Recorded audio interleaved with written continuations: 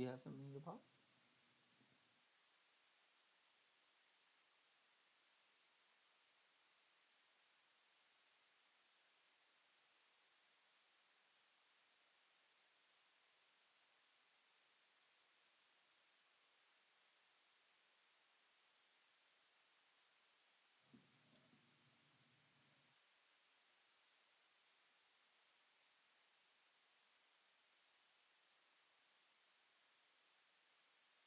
Hell no.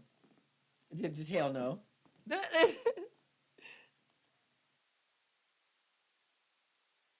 me feed these cats real quick. I'm ready. My stream is already up. By the way, what's up, stream? You already know, man. Tennocon is here. Tennocon is here.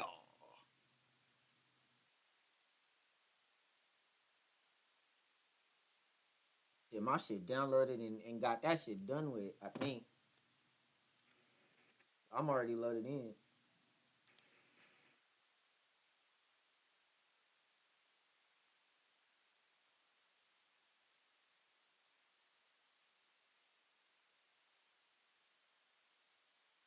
Let me see.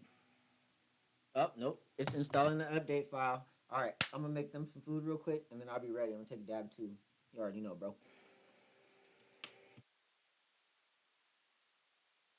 Tennocon is here. Hey, y'all. Cat scared. Y'all already know how I do. We got pets.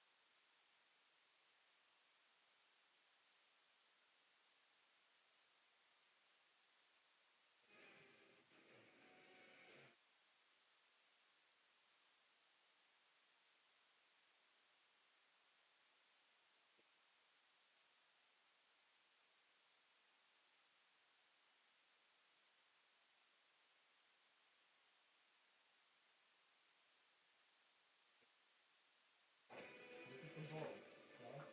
Okay. This one, you. This one, you. The bowl.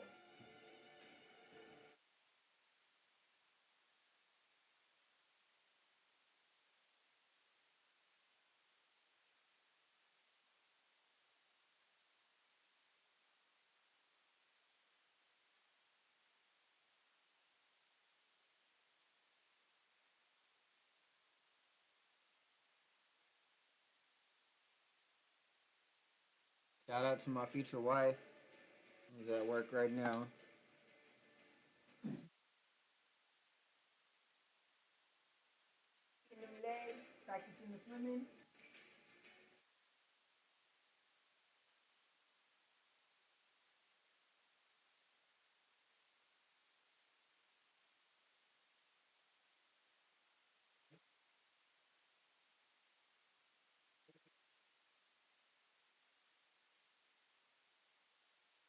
As long as you good, all right. I just wanted to make sure you was all right.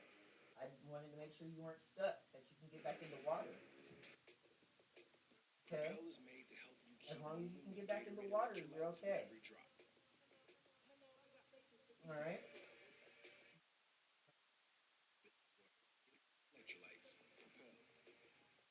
How we doing? I love you. I love you, man.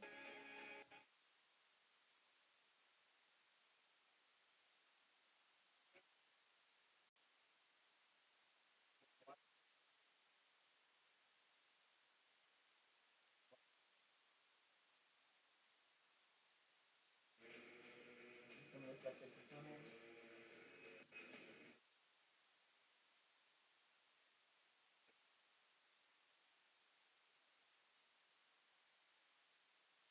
Your water is my air. My air is your water.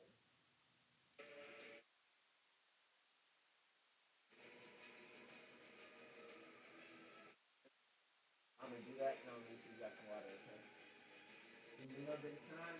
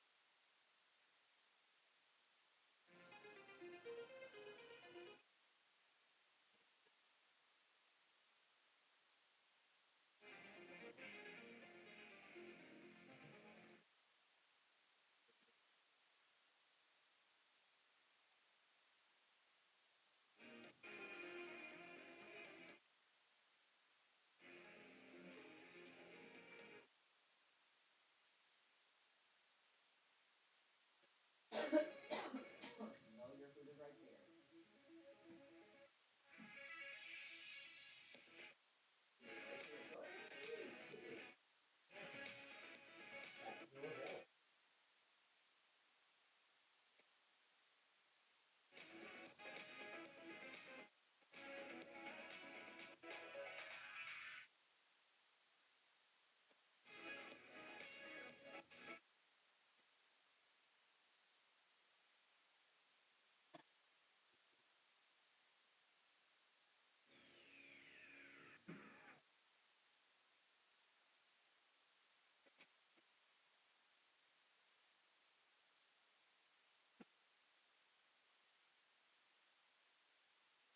That from earlier.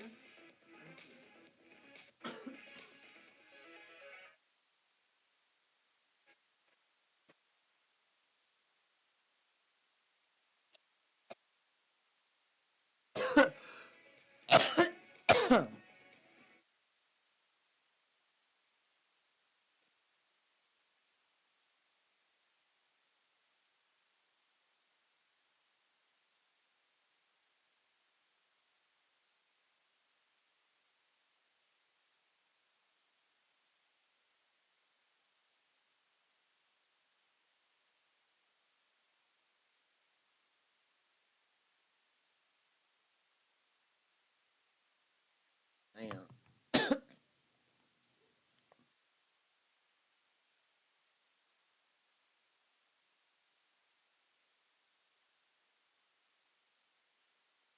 Mm-hmm.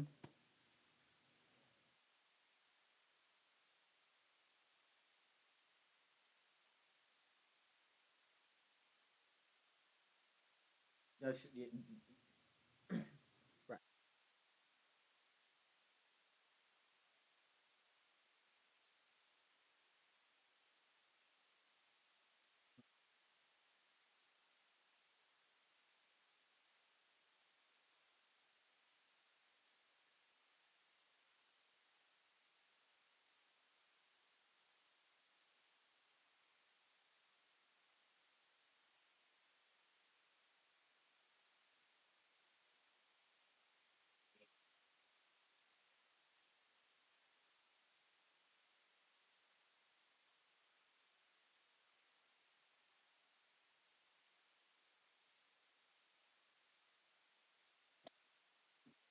When he loaded the truck, did he load the heavy shit on top?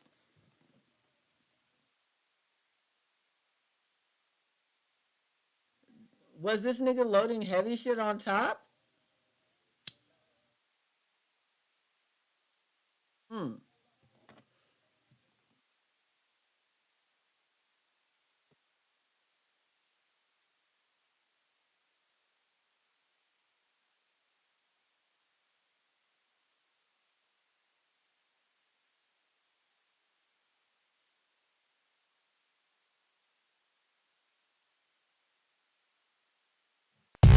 This is K3V Television. Get it twisted, chat.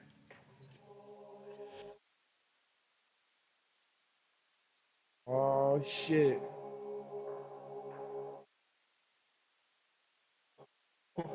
And I'm gonna fucking buy it. Hey, I'm You know I'm I'm hopping in finna that hell now, bro. fucking buy it.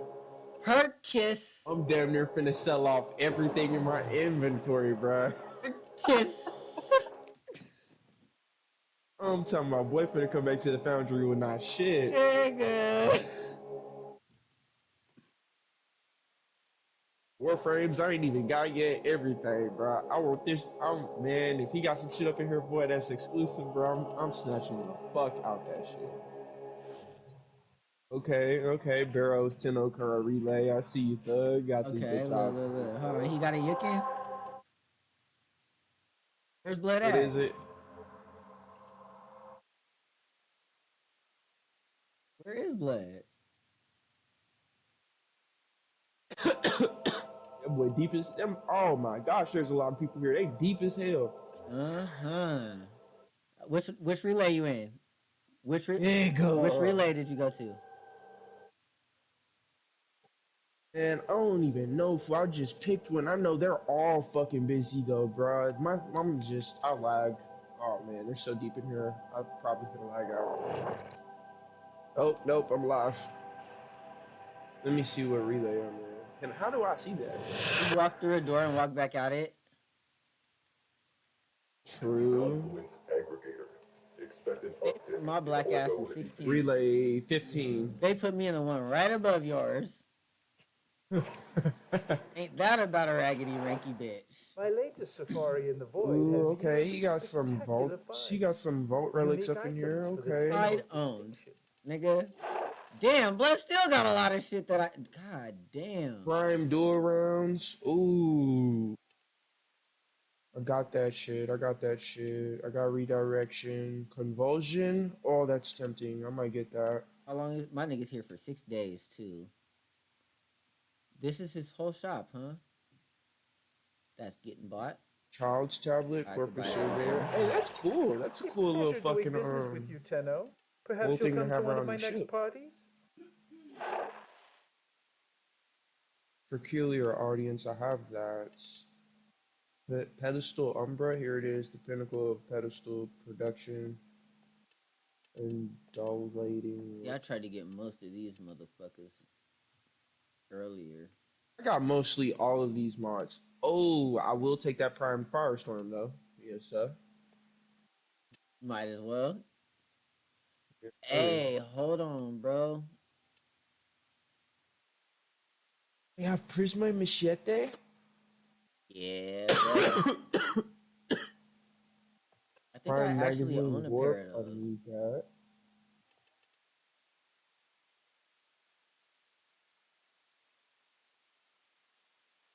Yeah, see, Yo, bro. the Exosac Arcwing skin. That is dope. The only things that I really need are like, um, fucking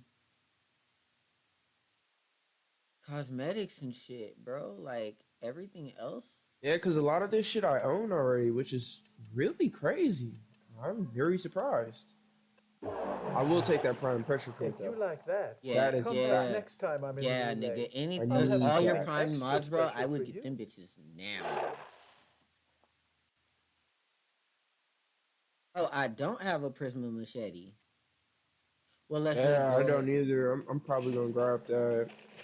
I ain't got enough ducats Ooh, yet. stance on the glaives. Wait, There we go. The there's a glaive weapons. stance. You're a Tenno of greater tastes. I Glaxion can tell just by Vandal, looking at you. Prisma Angstrom, Was it the Machete wrist one? Wraith. Huh? There was a glaive stance in here. Hold on, let me turn your volume up. Oh no, you good, bro. Here, I have my mic Oh, thing. shit. I have my mic pulled up. Prisma Scana, Prisma Veritux. All right, so just for me looking at shit, right? The only weapons that I'm missing are the Meridetron, the Prisma Angstrom, the Prisma Dual Cleavers, the Prisma Gricata.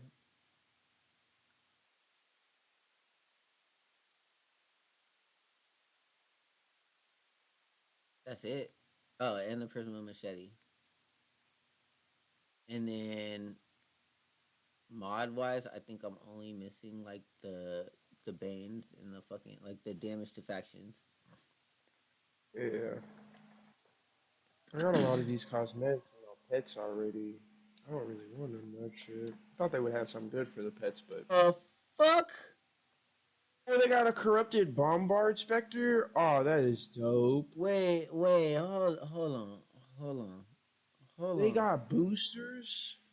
Yeah, nigga, A this Groove Strike, this three prime chamber, right? boosters. Uh huh. Prime chamber, nigga, it is 2,995 ducats alone. Goddamn right. It ain't even that. It ain't even worth that. Right when you say it, I can get to the end too to see it. Fuck that. It ain't even worth Fuck. all that. That is not, Hide bro. on the I don't edge. use snipers no way, so that's just out of my area. Oh, I On like that pistol rug, bro. ammo. Ooh. That might actually be a first Oh, they buy. got all the beacons on here except for Wolf, but I don't even need Wolf. I just need this Zanuka and the Goose Strike because I don't know what you get from them, man. Kind of want to see what they Um, offer. if I'm not mistaken, you get the scimitar or one of the ships you get from them. Oh, I like a ship. You know what I'm saying? And then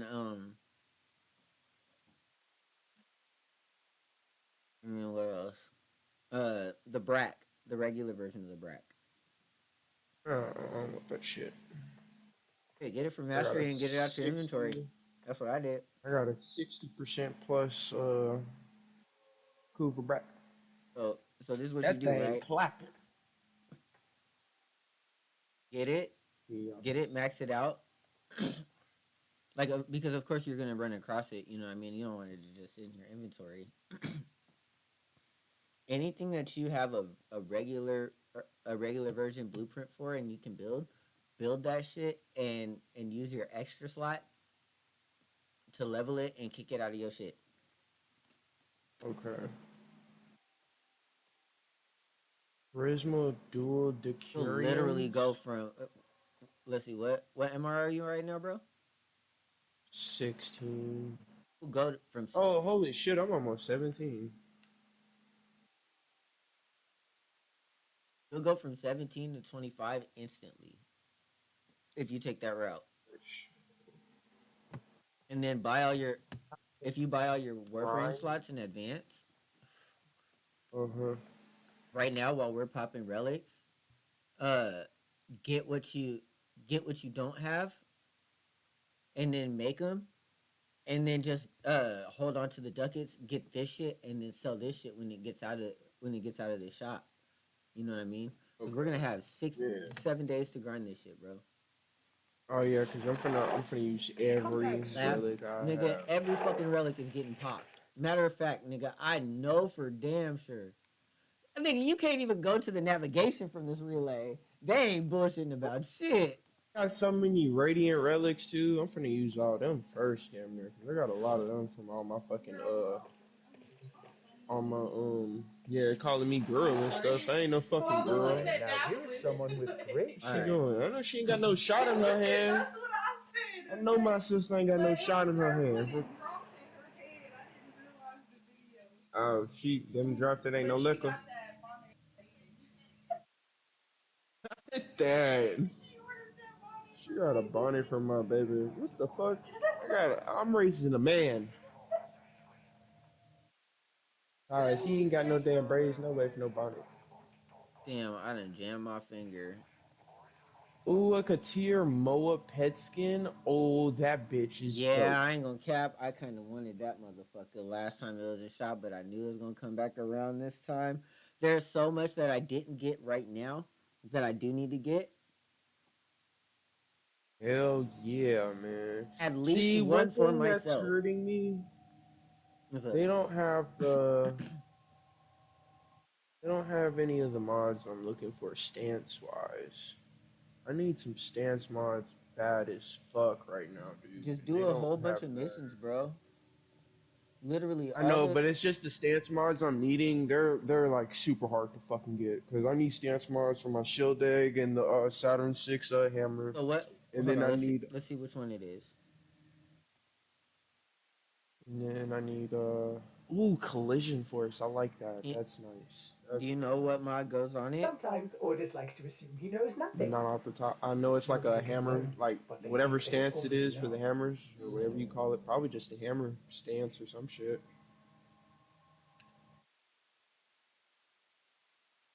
No, it ain't no heavy blade. Okay, so I usually don't use this because they be bullshitting on here sometimes. And then there's one other one I need a stance for. I don't remember. Go back to my ship. I've seen everything I need to see. I need about a good little 20,000 in it in fucking ducats. Yeah, bro, you're gonna need. I think they estimated it to 16,000 ducats and um like 24 mil or 20 or not 4 mil, like 15 mil. Like 5 mil. I ain't got no damn 20 though. 15. It's easy to get if you have a credit booster, bro. Do you have a credit booster, Oh yeah, I definitely got me a credit booster on for my login reward. nigga? So what we should do in a little bit is go on a credit run. 'Cause What's I have that? a credit booster too, and I can credit boost this today, which I was gonna do regardless. I was watching my little anime girl, and I was leaned over that bed, and then I started falling asleep, and I was like, nah, I ain't finna be falling asleep watching my TV show. Then I'm gonna go past like 6 episodes and shit. So I turned that shit off. I just like fuck, I'm gonna go to sleep. Okay, so I was tired as hell. this build costed about 144,990 endo, 5 forma. Let's see what he put on there. Crushing ruin. I think I have a few of those. Let's see, it was my hammers and it was something else. I don't know what the other fucking melee was I needed the damn thing for. I only have one of It those. was shield egg. Where do you get crushing ruin? Was it Harmony? I think it was Harmony. If I got a yeah, it ain't Harmony. Got scythe shit, so it ain't Harmony or Hate. I don't know what that other one was for then. Unless it's just for both Wolf Sledge and the fucking shield deck then. That's probably what it is. Oh no, my Silva and Aegis in the whatchamacallit, Sword and Shield. I need a Sword and Shield stance. Okay, hold on. Because I want to get more into my Silva and Aegis and the that new shield and sword I got, the Sigma and Octantis. Yeah, that one's kind of dope. Yeah. I like it. It's not You bad. can one of those you can actually throw the shield. Oh, holy shit. No shit. I'm looking at it now for my unique trait on this thing. It says aerial attacks, throw shield, making enemies vulnerable to finishers. Right on.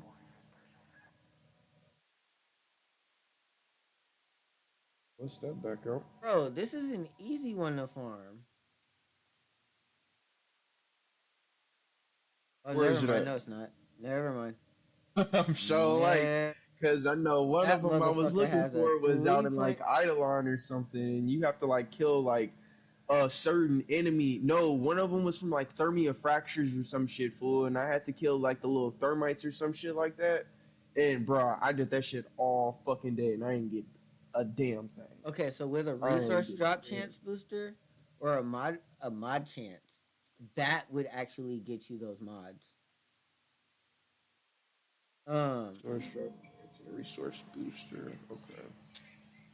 I need to sell some shit. I got 85 plat. I can get my boosters. I just want to see if I can get a couple more. Yeah, cause you showing my fucking AirPods right now. but yeah, from any enemies that you fight that are seekers, they will drop it. Okay. And but the thing is okay. So Mars, you have arid seekers.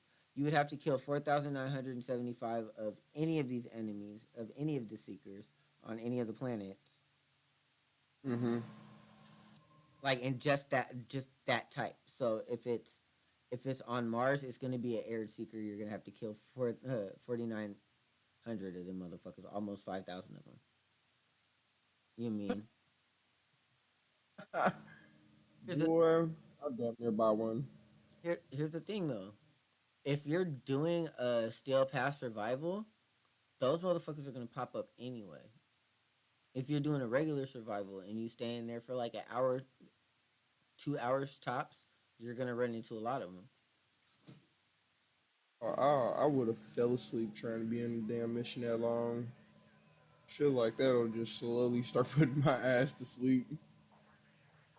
Like steel path circuit and shit like that, I can't do that shit too long. Like I'll do it maybe like 45 to an hour, depending on how fast I'm getting through the ranks and shit. See And it then I'd be done. for me. If I mentally prepare for it, I can do it. You know what I mean? But I Yeah. have to mentally be prepared for it. Like today would be the perfect day for me to do it because I'm going to be popping relics. But Hepit, see, if I do Hepit too many times, me doing the repetitiveness, I'll start to get tired. Yeah, that shit. If I'm constantly freestyling my kills, I have a better chance at staying awake. He said, "What am I trash ribbons for 10 fucking plat? Nigga, good luck.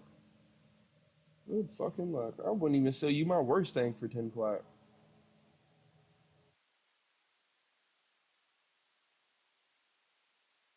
All right, you ready to get this in? Hell yeah, man.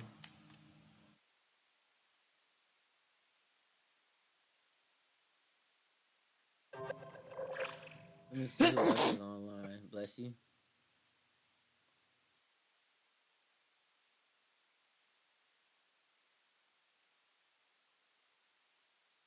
See what relics I got.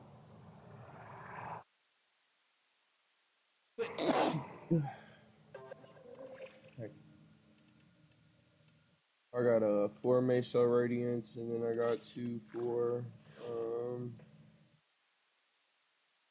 7, 8. I got 8 Lith Radiance. I need an Umbra One farmer, shit ton man. traces. Can I trade those or What? no? Umbra farmers? Nah. Man, I wish. We could trade miscellaneous stuff like that. That'd make the game so What much they better, dude. what they need to do soon is make Archon shards tradable. But I feel like they are gonna do it when we get the chance to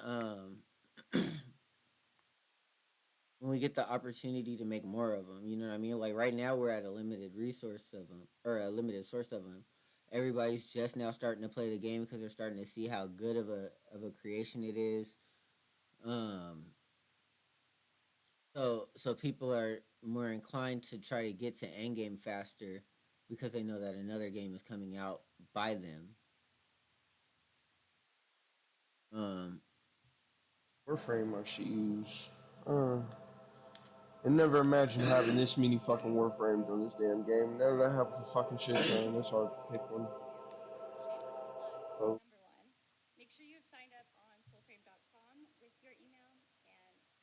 27, 27 frames.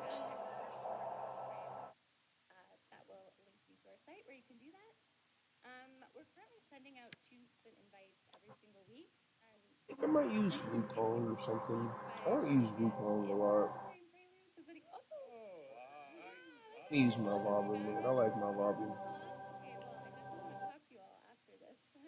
It's my dog.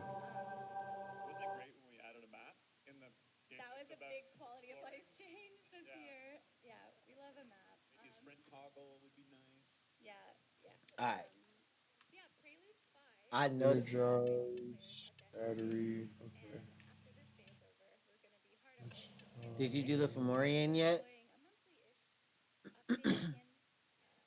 Nah, that's a free catalyst right there. You know, and I done paid all the catalysts I had to get from my weapons already. But I normally just get those catalysts for my weapons as soon as I get them, though. I think Okay. every weapon I have on here it has a catalyst on it. You If should it don't, I just don't use it. definitely grab that though, just in case you need to rank up a pet or. or something later. But you still have like 2 days and shit. Ooh, that's an exterm and it's still path, which means it's gonna be nice. And I get to test out my Mesa build. Lego. And I can make a few of these kind of radiant. So Damn, I forgot I had that damn argon crystal and I could have did that shit, man. That argon crystal down in the hole. Shit. Say still path. There's no still path. hella testing out my Mesa build. Are you just testing it out? Oh no. We going in there. I was on the same because I don't see that still path. You were just talking about still path. Yeah, it's the mission. The the void fissure. See what I need to be using. I got so much Korra shit, dude. It's fucking ridiculous. Oh, well then use that one. If you have everything in the relic, those are the relics that you want to use for what we're doing right now. It's Korra then. Oh damn, I should probably make that radiant. Fuck It's it. alright. It'd be nice though if I get that blueprint. That's extra 100. Boy, I got my paper ready. Do I? Do Rolling up the damn blizzard. Right now, I think I'm finna roll one up too. Unless my girl hit me up telling me she need a break, but that's not gonna be for another hour or two from now. I really just want her to be happy. Well, it worked today, so everybody off today.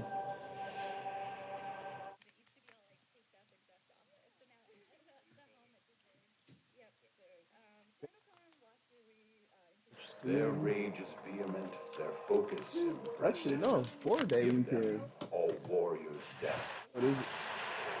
Watch out. I'm detecting void You didn't fissures show no nearby. picture or Do nothing? you have a matching You relic? didn't show no picture or nothing? That's what I need to throw on her. I need to put rush on her.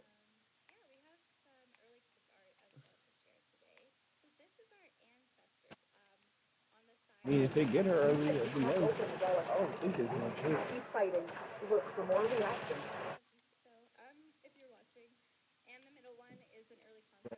Stay focused. There's a heavy unit approaching. So like Wild and W9 on that some shit.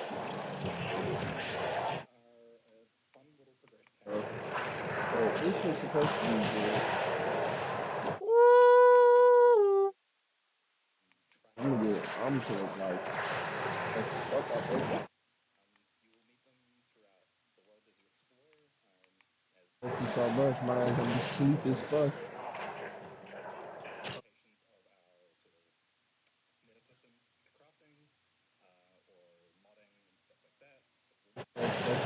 Bro, it's melting. It is fucking melting. Nah, bitch.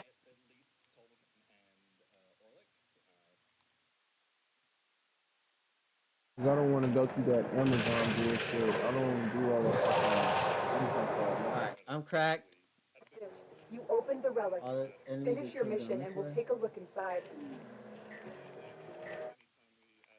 Looks like they're looking at Like cover a art treasure on the underneath screen. here, and I couldn't grab it. Fuck. Yeah, she needs rush. So I may have to swap some stuff or throw an extra forma somewhere, but I really don't want to have to fucking do that. Fuck these guys. 130 something? I'm thinking these motherfuckers is like Broken their ranks fucking. and they are on the run. Another I'm over successful here fucking mission. their ass Mine up. extraction. Kind of like the placebo effect, huh? You didn't know they were hard until they were actually like known to, like their level wasn't It showing didn't until show it that showed. level when, yeah. I was like, damn, we supposed to be doing still path, ain't it? So we get on here and motherfucking damn show still These path. niggas melting. Just get melted. Our shit is getting good like that now.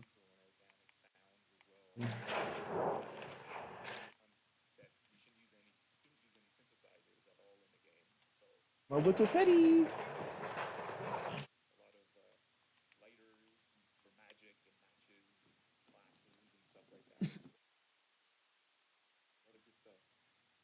We wait on you, Saya. Oh, it's waiting on me? Why? The fuck? We're close enough. Okay, silver on me? Oh yeah.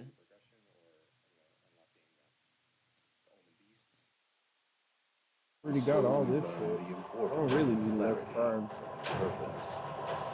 I always I always go for the Um, higher amount of ducats that they give.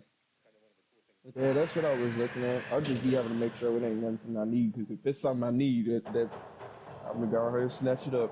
Right? Like I ain't even gonna lie, 'Cause bro. I'll never know I'm in when I need of see a it again. Bronco Prime blueprint so I can finish this incarnate because I need a second incarnate. Let's see if I have any relics for him. I probably don't though. That's an Bye. old relic. They leaving and shit. Peace. Oh damn, I didn't even know there was nobody over there. Yeah, they gone. They said we out.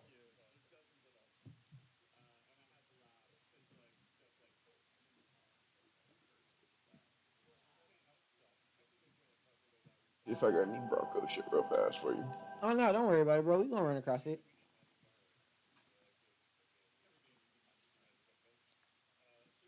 I know for a fact we gonna run across it. Somebody got an extra, like an overabundance of fucking boar relics and shit. I do. Or not boar, Bronco.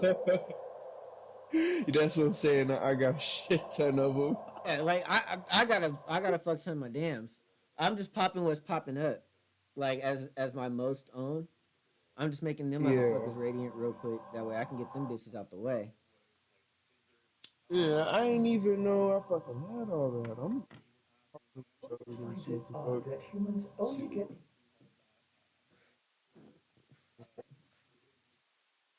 Shit, if you can, bro, it's one of the easiest weapons to farm because they know that you need like a majority of them to make more weapons. Because you're gonna need that one. You're gonna need two of them for the Act Bronco Prime, and then you'll need I was just one gonna say, what's the difference between Bronco Prime and Act Bronco? two Bronco handed. Prime ain't Act Bronco is just a dual wheel jump. Mm-hmm. Anything with Act in front of it is dual wielded. Okay, that makes sense. Mm.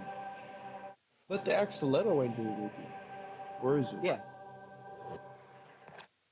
I The thought that was combat a must be fucking AR at the practiced same time though. to truly master the So hell if canvas of I Oh. war. Wait. No. Yeah. No. No. No. creatures in the area. Use don't these to familiar crack with. open a relic. Yeah. If I'm not mistaken, it is. It's dual wielded. That's crazy. I never You noticed need that more shit. to open that relic. Man, you ain't like Zack Snyder.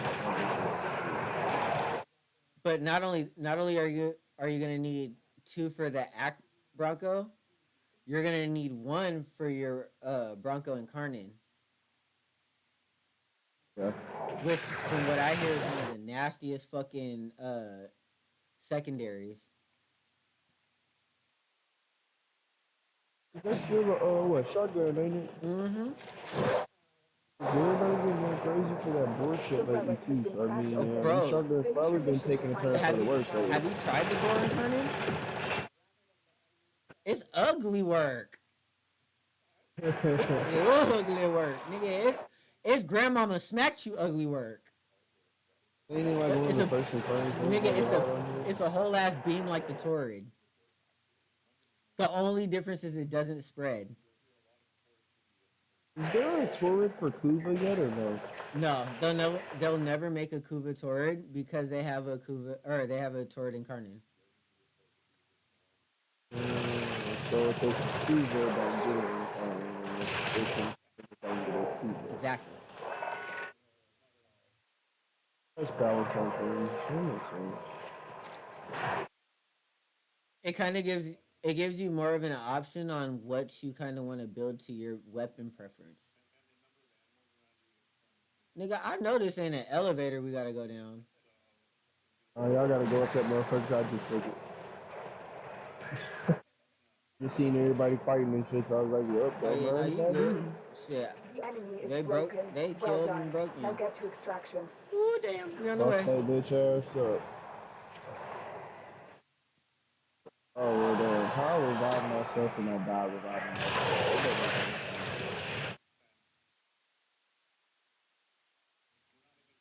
Silver Brack is really fucking OP as shit.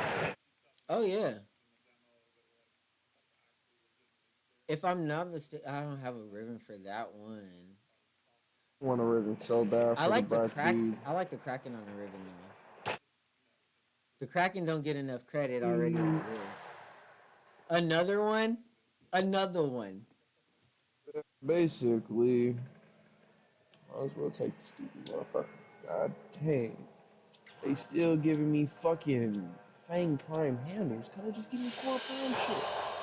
And so we learn the importance You You know know they of be what? I'm gonna see bullshitting if I like that. They know, download bro. I think they upped the fucking drop chance on her shit because they know how probably powerful she because can she be. yeah, They I was just explained gonna how say. powerful she is on the last stream that they had. Well, one of the last streams. The first ever Soul Frame dev stream? Soul Frame. So hold on, what the fuck am I missing? Is Soul Frame different from Warframe or some shit? Yeah, so it's gonna be coming out soon. They're No fucking shit. yeah, that's what I'm saying. Like everybody's getting on Warframe now, so they kind of have a similar idea of what Soulframe is gonna be like. Um, the thing is, yeah, they're showing it right now. Like they're showing different pictures and shit. My god, nigga. Like it just looks like it's gonna be like the adventure game of fucking lifetime, bro.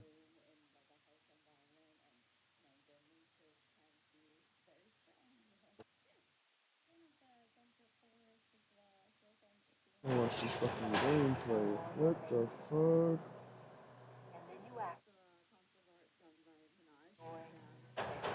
Bro, look at the water. Oh my gosh! Wow. That look. Hold on, you guys. Look. Let me see if I can pull this up on my screen real quick. So You you, get the same shit too? yeah, bro. Like the Yeah, water buddy. and the That trees, shit's bro. clear That as shit fuck. look These graphics are nice. immaculate as fuck, dude. Oh Oh, my and it's gosh, got brother. some samurai sense to it. It look like, bro, cause this dude Mm-hmm. looking like a straight up fucking samurai. Oh my fucking Yes. god, nigga. If they're finna do what I think they're finna do, bro, they're finna fuck the game up, bro. They're gonna straight fuck the game up, nigga. Oh god, bro. And I think they're finna do exactly what's going on now, cause this reminds me of like Elder Scrolls in a sense, Mm-hmm. but they just had a game that came out though, literally within like the last month and a half or so, The bro. last This new descendant like or the first descendant. oh no, I can't remember. Man, let me see. Let me see. But it was a game that kind of copied off of Warframe and a couple of other games. It was like it was basically like a Elder Scrolls and like Skyrim type of deal put together for that new game that just came out, bro. But that new game though I'm talking about is exactly what Soulframe is coming like, bro. Like it's gonna have a straight up RPG base to it, basically. Mm. Let me see if I can pull up another source here.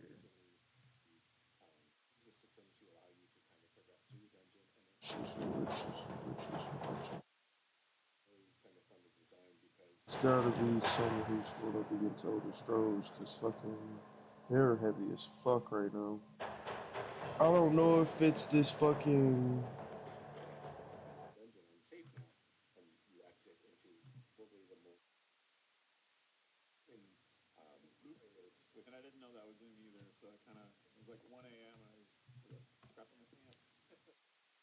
Okay, so what we are going to do is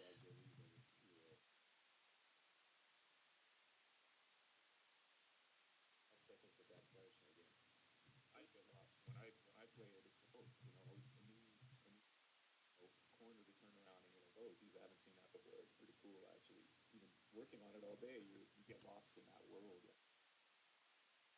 It's we are trying to go outside of our comfort zone, obviously, and challenge ourselves by building kind of on top of some of the systems we thought really good for long-term play. Like in Warframe, those procedural dungeons really help the consent stay fresh as we built out new tiles. But now the context is we don't really have a mission structure, so knowing kind of been a challenge. If you started early on a Prelude, you just kind of like wander around and it's like, okay, I guess I'm done, and you log off. But now we've added things like when you leave a dungeon, we use some mission complete feedback. When the time of day changes, because the overworld is constantly on a shared clock, you get kind of a summary of rewards and sort of thing. If you're ending up with Preludes, you'd be suffering through a lot of upheaval as we kind of find our footing for those sorts of things, because it's very different for us from structure. Okay, so now we're gonna interact with this bad boy, and we're gonna full screen this bit. Stuff works, and we're getting a lot of feedback. Yeah, and that's really, I think, again, not to kiss y'all's ass, but like that's super important for us to kind of feel what's resonating with you and what's not, and that's why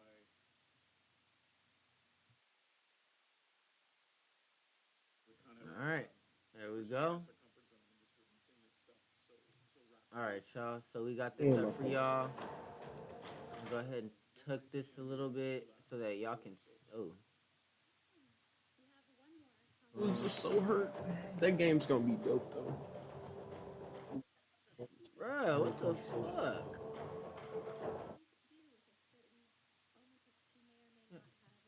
No.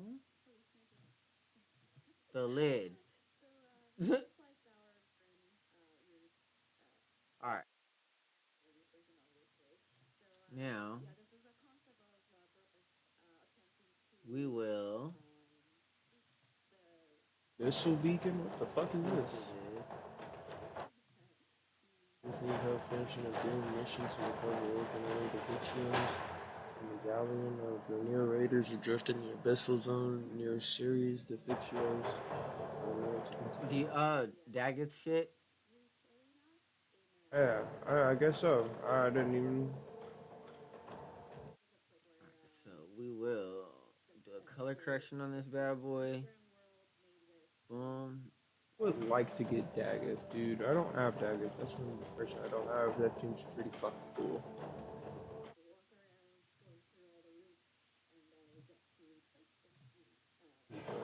Took 5. Timber of the Lotus skin. Hey, that shit looks fucking dope. Frame appearance tab in the arsenal. So when it comes to these Lotus scenes and shit, what do these scenes pertain to? Is it for when you're logging in and shit basically, or is it like something else? I don't know. Hold on, I'm gonna have to look at him and see what you're talking about. Are you in Barrow right now? I'm just at the Cephalon Suda offerings and shit, and then he's been selling, he said the same shit. He had one of these Chamber of the Lotus scenes. It looks pretty cool. I want to get it. Oh, scenes are pretty much These are pretty much basically places where you can like use your capture. So like taking pictures and shit. A capture is pretty much like a Warframe camera. Damn. I was gonna change my background or something. Yeah.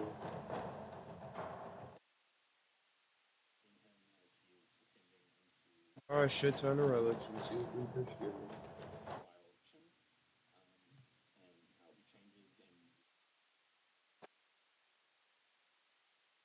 Oh no, that no look good. The full force of every trying to press someone else in adventures to get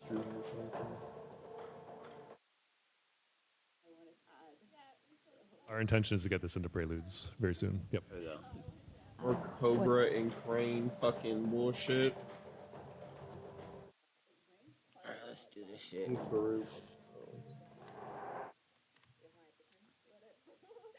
Furious. Scorpions. Oh, before I go any motherfucking where. Yeah, I need that. I need to see how much I have. Interact with it. I filter on that bad boy. I guess I do need to interact with it now. Fuck. At 10 are you? What the fuck?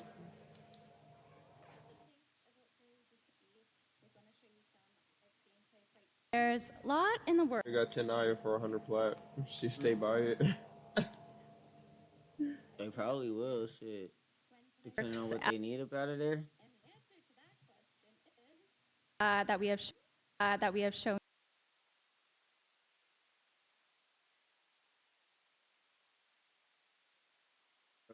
you, Go now. and that's just a taste Brighten that filter a little bit. of what Prelude I don't know. I be seeing people wanting to buy IO is and gonna shit, be. but I be seeing We're them gonna wanting to buy it for cheaper, I think, though, than show you for some that much. live We're gonna see, gameplay though. quite soon, but we haven't yet answered the question most of you have been asking. Drops are And yes, enabled. I've been seeing it. When can I play? And the answer to that question is. Did, the reset happen yet? The fucking, Iron Waken shit, or is that Monday? You tell us up? So, yes, we are gradually it for Iron Wake opening or up is the that Soul Monday? Frame Preludes build of our game to the public in the fall. That is our hope and dream. And what does this mean? So, I'm getting a little anyone, antsy with these hopefully, river mods by now, fall man. 2024, I'm ready who to wants to start play rolling some Soul shit. Frame Preludes and get in, instead of waiting for an invite every single week, we are going to have it open to everyone. And at this point, we'll be leaving our earliest making me so testing phase, I sad. would say. We have done Have account good mods resets and, before, good weapon mods, and y'all sometime in the nobody fall, wanna buy 'em. we'll pick a date where no more account I can't resets, speak for Phantasm and everyone who wants to will be but, able to sign up shit, and I got play Arcoplasma, Soul Frame Dread, Preludes. Boar, Yeah. Exciting. It's exciting. and Zard. I kind of want to use them now.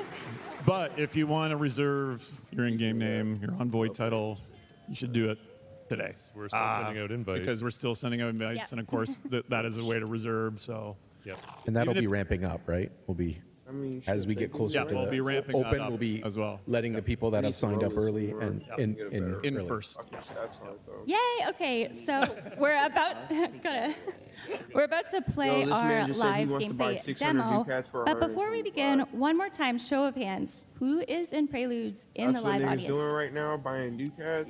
Okay, Yes. can you Yep, all I raise your thought about hands? it earlier, What? but I'm not Yeah, feeling because we're inviting everyone here in person. We just wanted to thank you for coming out. Hey man, I get 600 so niggas can pay me 120 though. I'm already playing it. That's the thing. So when you see us around, you don't have to ask us when you can play. We are going to send an invitation in the following weeks, and you I are know going to that get some an people email can- with more details can't after the sell the show. same shit in the shop And forever, do you? in addition to this, on Monday, No, this you really Monday, can't. July As soon as 22nd I at 2 have it, p.m., nigga, it's a we will wrap. be sending out 10,000 Preludes invites, 10,000 I won't touch shit until Tennocon 10 10. I get it. I get it. Very good. Yeah. Yeah, and I think I did get some questions about other platforms last night when I was mingling outside the tent. It is going to be PC first. Like Warframe, we can do fast iteration, and we don't have the cert stuff. But obviously, pardon me? Okay, so if I was to do that, We'll have to think about that. But initially, we're going to be doing the iteration on PC. If you are on console, obviously that's in our plans, and we are looking forward to that. And we have been talking to our partners on that side. But this fall is going to be PC, just to warn you about That's our good. platform, current we'll platforms. have Yep. a But yeah, Soul Frame Preludes, and I think it's just been really cool and exciting and unique to build this game alongside you guys. So if you want to play Soul Frame Preludes, you all can Boys are going soon. federal right now Hopefully. for the river mods, man. Everybody in their fucking moment trying to buy the mods. Okay, it's time for the lovely Joe over there to play our gameplay. Yes, we're going to throw it to Joe, and just so this is a bit of a sneak Yeah, peek of. we're going to set this up. Yeah, we're going to set this up. It's a little, there might be a few bugs, a couple Might be a few glitches, bugs. It's coming in hot. little animation pops. You'll. Oh, but it has I foot saw you IK now. sell So Hydroid. Don't watch too hard. Don't stare at the feet too but a much, little bit. but Look at the feet, but not too much. Yeah. Analyze every detail of this demo we are showing you.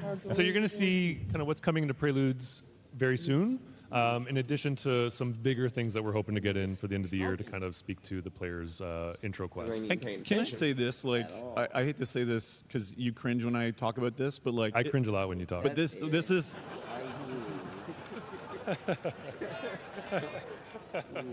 I think what you're going to see is the beginning of the Warsong prologue that we're going to be shipping later in the year. That's right.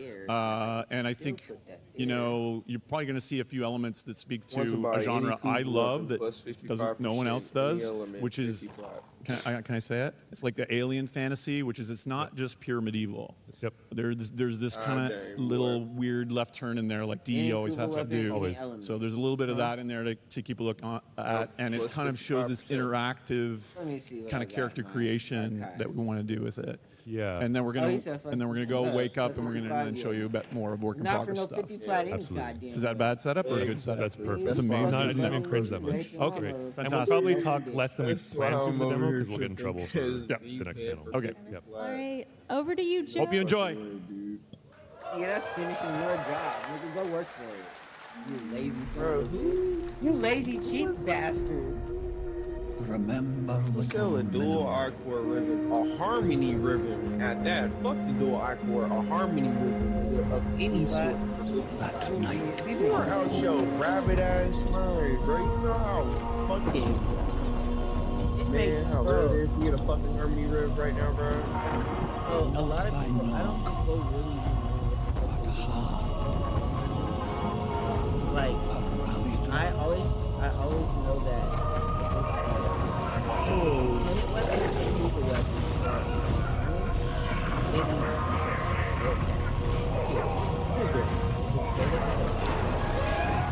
AK-47 on here? Did they give it out already? I guess so, cause dude's like, you wanna buy X-52 ribbon for 80 flat. Other guy said he wants to buy any X-52 ribbon if it's a 0 up to 10K. Yeah, they just added it, but I didn't know. I didn't know. We've been watching this. It's a straight up fucking AK. Nigga, we've been watching the stream since it started, right? You may actually have that. Hold on, let me check. Oh, give it to me! Give it to me! Give it to me! I remember Check your Twitch, bro. her face.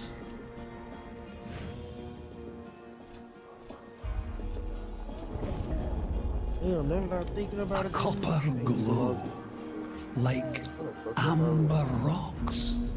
A wealth of warmth, Bro, you have until like 4 and of her to locks, get this. As long as you watch for 30 minutes and within that time, you got it. a downy cloud blown across the skies.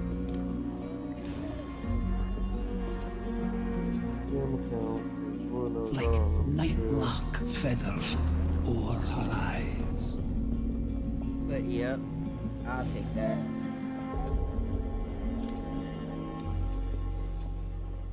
Of honey mead, of spotted dough. Last love she saw was you. I know. Love last it was that sent you so.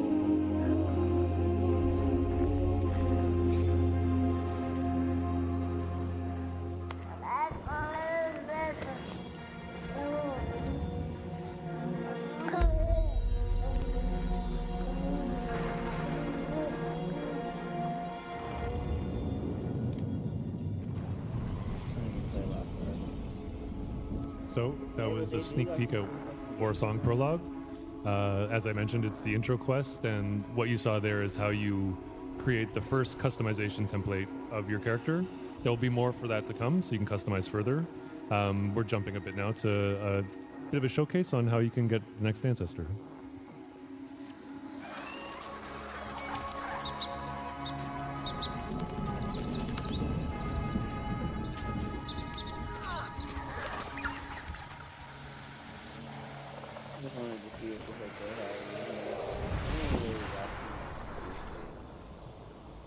The Nightfold. So what's really cool if you're in Preludes is you can go here anytime. It's kind of like having your orbiter at the snap of a finger.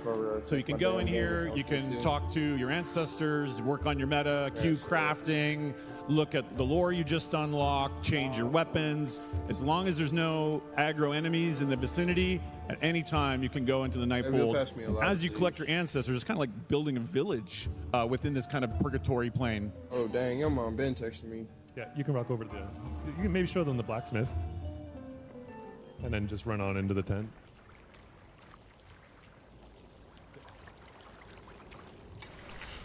Who's on the bed, baby? You the last one to hit. Different musical cues here that we've been working on as well. Each ancestor has their own, which is pretty cool, I think. A lot of traditional instrumentation used and suits their personalities. Same with the voices, custom voices, and all of that. Probably because I already got a damn Twitch account, but if I do, I know it's yeah. So this is our crafting interface. Basically, sort of throughout the world, you'll find little fragments of weapons that have been broken into pieces, and you'll bring them back to Tolkai over here to reassemble them. And as you reassemble more, she'll become less self-conscious about herself. Got imposter syndrome. Yeah, real imposter system hitting hard. I relate. From watching it on And now Twitch. I think Joe's gonna go and gear up, but you can't ignore the poor dog on your way. How do you get to your account? Most important Your feature. account should be linked on WARFRAME.com. Oh, true. You have to relink it later to get the weapons, but yeah, bro. And then yeah, Joe will give us a sneak peek at our arsenal. Let's that run this mission we'll real have probably a quick, better name 'cause I think for, I and have he'll it just in my swap out some gear and maybe a little I just cosmetic gotta- change. I gotta do a mission and get back to my inventory.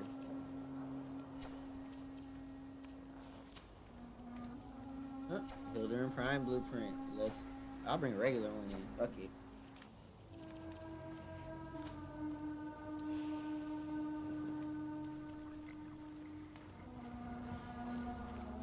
So yeah, let's just show a bit of work in progress for the next ancestor coming to Preludes.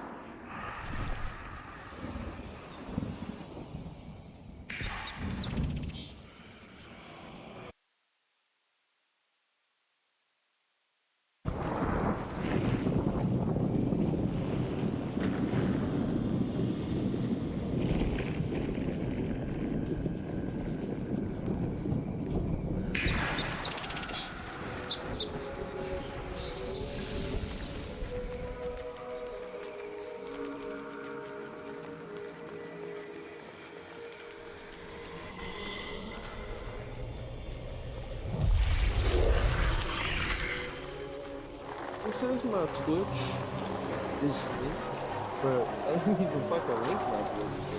I have to go on WARFRAME.com.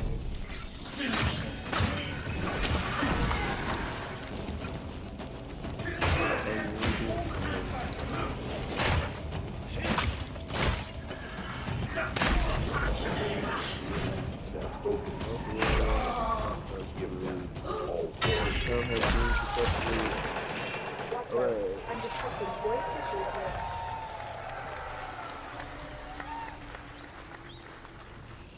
Yeah, dude, this is a straight up fucking But I'm RPG, bro. unable to pinpoint their exact location. Search them Like, out. this if you is are like willing to solo, show them. like on Ring shit. I can't wait to bring that motherfucker out. Bro, that is gonna be so fucking dope, bro. Only corrupted enemies will drop it. The That's reactant the is fuck working. I'm talking about. She's way faster. T, have you ever played like Elder Scrolls or shit like that?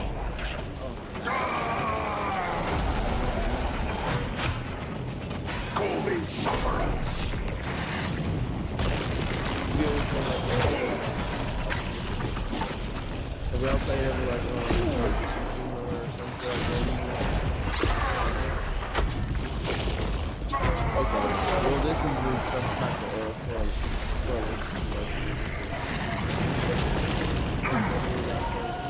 When it was gathered, no one watched. The Everstorm. Open the relic. Finish your mission and we'll take a look inside.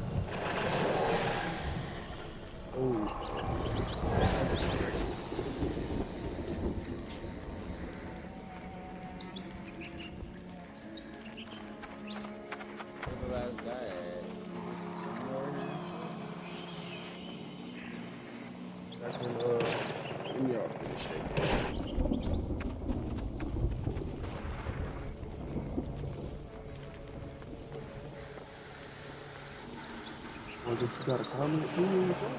Everybody comment.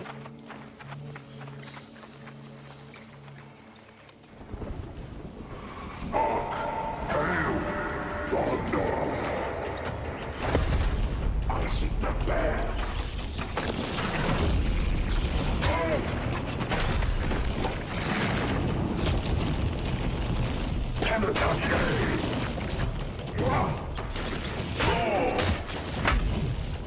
Call me sufferance.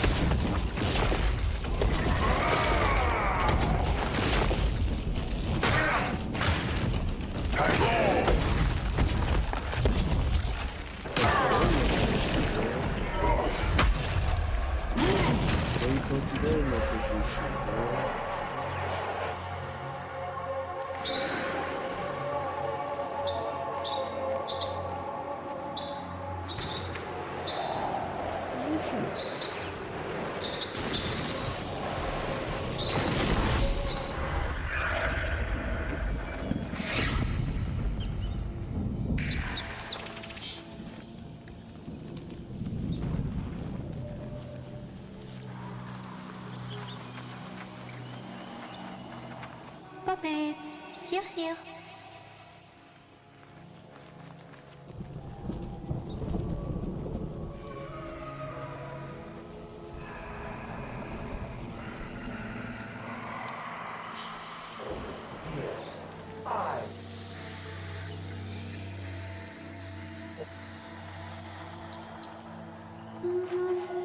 My exciting new product.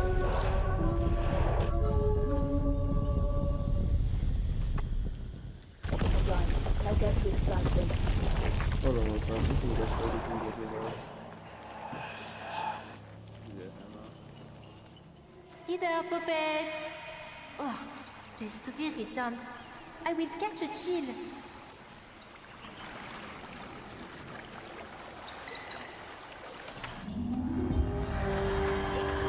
You sneak!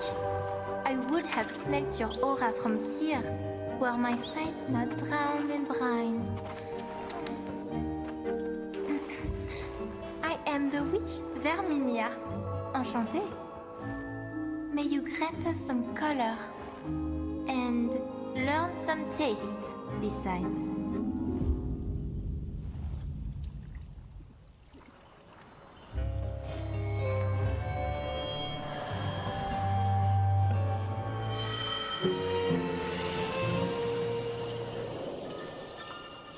Oh, envoy, there you go. Un amuse-bouche. Ooh, buddy. I don't even know if I want to trade that.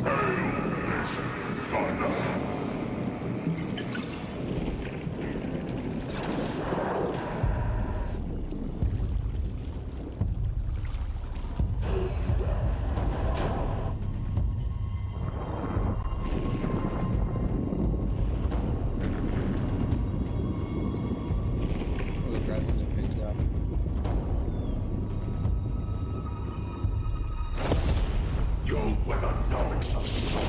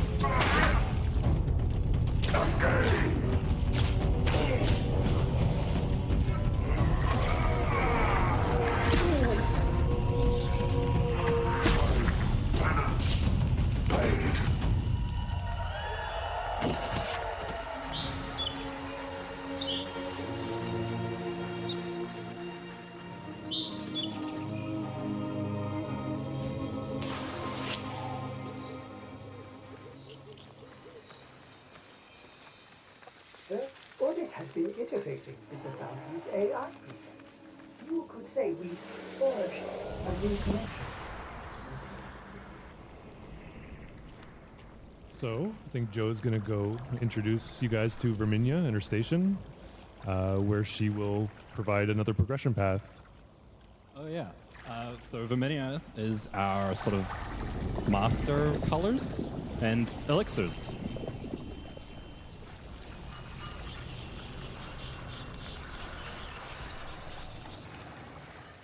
Either puppets. There would be nest enough for all. Hardly better. How am I meant to brew my hues in this washed-out puddle? I know not. Less. The envoy brings us a nibble? So this isn't final implementation, but we just wanted to give you guys an impression of the kind of customization you'll be able to do for her. We could just eat you up. The puppets approve.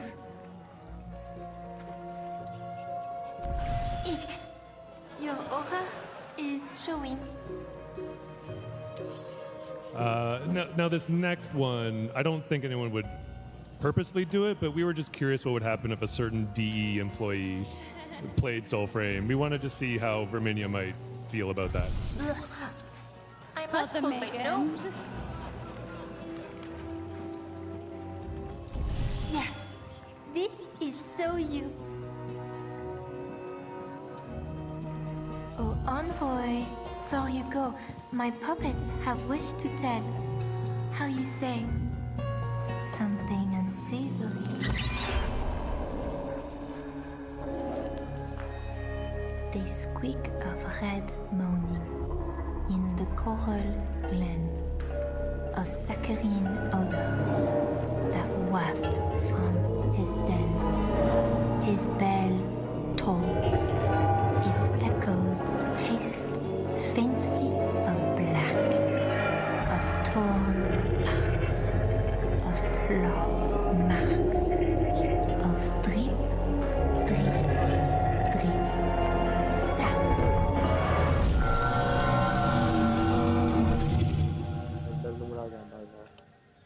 Yeah, give it up for Joe.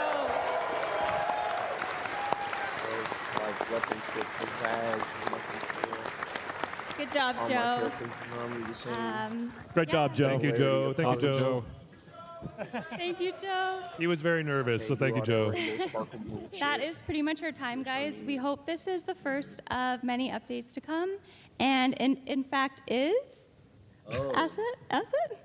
Because yeah, we're gonna do another one of these in September. We have our own Twitch channel. ! SF Twitch in chat. It will bring you to it. Oh yeah, there it is. Woo! Like we have 63 followers right now. So if you if you want to go join there, we're going to talk more about our plans for the fall, our next Preludes update, and yeah, just thank you guys for all your support and patience as this world comes to life. Like, our community is so central to everything we do, and we couldn't even build a new game without you. So thank you, and thanks for listening and being here today. Have a great show, everyone. Thank you. Thank you. Thank you. Nigga. Fuck. They just said watch Tennocon live for 30 minutes and receive Sarah Pryor. Yeah. Boy. I will remain.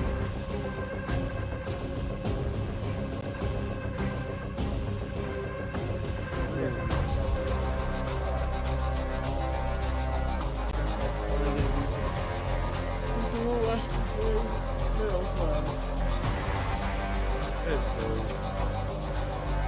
That's so cool. For sure.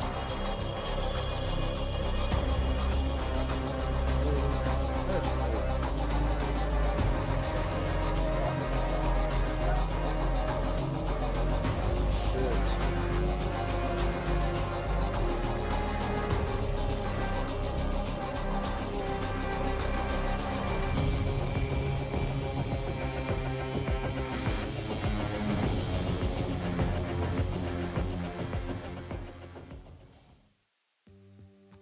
Sup, Tenno? 90 Zach here. Wondering how you can get your free virtual items through the internet? Just from watching Twitch or Steam? Let me tell ya. Safety's off and destroy your enemies with the AX-52 rifle. By watching Tennocon between 11 a.m. and 4:30 p.m. Eastern Time, you'll receive this gun absolutely free. That's a lot of gun for not a lot of work. Once Tenno Live begins at 4:30 p.m. Eastern, that drop is totally gonna switch to the Sarin Prime. Watch for 30 minutes and you'll receive this Prime Warframe for free. Spread those spores and watch those damage numbers go up over $19.99. Never gotten a Twitch drop before? Tell the fam to get off the phone and hop online. Linking your account is wicked easy. Just head over to www.warframe.com/Twitch. Log into your Warframe account, follow those instructions, and you're set. Tubular. Watching on Steam? Just make sure you're logged into your Steam account before watching, and you'll be rewarded with item tokens right to your Steam inventory. Once you claim those tokens, log into your Warframe account, and your new items will be waiting for you. Isn't technology wild? That's all from me. Stay cool and enjoy the show, Tenno. See, that's one thing I've done.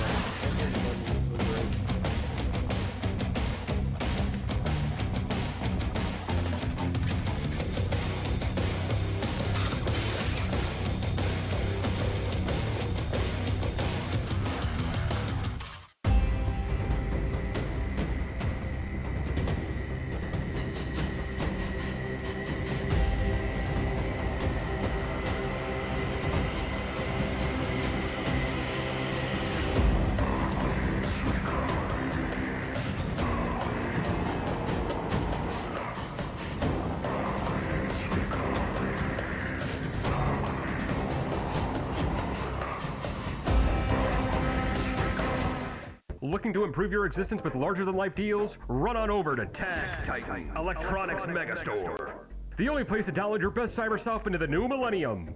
Check out our latest and greatest machines, guaranteed to fast-track the cyber speeds of your favorite interests, like listening to music, watching videos, and a whole lot more. Now with a $99 rebate on all Kechme processors. But hurry, this enormous offer ends tomorrow. Why 2K? Why not 2K? Tag Titan Electronics Megastore, where the future is big.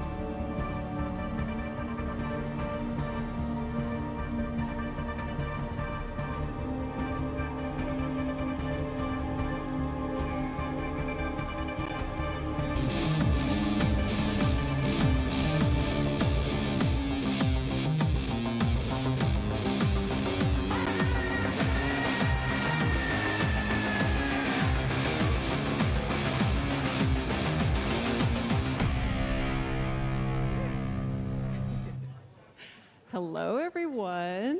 Hello, hello. Hi.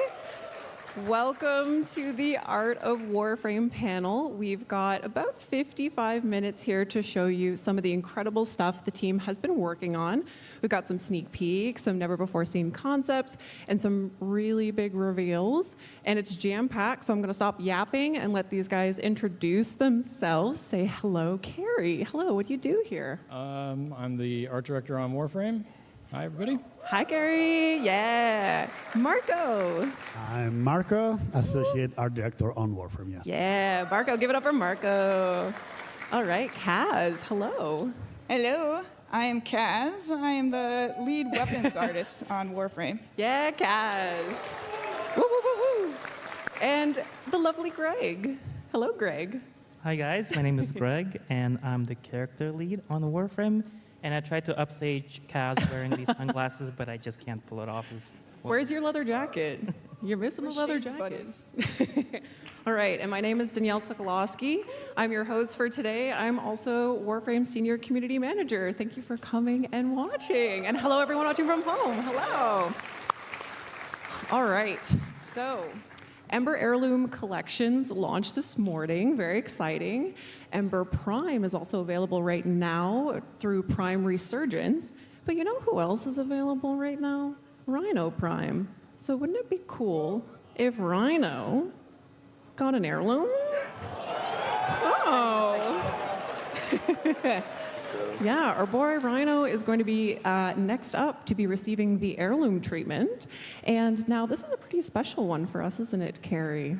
Yeah, this one's great. I mean, for us to be able to lead the panel with something from Minky feels absolutely great because, of course, he's the foundation of so much of what we've done on the art side right from the very beginning. So, wicked piece right there, as you'd expect. Absolutely. We love you, Minky. Thank you for this. So you can expect this in 2025. We'll also be showing more of Rhino Heirloom in future dev streams, so you'll want to tune in for that. Now, if that wasn't spicy enough, as is, why don't we take a look at the next Prime Access? Yeah. We're starting off hot here, guys. The Epitaph Prime. Uh-oh, okay. All right. Now, Kaz, this is a pretty interesting layout for a Prime weapon. Why would that be for the Epitaph Prime?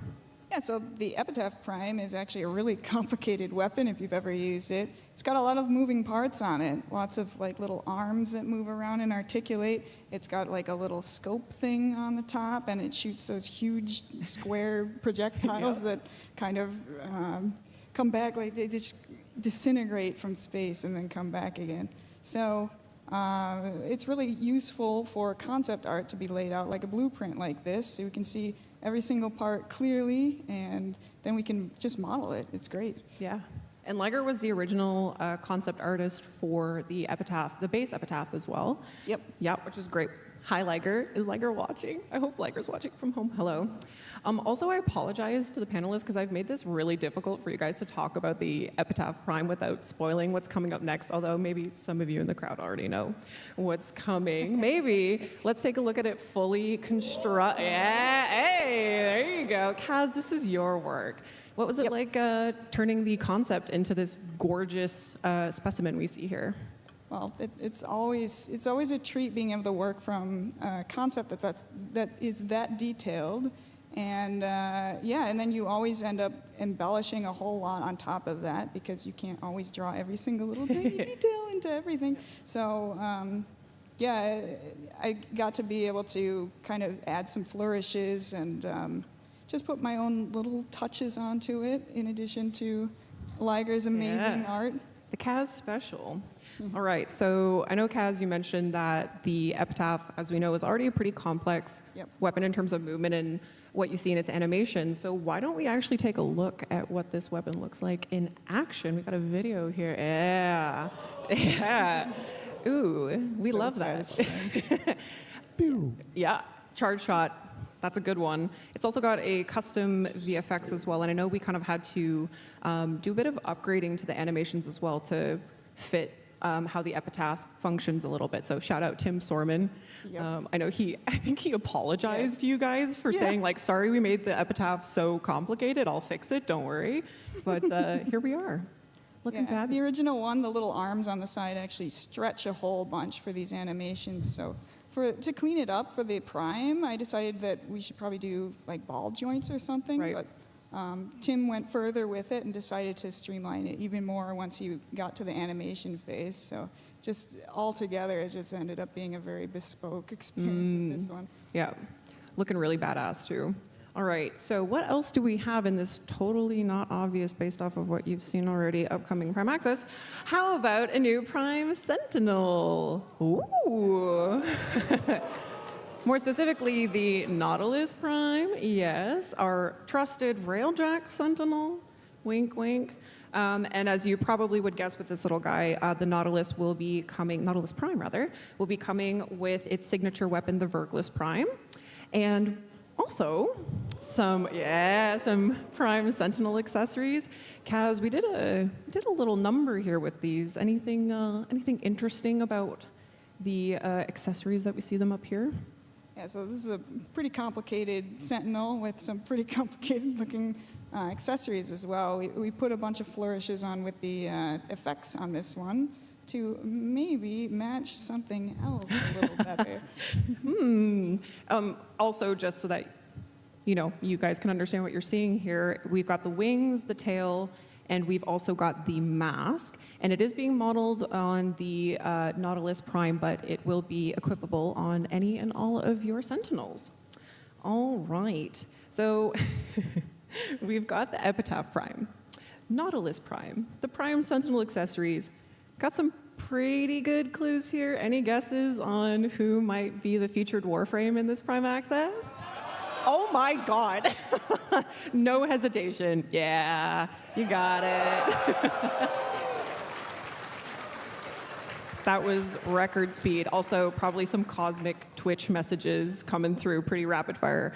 All right, yes. Our captain of the Tempest Starry, Sevagoth Prime, is our next Prime Access. So, Greg, what were some of the inspirations, themes, maybe even, epochs, time periods that inspired Sevagoth Prime? Yeah, I think Sevagoth, obviously, there's a lot of allusions to kind of a naval and a sea-bearing sort of themes. So for this one, Liger's concept was directed towards more like 18th century. You see the tricorn hat motifs, maybe a little powdered wig, a little braid, the tassels on kind of a parade naval uniform. And so, obviously knocked it out of the park. Sevagoth is a very complex character, yes. In normal form. And I think the Prime only cascades the complexity even higher. So, 100%. Yeah. And now another Liger original here. Liger, also the original concept artist of Sevagoth.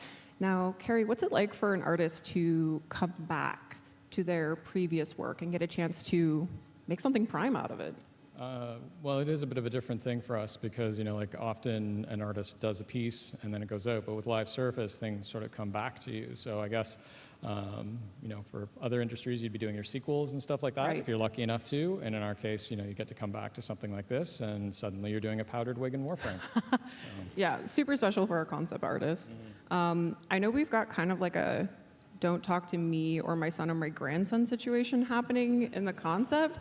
For those of you who are familiar with Sevagoth, you'll recognize the little dude, or maybe not, on the end there. We'll get back to him in a bit. But of course, an essential to Sevagoth's characteristic is his shadow. Yeah. And this is crazy. The Exalted Shadow. Yeah, Kaz has got the... I'm a fan. got the claws on lock there. This is obviously very, very cool. What was the direction of the shadow in comparison to Sevagoth? Was there some kind of like additional resources or references that were used? Yeah, you can tell in the concept, excuse me, some of the quilted tufted leathers and fabrics, obviously some, deep sea creatures, some fins, and, the shawl. Well, it's kind of almost like a shawl on top of the Sevagoth Prime, so it really kind of exaggerates the profile and makes Right. it much more regal, and blending both the creature and almost like a parade uniform, and so really bringing up the feeling of kind of a regal, royal, and parade uniform. So. Oh, we love that. On the left there, we also see kind of like a rough sketched outline of what I believe is base shadow. So how does the team create such extravagant designs that can still fit on the base mesh that is already need to consider, this is a playable character. It has abilities, it has its own set of abilities. You still need to be able to see, nothing needs to obfuscate players' view. So how do you guys go in achieving that and getting something like this? Something like this is probably something you do after you've been doing it for a long time. Right. That does help. But the premise is still like if you were sculpting with clay, you'd have like the wire armature at the bottom, and that's how your arms and your shoulders and everything move. And that's still the major points. But then beyond that, it can get more and more complicated as time. And I think, Greg, you've had to do these things for years and years. So, is there 3 top tips for that? There's really no secret. I think there's a lot of trial and error, and we use a software like Basecamp that tracks the entire progress of the task, and we were just talking about it earlier. We were. Backstage, and kind of when you review a particular asset and the steps it goes through back and forth. Sometimes it's a little bit of just hard work and a lot of perseverance, and we can kind of get it there, and really comes together in the last 25%. Yeah, and come together it did, because this is a crazy. We're gonna maybe get a little bit of a closer look at it later, but why don't we get into an accessory coming with Sevagoth Prime Access, which is our first Prime Signa to ever come in a Prime Access. And I also believe this is the first Signa style where we kind of divert away from the Halo stylings that we've been doing thus far. So why did we want to take a new direction with it with Sevagoth? Oh, because we were trying to take some stylings from the character himself, and we thought it would be just cool if you could put this plume on any character, because why not? It's cool. Yeah. Everyone can essentially become a cool, really regal pirate, I guess, at the end of the day. We've also got, we're going to transition into some in-game shots here. We've got, of course, the model here, and I think, as you had mentioned, that there was some pretty interesting things going on with that like golden sheen that we also see on there. Yeah, so we noticed this on the character. The character artist was doing something really interesting. Usually with emissive, that tail is emissive, by the way. We just put black as a background so that the emissive color comes out more boldly. But the character artist actually put just the gold underneath it and let it shine through a little bit. So you get this beautiful, like, ephemeral look of just this gold gleam over everything. It's honestly stunning. I was running around with it in the dev build the other day, and the feathers bounce around with you, and you get that beautiful sheen coming through. So good job, Kez. Good job, team. All right. It's character team.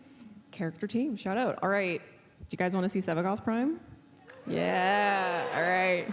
There's our boy. Yeah. Beautiful, beautiful boy.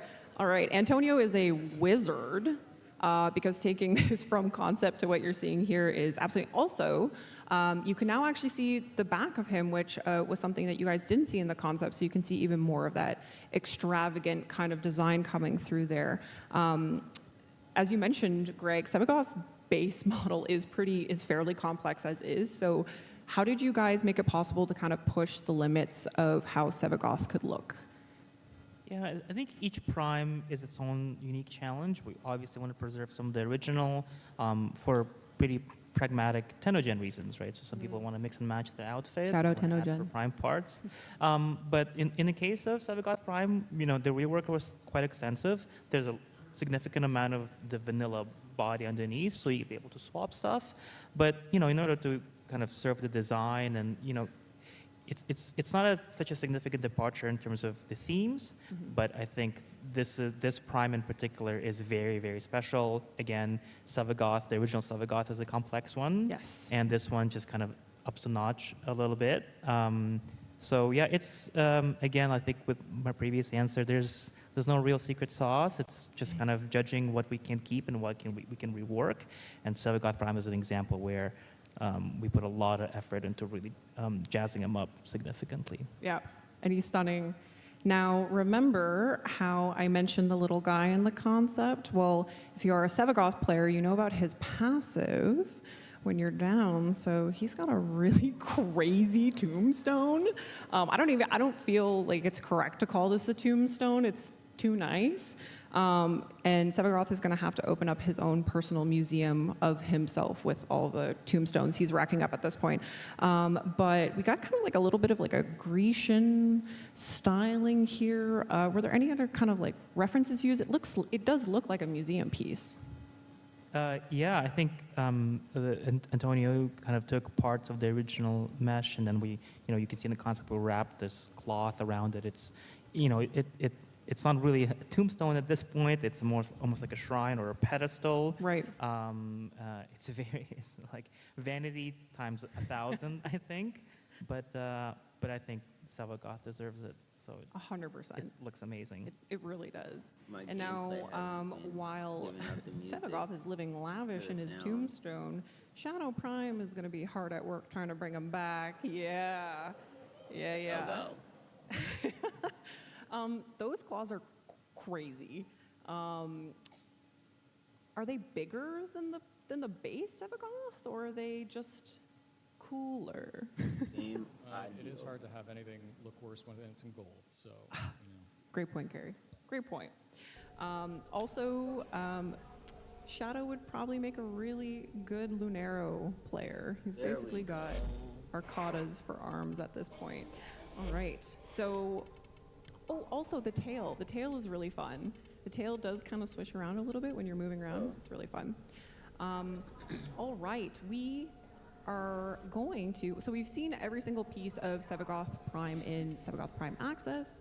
Now, why don't we get a 360 look at Sevagoth Prime and his Exalted Prime Shadow. There he is. We'll give him a spin. All right. So, to recap, we have Sevagoth Prime, his Exalted Shadow Prime, the Epitaph Prime, the Prime Signa, Nautilus Prime Sentinel, the Sentinel Prime accessories, and those are all coming in our next Prime Access. All right, I'm gonna let him complete his spin there, but it wouldn't be an art panel without. What's that? The challenge isn't available on iOS. Hempastari Prime? Did I just hear everything I got is Apple in this bitch? I guess a Prime Captain does need a Prime ship. Damn. Carrie. I don't know. That's a big Oh ordeal. my god, for the X52. It's an I'm idea. gonna see if I can just go on Switch Online and do it. It wouldn't be an art panel without showing you guys the next deluxe skin, right? Yeah, I was on the app. All right. We're going to introduce you now to Caliban Deluxe. Let's see our boy. Yeah. No. I'm sick out here, man. Yes. What an upgrade. Oh my god. Okay, so there are some very cool themes here. What were the main source materials for Caliban Deluxe? Yeah, I think the original Caliban is sort of a character out of Shakespearean play.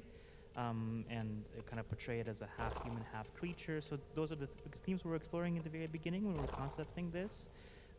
So something was settled on, that kind of duality, and that is what Caliban, the original Caliban, is as well in Warframe. So here it's sort of a medieval armored soldier, and maybe a bit of like a sea creature from the deep, from the swamp. Kind of blending those two elements together. Right. And now, Carrie, how does the team go about choosing deluxe skin themes for Warframes while still kind of honoring and maintaining the core visual elements of the Warframe, and obviously more specifically Caliban Deluxe here?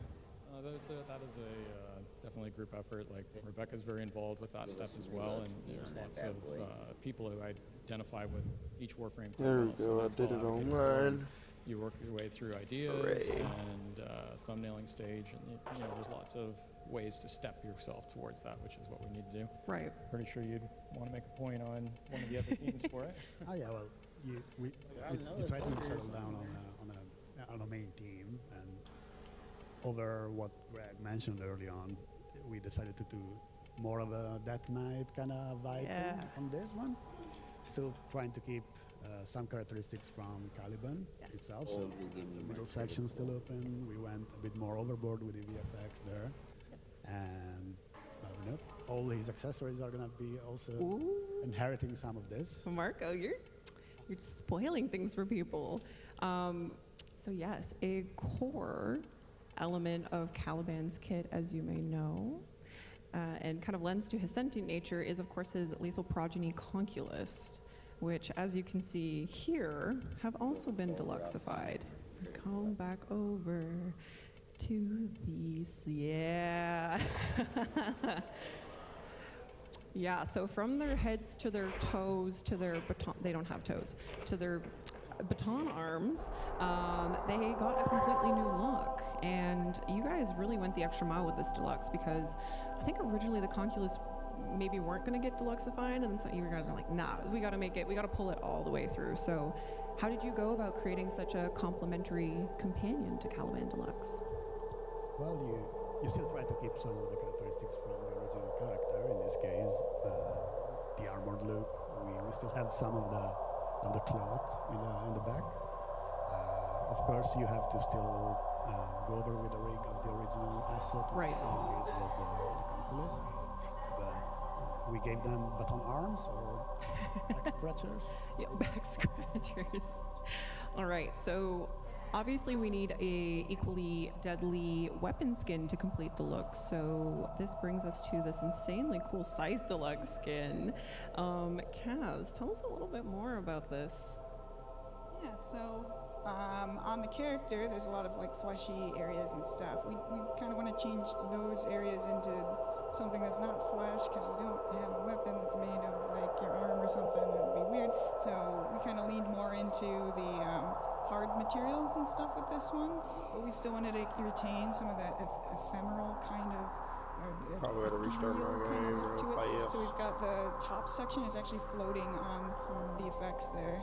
And this folds up just like the original, the Venado. Yeah.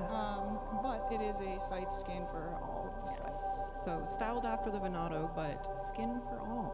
Yes. All right, so a deluxe collection obviously wouldn't be complete without some kind of cosmetic accessory as well. So why don't we transfer the haunting aura of Caliban Deluxe into... Yo, Caliban's a femur. That's dope. Yeah.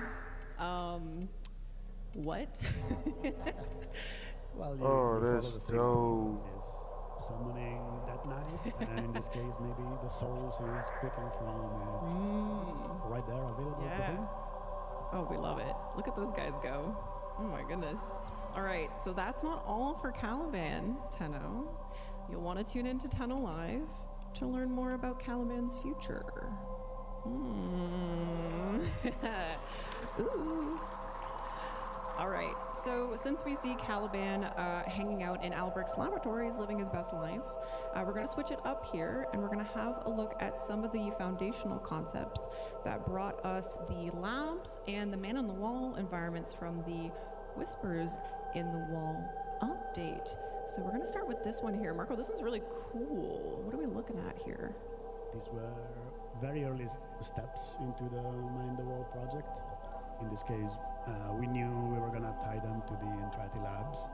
So we took what we had at the time, which was the Demos hall, and try to represent the Man-in-the-Wall. In this case, start ideating what will it look like. In this case, literally Folks like, overlapping please to stop our giving me reality Caliban and bullshit. breaking the walls and coming to the walls. Yeah, opening up that door into something like this.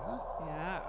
Gradually you try and picture what's on the other side. In this case, you have this weird kind of labyrinth skybox on top, some of this floating weird architecture. This is what niggas was ready to drop 10K on out the gate.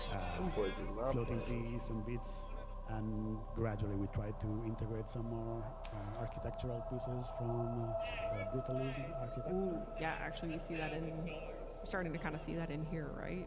Yeah, and also the, poor Excalibur. It's not very huge. It is, yeah, it kind of gives you an idea of what you guys were going for in terms of scale. Like really making this tile set feel impactful and kind of dreadful at the same time, right? Like bigger than you, bigger than anything. We haven't really meant to imply that the man in the wall would be like a happy person or anything, so. Very fair. Glad you brought that up, Carrie, because we can't talk about these environments without actually talking about the man in the wall himself. Yeah, this is crazy. I know there could have been like a million different ways you guys could have gone in integrating what we know the man in the wall as now.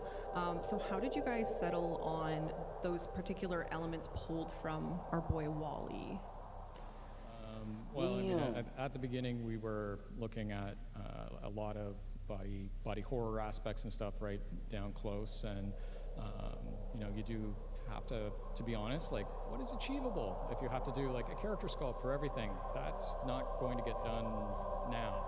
So we simplified in the foreground, but there's a lot of those elements in the skybox and similar, and you know, you can see how we sort of made progress on that over time. Right. We're seeing a bit more of kind of like that brutalism that you guys were talking about. A lot of stairs and ramps that don't really go anywhere, maybe foreshadowing her prospects here, but we also see that a little bit more in here as well. A lot of overhead and floating pieces as well in the environments. Yeah, and I guess that also would have lended over to the Murmur faction too, right? Okay. Very much one of being a cross-pollination. Right, awesome. All right, so I believe, do I have one more here? Oh, we do. This is kind of getting to more what we're familiar with now as you roam around the Man in the Wall tile set. So we also added something here too, I believe. I'll gradually try to add elements to the original theme. In this case, we started implementing like sand floors and sand flowing up, weirdly enough. Why does it flow up, Marco? Well, we know it's a void dimension. It doesn't really have a specific time flow as we normally would right. Eternalism. All right, so from concept to execution, there are obviously many stages to how a level actually gets built. So let's take a look at the part of the fragmented arena where we went from, gray boxes here to what you kind of know it as now. And we're going to see a bit more of that sand going the wrong way. But man, lighting and volumetric fog makes a huge difference. It really does help. Yeah, we can't say enough. Like, thank you, graphics programmers. You're great. Yeah, thank you for that, because it really brings a certain kind of moodiness and liveliness to these tile sets while you're hacking and slashing away there. And props to the environment. So, it's a team sport all the way down. Yeah, which there you go. You can see their lovely names of the wonderful people who worked on that particular tile. So yes, please applaud them. Please, they deserve it. They deserve their flowers. Absolutely. Oh, that gave me chills. All right, so we've seen how the Man in the Wall sausage is made. It's time for us to explore Albert's laboratory, since these two areas are very highly intertwined, of course. What were the early days of mapping out Albert's laboratories like? Acting in ways that just working from some of the prior work with demos, I keep seeing videos. You'll see a lot of the same bones, but of course this has far more flourish, and there was what would a mad Victorian scientist in a sci-fi world wielding void energy do? A lot of things, apparently, and a lot of really neat machinery to accomplish those tasks. Some arcana and whatnot. Time seems to be a very important theme here. Yeah, if you need to time your eggs or go back in time, you've got your machine right there. Thanks, Albert. All right. Also, obviously, before we get to that, we have this, of course, the streaming connector. So what bridges the gap between the Sanctum Anatomica and you actually entering Albert's laboratories. And this is a crazy area. Like, I mean, you're only in there for so many seconds, but it's just, there's a lot happening. And I really want to know how you guys go about concepting something that's going to obviously have so much movement and impact. Actually, Rebecca may have mentioned some of the early type of like gyroscope and clock connections and stuff like that. Then you kind of rough it in the space, and then you do a few versions to give yourself motion sickness. And then once you get past that, you start to get into sort of the same ornate family that you see in a lot of other pieces. Right. Yeah, like Iotans, a lot of those highly moving parts that we've seen already in Warframe. All right. Now, once you actually get into the labs, you get to see a bit more of that opulence, that classic Entrati stylings, and not only that, but we also, of course, get very familiar with the vessels in these areas, and this is a very early concept of the vessels. So how was that process like? Well, initially it didn't start as vessels. We were thinking about Albrecht potentially taking elements from the mind-the-wall dimensions or parts of it and bringing it back to the labs and running experiments or research in general. So yeah, you will have different body parts looking things happening in the labs. Yeah. And that's actually what sparked the idea to make a whole person, a whole figure about it, and which became the vessel later on. Right. We put all the pieces together, the heart, the brain. I know there's a brain floating around there in the tiles. And yeah, we get to see a little bit more of that kind of exploration here as well. Yeah, and I think help to that idea was the fact that we were doing a hub around it. So we had to fill a very big space. That was a very iconic moment where you're coming down out of the staircase, you go through the doors, and then he's kind of leaning, and it was the thing that kind of checkmark for the scene. It all worked, so yeah. Thank you, Alberto. Thank you, Alberto. Yeah, it's really impactful moments. And here is kind of like where we're seeing ultimately where we landed with the vessels, a bit more familiar to what we know it as now. And then I do believe we also have a very cool progress video of Albrecht's laboratories with a tile that prominently features the vessels. Yes, it's amazing to see. And this is only 40 seconds of a video, but this is like potentially months of work put in from the team. At this step, you know, a lot of like the Lego pieces, so to speak, so like the walls and things like that are pretty well they try climbing their parts ass of it back click up in there, pretty quick, nigga. but yeah, the work to get to I the guess point where Japan's can't do these what things the can fuck go they quickly are. it's a huge pile. So. Absolutely. And again, that lighting coming in, the volumetric fog, just making it so moody. Yeah, and there's the sand again. It's back. All right. Yep. Again, another applause for our wonderful team.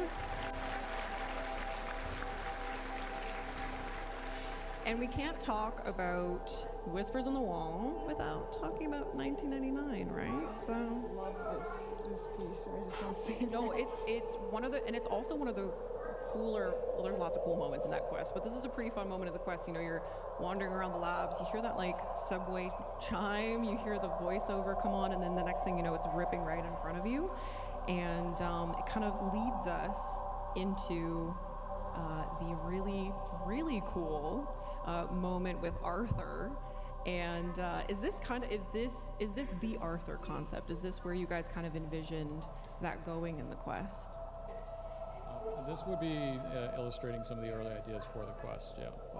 You know, we hadn't completely settled on Arthur at this point, as you can kind of tell by the head.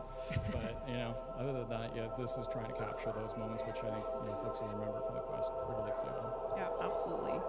And then, yeah, we can see a little bit here of that building out the subway itself.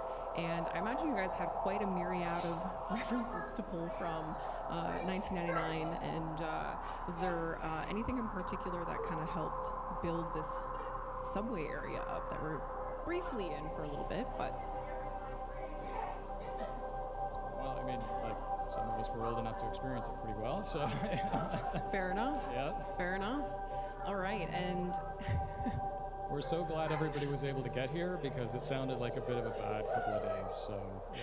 It looks like history is repeating itself, and maybe Mike has a magic, I don't know, some kind of look into the future. Yeah, we didn't have a crystal ball, but, you know, we were thinking about it. Yeah, things haven't changed much since 1999, but... A strange relic of the past. Oh, wow. We also see someone's kind of poking their head out there in the window. We also obviously can't talk about this moment in the quest without bringing in our boy Arthur. Yes, we love Arthur. We love Arthur. And also, more specifically, his weapons, which you guys have been asking us to give you. And luckily, if you're watching this panel and the rest of the panels, you are actually earning the AX52 that you see in his hand right now via Twitch drops. And if you guys are in here right now, don't worry, we're sending you an email with a code. So let's have a look at some of the exploratory concepts that went into the AX52. Now, Kaz, as I understand it, this was a pretty interesting exercise for the team on, you know, going through a more kind of traditional weaponry. So everyone on the team has different likes and dislikes and like things that they're comfortable with making, things that they really want to make. People like doing infested, people like doing the corpus stuff or the tunnel stuff. There are some people who really just wanted to make some real life weapons, and this is about as close as we're going to get in Warframe. And we had two very enthusiastic people working on this, people who are big fans of the original real-life counterpart of this weapon, obviously, the AK-47. So it was really cool to see their enthusiasm come through on both the concept and the modeling of this weapon. Yeah, we can see that we're getting this final concept piece that brought us to, of course, the weapon itself. It's very cool. And again, AX52, this is yours, guys. It's a full-blown weapon that you'll be able to use. Now, we can't forget about Arthur's melee weapon either. Yes, and this will be a sword skin that you can equip on your swords. Now, the cloth around the ocaso of the sword, I'm not sure. I'm not a swordologist, I don't know what that is. But is it fashion or is it function? Maybe a little both. You know, like you gotta wipe your sword off sometimes. Arthur's a style conveniently red colored, you know. You never know what you're gonna be wiping off. Maybe it's just ketchup or something, right? Well, spreading some jam on your toast in the morning, you know. Yeah, Arthur's got to feed himself before he goes out and hacks and slashes all those bad dudes out there. But were there other kind of embellishments that we explored other than the cloth for the sword? Yeah, at some point we were thinking about putting maybe a Tamagotchi or something on it. The idea of Arthur having a little Tamagotchi buddy is incredible. I think we need to maybe make that happen at some point. But yes, you will be able to equip this protocol sword skin on all of your swords in the 1999 update. We've also got more 1999 weaponry, and here's something you guys haven't seen. They're gonna look fire, boy. Yeah. It is a grenade launcher. Good one. I need that. All right. We've got like a camcorder situation going on in there. So, Kaz, what's going on with this here weapon? Yeah, it's got a little 90s style little flip out screen. You know, it's 90s. Yeah. And again, like this was probably a cool way for you guys to explore a bit more on what we can do, like on the tech side of things, like how do we want to implement more of that 90s tech into even our weaponry?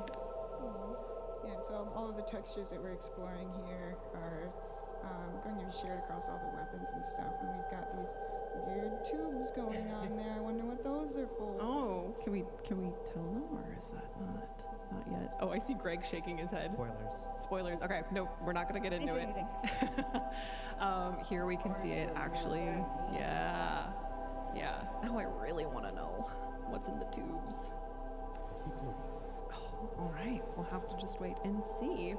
And it does bear a similar theme to some other things you may see later on. All right. So we got a bit of an interim here. We're going to look at a little bit more of the 1999 content to come, but before, let's take a moment to announce that there will be a limited time opportunity for players to submit their 1999 themed Drifter accessories. So if you are a Tennocon artist, or if you are a aspiring Tennocon artist, I know we actually have a Tennocon workshop. Kaz, you're going to be on that for those of you attending here. I think it's at 3? Yeah. How many Tennocon people are out here in the crowd? There's a few. No. I heard a clap. But if you'd like to, check out the Tennocon workshop. Yeah. But if you'd like to get in some cool 1999 accessories, we will have a more detailed post after Tenno Live tonight, so you want to keep your eyes out for that. What do you guys want to see our Tennocon artists do for 1999 content? There's so much. Obviously shutter shapes, all right? Yes. Okay, see, people are agreeing. All right. we are gonna change gears here. Change gears. Thank you, Kaz. Put that in just for you. We're going to take a look at Warframe's next vehicle, the Atomy Cycle, but since Aoi was introduced with the Atomy Cycle earlier this year, it only feels right to also introduce you to her floof. Yes, very adorable. We have Arthur, now we have Aoi. Greg, what's it been like for the team to kind of venture out in the floofs? Yeah, these are really fun. I don't want to spoil too much, but these might not be the only floofs that will be coming. But yeah, we made one for Arthur, and Aoi was a logical choice. But again, I don't want to spoil too many things here, so. Okay. Keep it safe. All right, so we're going to take a closer look at the Atomicycle that Aoi was leaning on. We've got a really cool video to show them off. Let's see the Atomicycle. Yeah. Yes, DE has a lot of motorcycle enthusiasts, and actually a lot of the animators actually ride bikes, which came in handy. And I know, Kaz, you're a fan of motorcycles, and you're also maybe a really good friend of the Stug, so... Oh, I'm hearing oohs and ahs. Yes, did the skin change? Yes, there will be skins. We have a few skins coming. Yes, we do have a few skins coming. These aren't all of them, by the way. Oh, I didn't know that. Oh, okay, let's keep some secrets. So yeah, tell us, Kaz, what's it been like to bring this new vehicle into Warframe with the team? So, when I got word that we needed the Atomicycle ready for the PAX trailer pretty quickly, I decided that I needed to become a motorcycle expert very quickly so that I could lead my artists to create the motorcycle. I was making that noise. So I recruited 3 of my guys. It was Andrew, Fyodor, and Vladimir, and we worked together to bring this to life. And then I did the final textures on it, and then we started making skins, and that's the really fun part. Yes, that's the fun part. And I, as I understand it, there'll also be color customizable to a certain degree. Yep. Yeah, and we love that. Yeah. Oh, a clap. We got. Yeah. We love fashion. We love fashion in Warframe. We love colors. All right. So, with such a cool bike, you're gonna need an equally cool set of keys. And I don't know if the camera is able to get like a cool shot of Kaz, but Kaz, you always come with the props, and Kaz made a real Atomicycle. Well, real. Atomicycles don't exist, but yeah, I don't know if you guys can see that, but looking fresh. Now, obviously, I think we can tell which of the keys is the Atomicycle key. Do the other keys do anything? Are they anything special? House keys? Something scratched out there on one of them. I wonder what that one says. Okay, take your screenshots, y'all. Try and see if you can decipher that. All right. Now, we also have a video here from our animation team, and I don't believe this is the first time you guys are actually seeing some of the... Oh, man, yeah, okay. This is the first time you guys are seeing some of this. So let's see a little bit of it. See, wee. Yeah. This is very, orthopedic surgeons look away. Yeah, incredible. So that's just some of the animations. Just a little. There's a lot. There's a lot. Yeah, shout out Jay too, who is also rides a motorcycle as well. So, all right. Now, we've got the cool fast bikes. We've got the cool keys. Where are you going to go? How about the mall? What? What's that? Kids, we're going shopping. Yes, actually. Bro, Yeah. they got this update that's gonna be coming out. I don't know when it's coming out, but it's This called looks very familiar to 1999 me because update. this was my old stomping grounds as a Boy, they got mall some rat shit. myself. And this is not what I would expect. They got a to motorcycle see that's in gonna come out Warframe. too. So it's gonna be kind of hard for us to talk about some things without Good. spoiling anything. I thought the Can we see new thing was out today, but wasn't. what happened? Not. The new 1999 thing. I wish it was out. Okay. Oh, it does get more familiar. Oh yeah, we should get Yes, it motorcycles. does. With a little hint of something new, though. This isn't exactly the infested we're entirely familiar with. It's gonna be a big We went from something change. like It's really like pristine and polished for here to kind of a AOI mess. or something. And Something I'm about just some curious, motorcycles. what's going on? Yeah. Something about a We know motorcycle shoes that riders. are a part of the 1999 These foes experience. deserve So in your this case, we are respect. trying to Honor them. see how we can I'm get telling you, them boy, you in better be space watching that and motherfucking rain, before- cause I've been watching it. I've been watching every step of this shit, fool. They telling us everything. Confident you can withstand their fury. Corey They actually spilling let me all know the as news well of on the which scope here. In order to create anglerfish-like growers to Ooh, okay. Oh yeah. Well, okay, flush it. appropriate era Turn that boy to a TVs and stuff like motherfucking that. flush. I think a lot of jungles and abandoned lots. Maybe one that we are Stay familiar focused. with. There's a heavy We unit also approaching. have gotta have a forget the furniture reactions. store. Need more to Perhaps open you're that looking door. for a mattress. Hopefully not for those who can see this. That's it. They're kind of Open nasty. the relic. Finish your We've mission got, and we'll take a look again, inside. not sure how much we can really spill the beans here,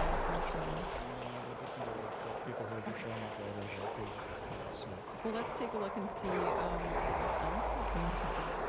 Ooh. The mall's watering hole. We've got pizza, Fucking up with this fucking act. That's right. The graphics are very fun for this. Actually, this is really fun. They actually put something about that. Maybe tease this a little bit. Alright, so you fill up Keep going. Nobody knows you're here. You take your greasy, grubby finger or whatever you're I like the night fans involved. That argument's like Arnold's made very Yeah, everybody scream. Make sure y'all, tap into y'all Warframe, on Twitch today. They broadcasting the What? What? Warframe is getting ready to step on the What is it? you get weapons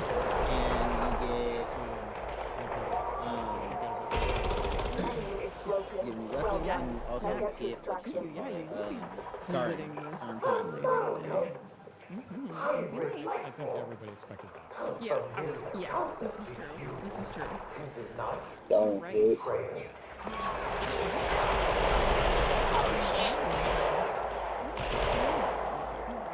So, now, like you looked in 1999, characters were Shit. in the post office. How about in your Warframe? This is a Keith Thompson original. Keith, hello Keith. It's Keith. This is an old one. What can we say about Sight Online's design? They do not love me.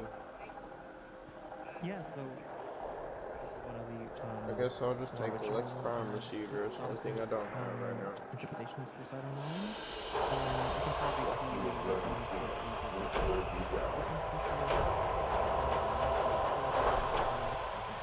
Oh, snap. Okay. How do you link it? You go on warframe.com and you link your Twitch. Right, and I know Keith had shared with me that the pose is pretty integral to his design. We're just gonna keep and running that, relics. he couldn't really imagine another frame posing. Damn, this gonna be a whole So, different Warframe. Sights interesting around. Yeah, I don't know how to and feel also about we see a that. weapon in Side 09's That's gonna hand be. as I feel well, like that's gonna be Kaz. dope. Is that gonna be They're a gonna weapon change the that game. players will be able to But use? at the same time, they still got a lot of times that they could already had been turned into time. Like, don't get me wrong, they're moving at a fast enough pace. You know what I mean? But you can't keep adding warframes unless you're going to like compensate for that in the time being right now. Because we got to look at it right now. Like, almost all the warframes do have a warframe or a prime. Yeah, that's true. However, if they keep coming out with more warframes that don't have prime, you're gonna have to at some point catch up with yourself. Now we also So you kind of can't took keep another stab dropping at it regular here. Yeah, we have a Warframes revised concept without here dropping with at Corey. least And one new what were Prime some of the things Warframe, that we and then obviously two held true to the next 6 original months design, out. but that was kind of reviewed. Because then you're once just going again. to be holding yourself back on the Something next fancy. game that you have to create. Still try to Just from what I'm seeing, it looks like it has a lot of development, and it's still like if they continue with the development as it is right now, the next gen is going to require a lot more. So the more they get done now within the development, the less they have to worry about, because then they can just ship things as need to be fit. I just feel as a effective move for DC in general. You know what I mean?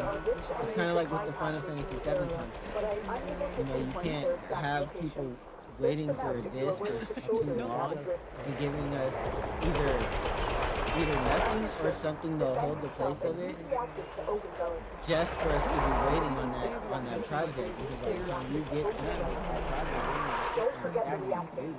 Need more to or open we're that gonna relic. still be playing the same game. And Stay focused. There's a heavy unit approaching. That's it. Open the relic. Finish your mission and we'll take a look inside.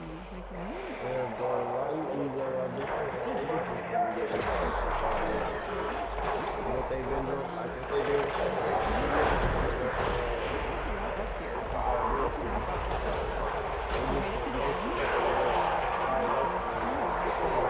A lot of this shit they've been announcing. At site 09 here, so you can Ain't really get really a feel too much of what they got going on. Yeah.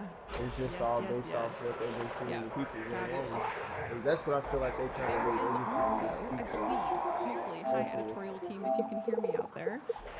There is an article up at warframe.com that features some of the artists' work and kind of a blurb in their own words on working on some of the things that they saw here. So if you would like to learn more Yeah, no, I about just themselves, feel like they trying to get the people's input on shit. to that article and shout out to our artists who wanted to share that with you guys.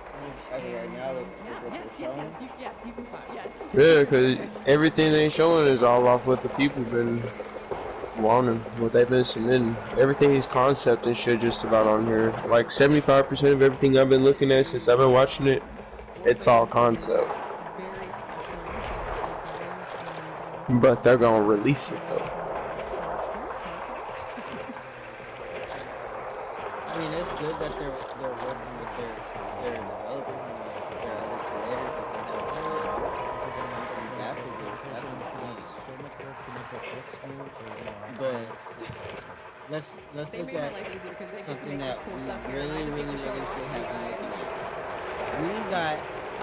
We got a fucking Star and Prime before we got a Urelli. And Urelli takes place way earlier. Yeah, but look at the playtime though, damn near between Sharon and Urelli. I guarantee you, because If she had a Prime, people would get playing. But if they don't want to go Wave Riders. yeah. So it's like you're kind of limiting the world. She's one of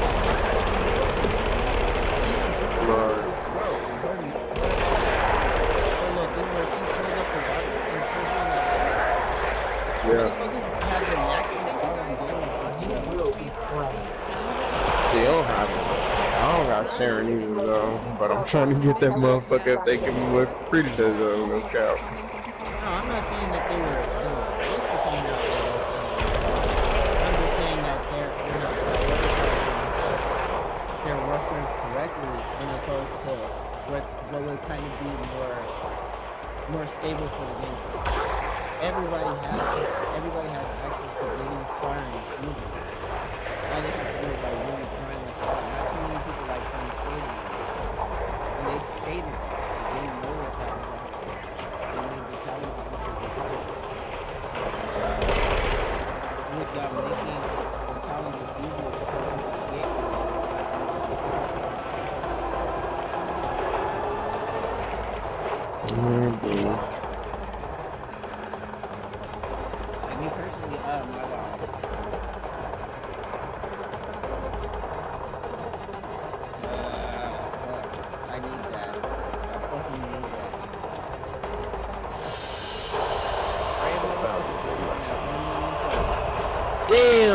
I ain't even fucking. I'm over here looking at the damn live, man. Fuck.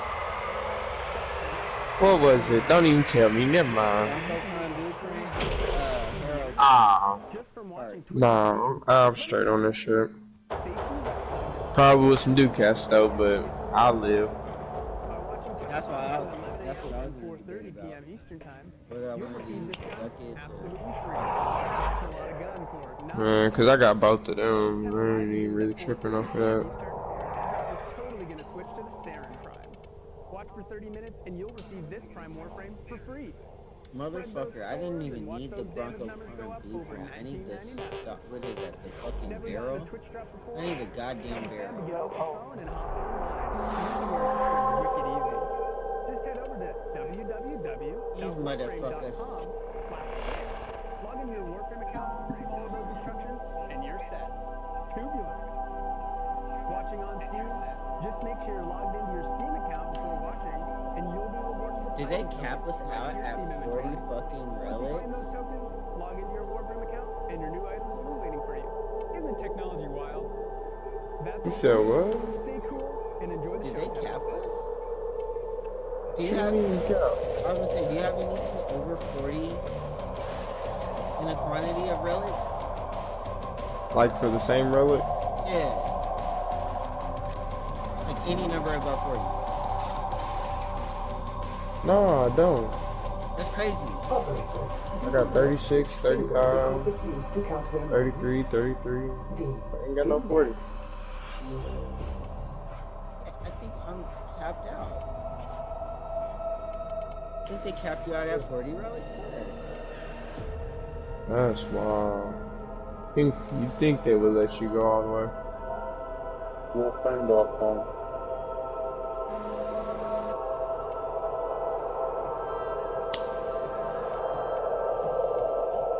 KOL just made it easier than ever to get connected and stay connected.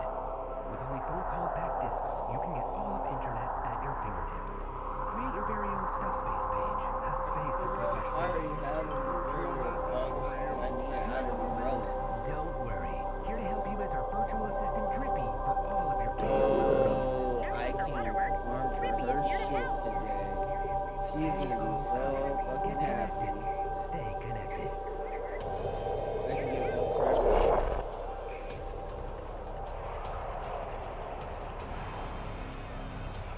Oh, they got, what they got in They got all today? of those shit. And then, Saren, I think, in there, or it's like Ember, if I'm not mistaken. for who? The relics? Or Resurgence. Oh, Resurgence? Nah, it's Limbo and fucking Limbo and a Theme.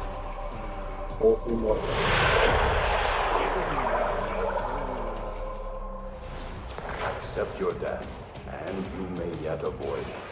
Trust in your training. I think so, because I think that's what they were saying on the live. They said you could get somebody. I know it was. Fisher, defend yourself and use reactant to open relics. They're dropping reactant. Use it to crack open a relic. You are going to need more reactant if you want to open that relic. Stay focused. There's a heavy unit approaching.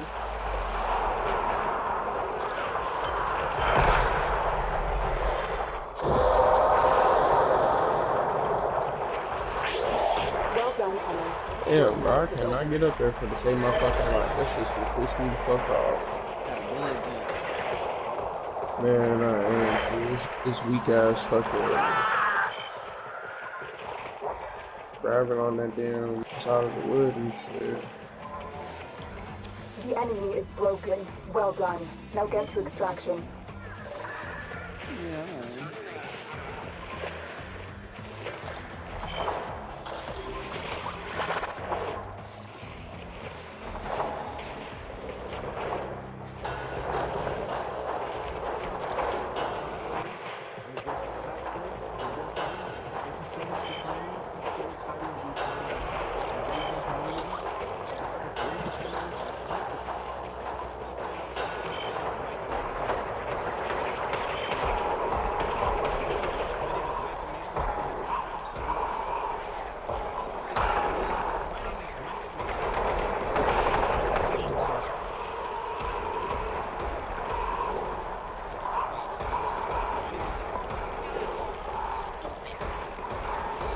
I think I need group contractors too to complete that.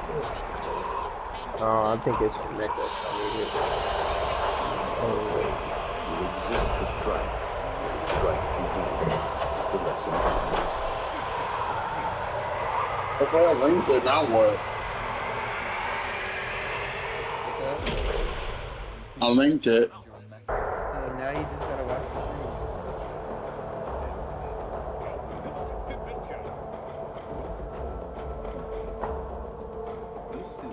You know, I know for a damn fact I've been watching this. Oh, okay, wait. So here's the thing. That's not until tonight. Yeah, I know the tunnel life. Yeah. I figured it had to be later on. After 4:30. What do you do? Away, sorry, but right now they're giving away the AX. What is it? Fucking 25. Oh, 56. He's on Twitch. Or YouTube. By the way, I am live. So thank you for welcoming me. I can't wait for us to go on this journey. So let's celebrate it together and have an amazing time. Lots of love. Hold on, yeah. Give me 1 second. Tennocon Alpha. It's a party, Tenno. See you there. WARFRAME Tennocon. Amazing. Hello, everyone. Woo! Big round of applause for our amazing voice actors who wanted to say hello. And welcome to the Tennocon2024 Sounds of the System panel. I've My been name is thinking, Zach, Operator. and we have a I thought you'd fantastic want to hour know. of auditory experiences for you all. But before we dive right in, it's my honor to introduce our panelists for today. To my right, you'd recognize that voice anywhere. It's Rebecca Ford. Hello, hello. Thanks for joining. I'm very excited for the panel, Zach. It's going to be awesome. Me too. Next up, a man who loves walks in the park, but mainly just to record the sound of snapping twigs. It's Eric Preston. Hey everybody, thanks for being here. Hello.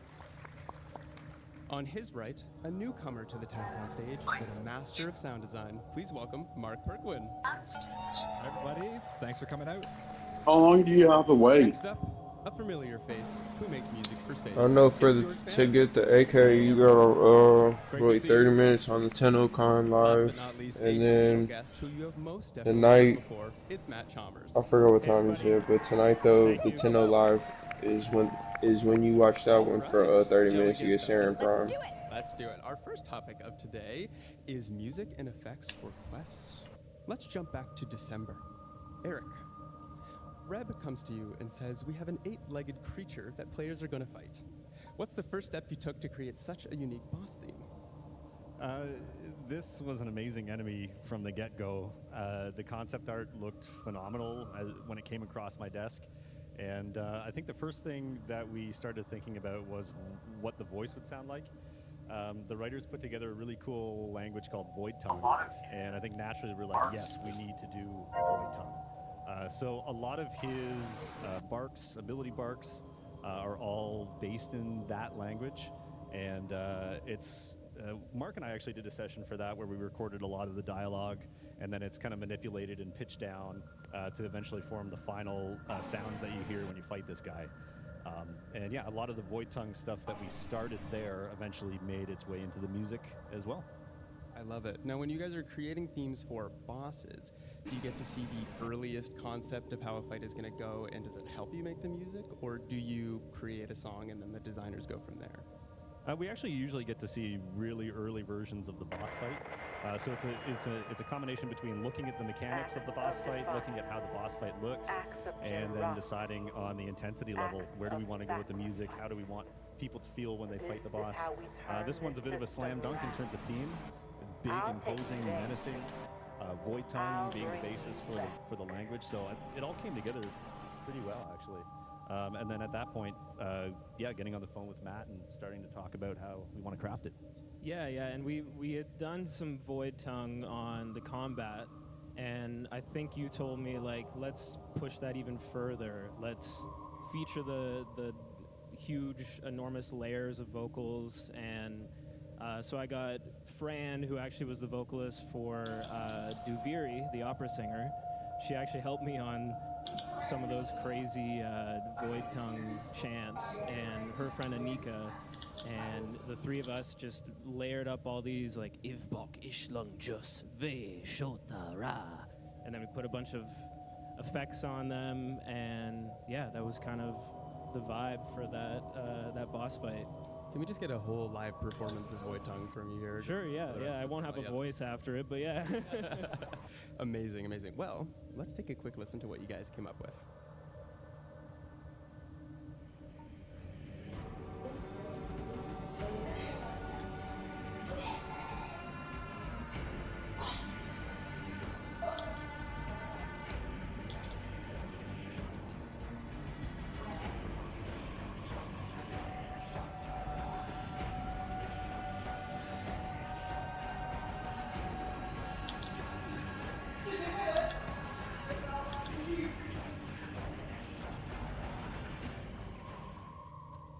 Awesome. Love that.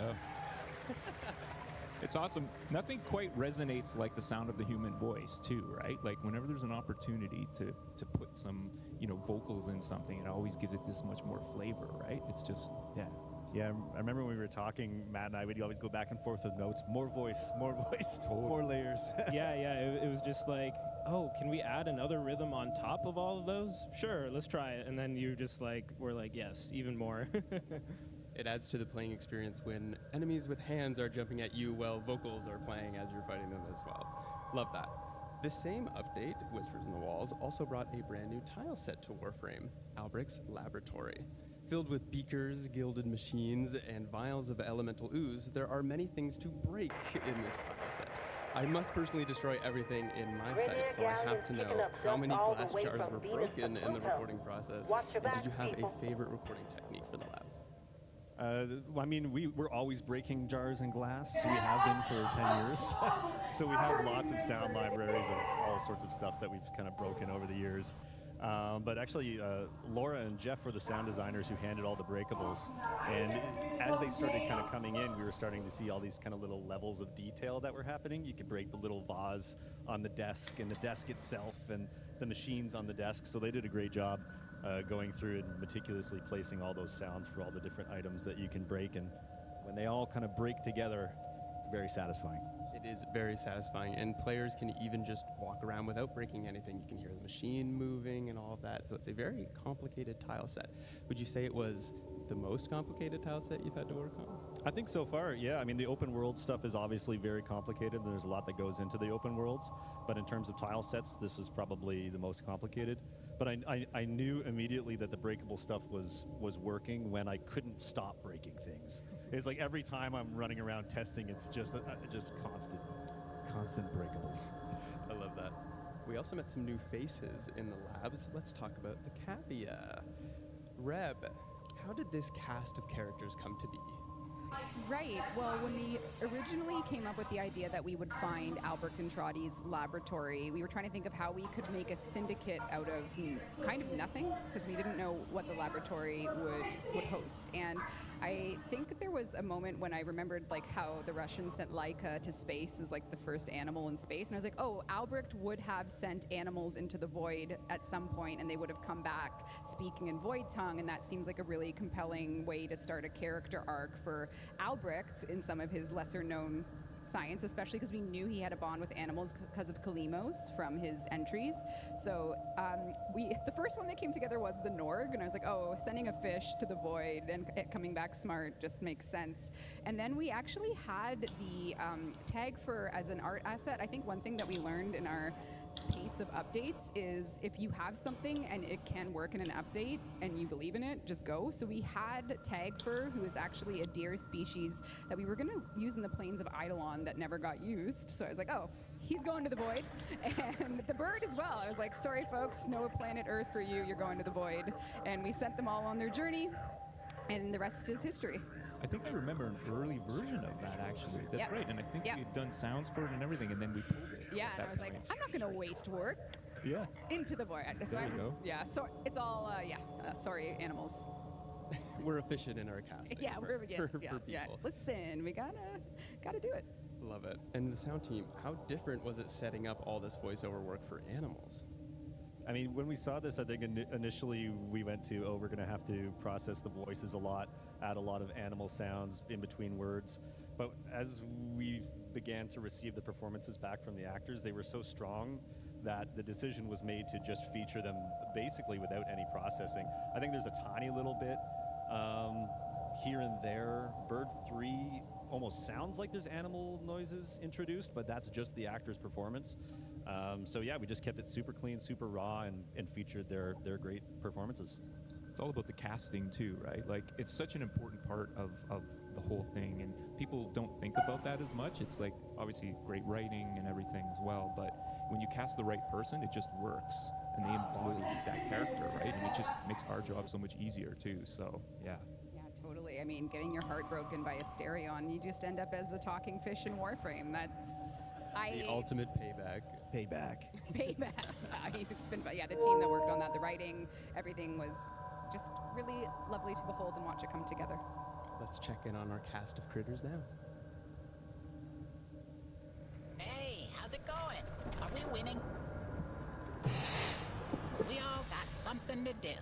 Mr. Fishinachi's got his thing, Mr. Tagfish got his thing, I got my thing. It's so nice.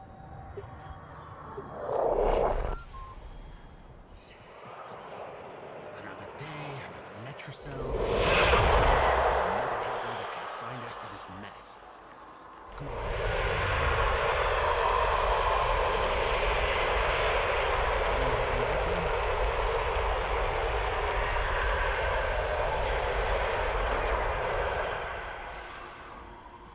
You ding-dongs! Let us to work! Yes, yes, no good.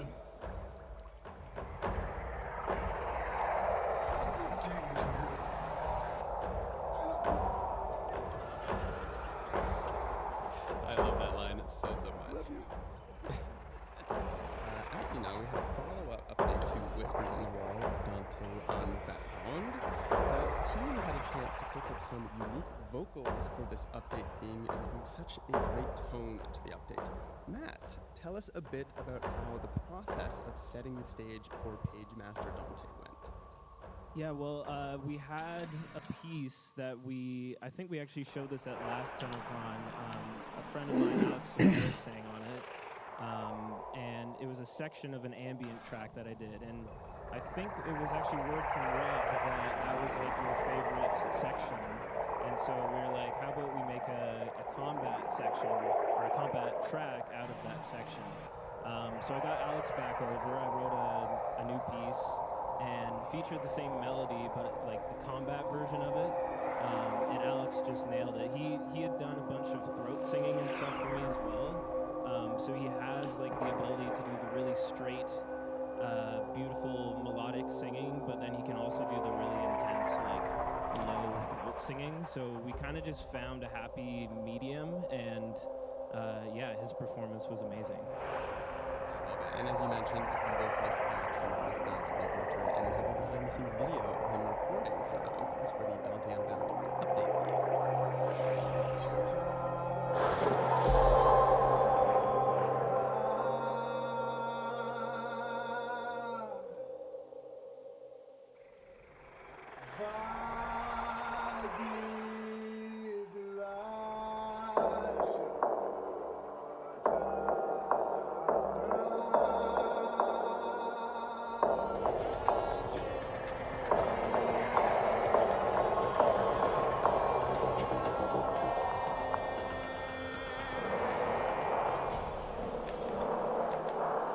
Amazing. Love it. Such a great melody. A great little melody in there.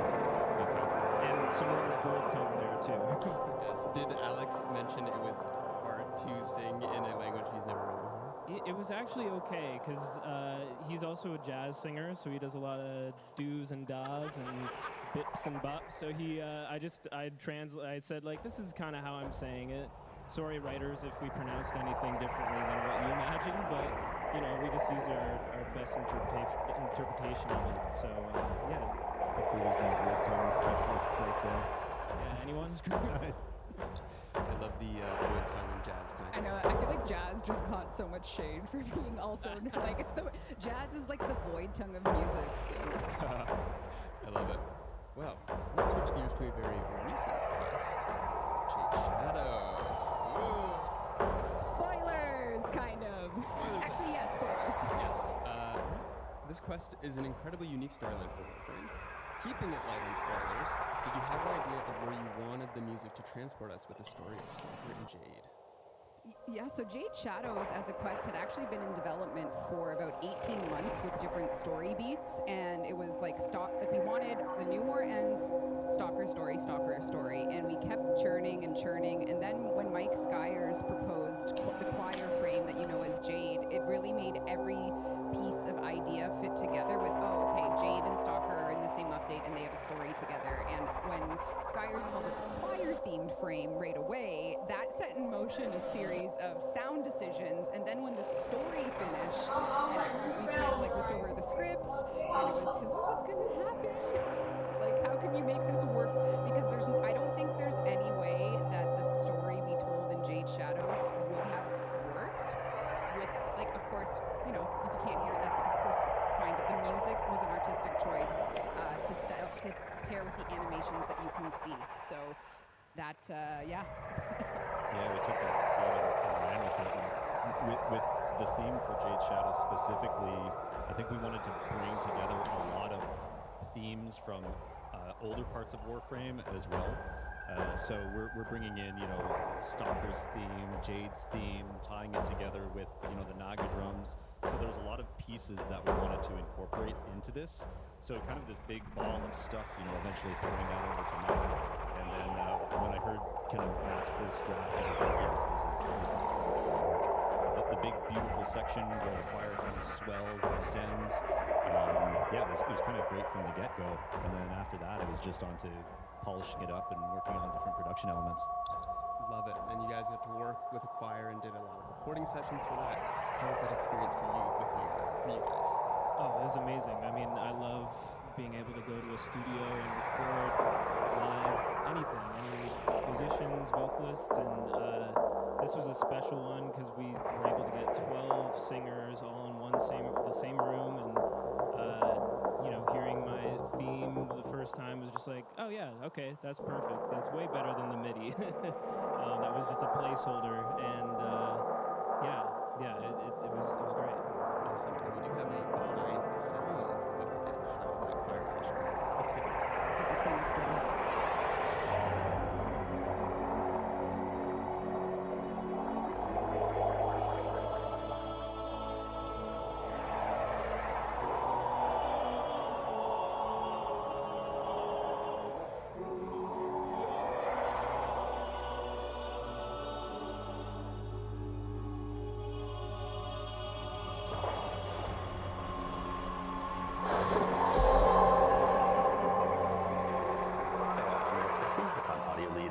Extremes. I've been here for coming up on 10 years, and here to talk about the music and sound effects for Jade Shadows. We kind of do a pitch for her landing, and then I guess you'll take that middle section as the move, right? Exactly, yeah. I'm Mark Perquin. I'm a sound designer on WARFRAME here at Digital Extremes. I've been here for just about 5 years. Okay, those shouted as well, just like an I've got a choir background myself, so when I heard that there was going to be the choir frame, I asked Eric if I could take the sound design. That's one ability, that chord. Right. You can cast any of the 3 F sharp, A, C sharp. Oh, so while you're up there, you can also cast those, so we need to keep it pretty even on the same chord. When Mark was kind of workshopping his ideas for the choir, he had wanted to record a live choir. We were going to do it separately, but after I'd spoken to Matt and we decided to record a choir for the music, then we thought it was just a natural progression to do a session that included both the music and the sound effects for the Warframe. So we wanted there to be that choral aspect for sure, but we also wanted there to be a bit of dissonance. And add a little bit of that strange tone that you hear in the Warframe. So there's lots of off-key singing, lots of whisper shouting from the choir. And we kind of played with all sorts of different vocal effects, chords, notes. We wanted to tap into the strange sounds that they were able to produce.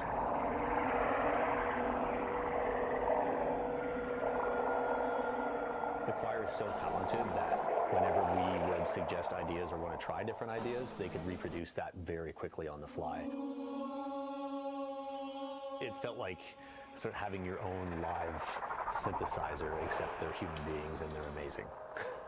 Cool. Was the tuning of those chords okay? All good? Eric definitely had some great direction as to how he wanted the frame overall to sound. I had some specific ideas for the four abilities that I wanted to hear, and then Matt was able to pull that all together in a very musical way and in a way that fits with the music that we'd also recorded for Jade. All of the notes that you hear in the frame's abilities are all in the same key and in one chord actually that fit really well with the music that we'd already recorded.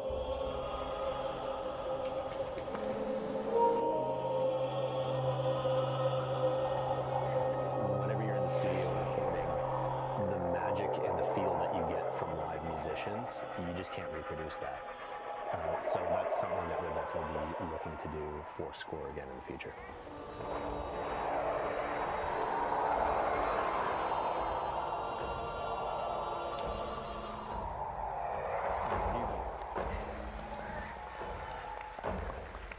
I don't know. Now, Mark, choir background. Oh. Tell us a bit more about that. Yes. Shout out to all the choirs of Canada. Nice. Local, very renowned local choir here. I grew up singing. So I was very excited when I heard absolutely the sound design for it. It was nothing more finding out about this now. God, where have you been hiding this? The secret. Might have come up in an interview, George.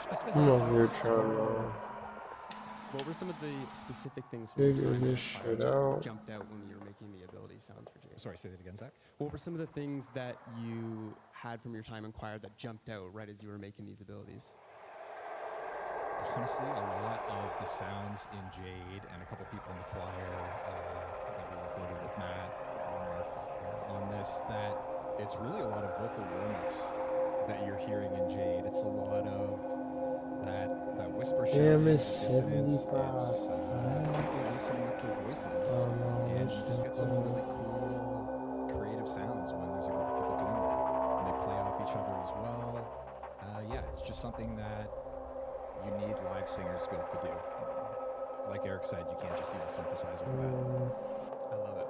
Right, let's move on to our next topic, weapons and warframes.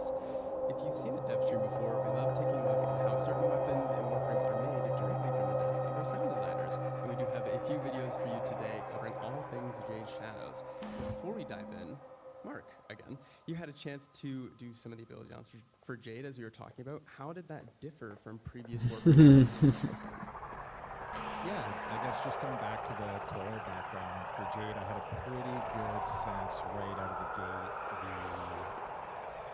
the overall tone that I was going for. It wasn't something that I had to figure out or sit down and,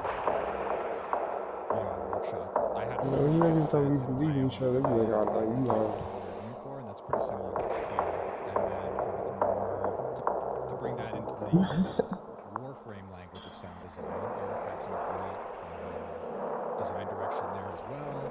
And in terms of dealing with the choir themselves, Matt's the choir whisperer over here. He was able to take what was in my head and just communicate it to them in just an incredible way and try out some new things too. Well, Mark had a lot of great ideas, and I would just be like, okay, let's try that, and then basically direct them. If we're wavering pitch or something, I'd be like, if I go up, we're all going up, or if I'm like going up on this side and down on this side. So we just like got them all doing a bunch of experiments, and you'll hear it in the upcoming videos. They were put to good use. Yeah, absolutely. We got a great library of sounds now with this choir. You're going to hear a lot of it even later on today and some of the stuff. Oh, yeah. Oh, hell yeah. Well, let's take a listen to what you cooked up. Hey, I'm Mark, and I'm a sound designer here at Digital Extremes. Today, we're going to be taking a look at the sounds behind Jade's third ability. Let's take a quick listen to how the ability sounds in-game.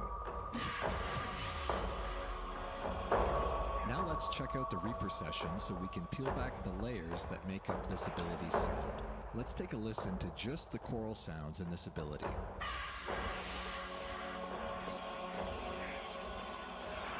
Now let's mute the choir to hear everything else.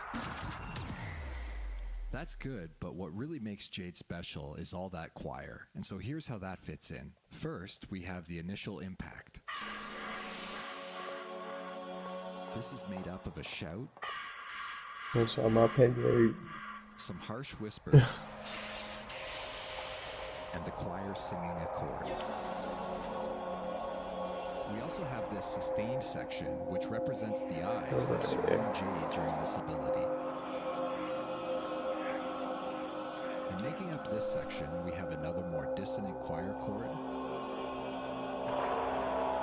and some more sustained choir whispers.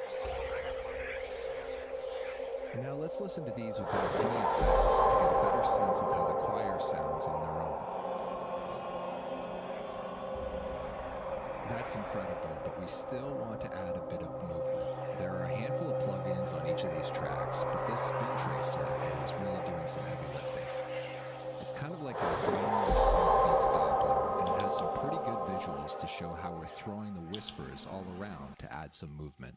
And now that we have Jade's voice nailed down, let's take a quick listen to the other layers that make up a lot of the impact and sci-fi elements of Jade's sound. We have our LF layer, truly a must for any Warframe.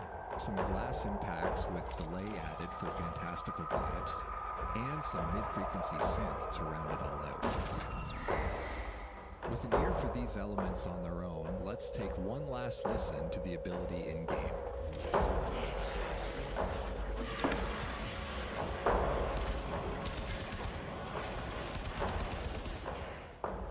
Love it. Thanks, Mark. Yeah, thank you. Thanks. Amazing. The whispering is making it very hard to play Jade late at night because... Oh, I had bought a shit ton of Embers, relics out the Resurgence. Of course. This Yeah, update boy. also featured a fan favorite character, the Stalker. I had 10 items. Yeah, cheers for the Stalker. I love I the Stalker. spent it all. But more importantly, Stalker generously donated the blueprint for his sick ride. The new Hell Stalker fucking yeah. landing craft. Yes. Sound designer Chris Desera is going to take us behind the scenes on how the sounds were made for this one-of-a-kind landing craft. Hey everyone, it's Chris from the sound team. Today I want to show you how I did the sound design for Stalker's Terror landing craft skin. Let's go. For the Terror landing craft, I wanted to have sound I want elements that, man. sounded We need to get on that. just like Stalker. I also wanted it to be completely recognizable as Stalker's ship. But first, I needed realistic sounds for the landing craft's engine. Lucky for me, our team recorded jet sounds at the London Air Show a few years back. I used these jet flybys as a core part of my sound.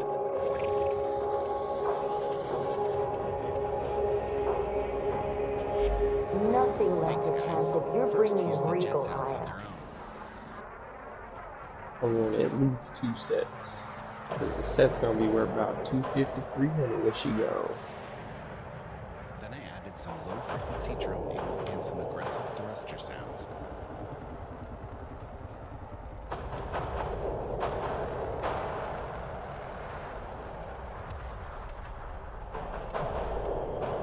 Now let's stalkerize it.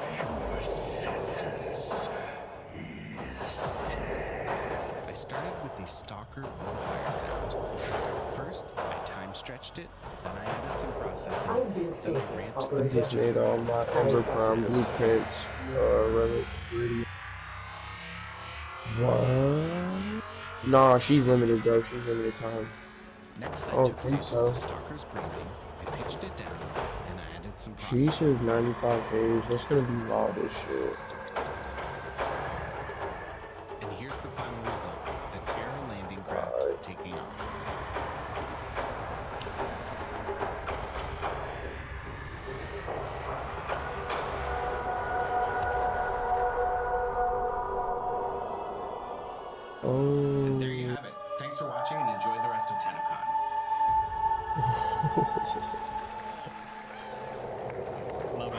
Thanks, Chris. Chris is here right now somewhere. Is Chris here? Shut up, Show Chris. yourself, Chris. Thank you. Now, we did have a taste Yeah. of some Stalker gameplay with the Divine Powers last year. His abilities got a fresh That shit is dope. sound designer Giovanni Agapito is going to show us how those ability sounds for Stalker were made. Yeah, I'll probably get y'all. I'll get y'all some, probably some controls. I got fish still. Probably got fish still at that point. I don't really want no taco. For the Stalker, we wanted to Not maintain for the balance real. between a very feared character, like an overall dark vibe, but at the same time without I losing hate the this game shit so much when I got down here. for the punishment ability. I hate this shit so much when I got down here. I don't be careful now. Middle and end of it. Let's hear the first of these sounds.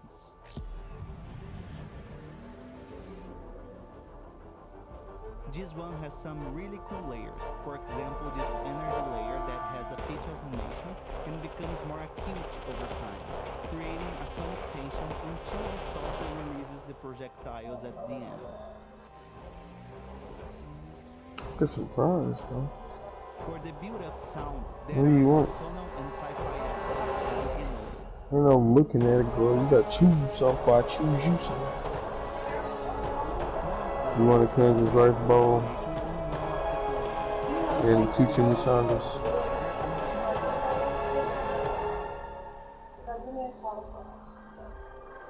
No, I'm getting you no assault Sound fire. of projectiles being released at enemies.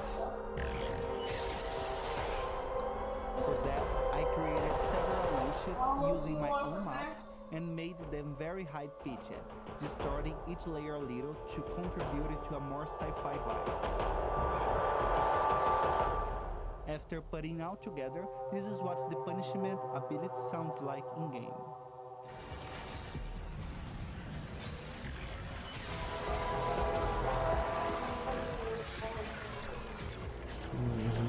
So that's it. Thank you very much for watching this behind the scenes, and I hope you enjoy the rest of the show. Bye! Thanks, Giovanni. Alright, before we move on, we actually have an audience all the way back What's from that? Dev Shorts in April. The question is, what is your go-to software for creating these sounds? I ain't take that one on.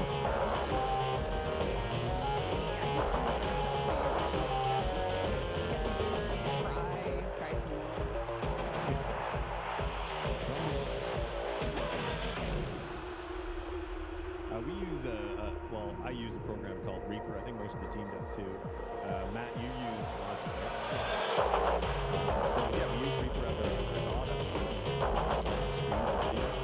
And yeah, my favorite one is L2. So Did they pay you to say it? yeah, L2 has lots of money. My turn, right. Did you see the spin tracer? I'm milking every drop I can get out of that. He's also got shares in Spin Tracer. That's right. Another one that I probably put on, it's in every session, almost every track. Kilohertz has this little plugin called Haas, and basically what that does is just delays your left or right channel by The circling hawk may choose its prey at leisure. stereo image. So you can turn any mono sound into a stereo sound is what you're saying. I think it only needs to be. No, you're right. It's my boss. You're hired. Yeah, for me, I think Q3, I really love Pro Q3. Just great EQ.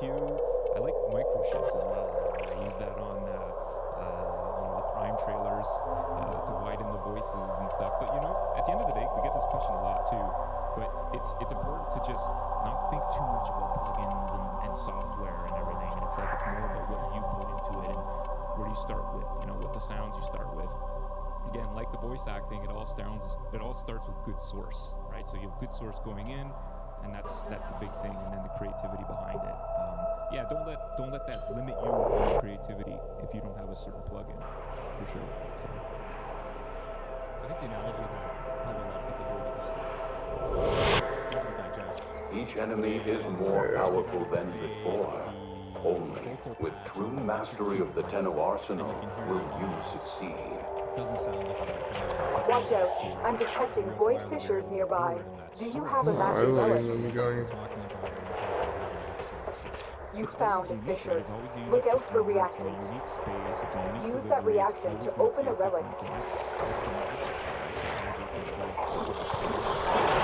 Stay focused. There's a heavy unit approaching. The reactant is working on your relic. Find more.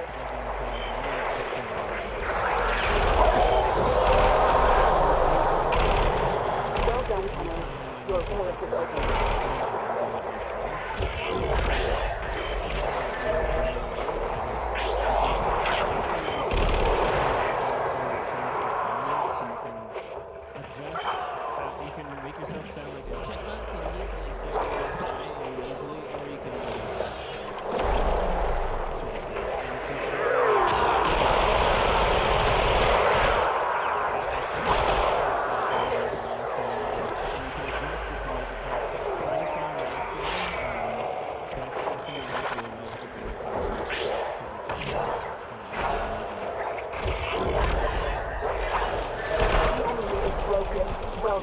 Now get to extraction.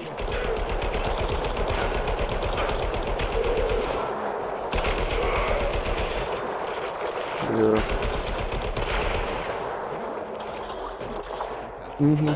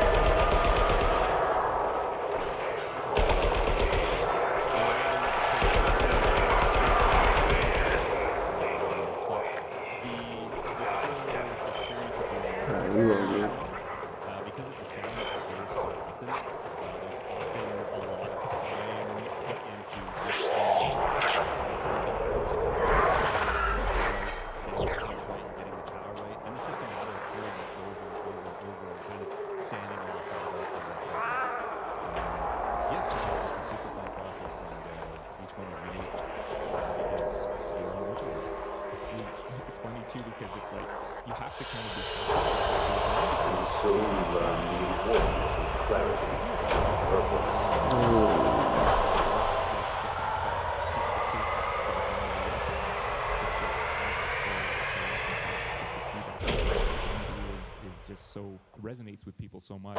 Sometimes in bad ways, but most of the time in good ways. Seems like you're still traumatized from Rat Manage song. Yeah, a little trauma there. The heck too, I think. Oh, from the back heck. in the day. Yeah. It was what the heck. Nope. We changed it, but we changed it back too. So it's okay.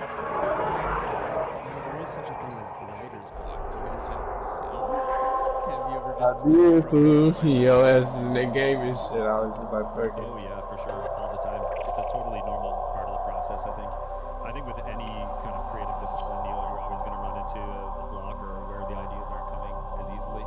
And usually, like you said at the very beginning of the panel, a good long walk in the park does the trick for me, at least. Sometimes for me too, like when that happens, I'll just go into the sound library and instead of using search terms, I'll just randomly click on things and listen to them. And sometimes you come up with the most unique sounds that way because something you wouldn't expect would be like, oh, that'll actually work really well for this weapon. And that's what gives you the unique kind of weird sounds, right? Is the unexpected. I find I do that a lot, actually. Yeah. Exploring old libraries that you've recorded that you're just like, when am I going to use this? But you record it anyways. I've got stuff that I recorded a long time ago and come across it and I'm like, oh man, I forgot about this sound. This is just perfect here. So yeah, it's always fun. It's like Christmas every day when you do that. So, love that. Well, a similar topic. Argus keeps a tidy ship and is therefore reluctant to allow animals on board. As we saw on the art tool, things are a lot more real. How was the sound design process for things that have a real life counterpart? Was it easier? Mark, I'll let you know if you want. This is 1999. We're talking about. We'll leave the thing for later. We'll leave the thing. Okay, so working on 1999 stuff, I'd say it's more of a technical challenge, if anything, to get some of these real-world sounds into the game in ways that new systems that you're able to interact with things that you haven't really been able to interact with. And how are we going to ground that in reality? Your weapons make music, and the enemy calls for a song. Void fishers. You need them to open a relic, but are you confident you can withstand their fury? A fisher, defend yourself and use reactant to open relics. The corrupted enemies are dropping reactant. Collect it to open the void relic. You are going to need more reactant if you want to open that relic.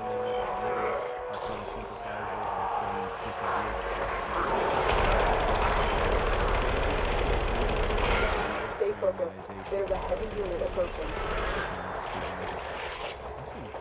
First, we have two familiar faces on now from that channel. You may have seen them walking around the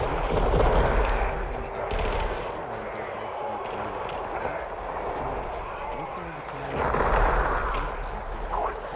what's changed over the years now that we have this it's pretty crazy to think that there's from humble beginnings and it was pretty much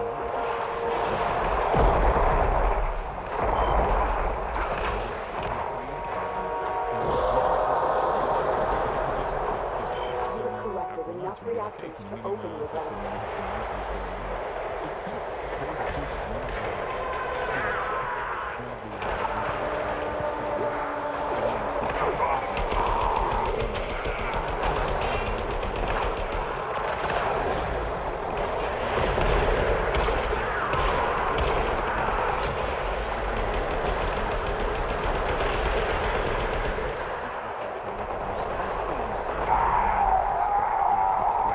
It's always great looking at the sounds that are mixed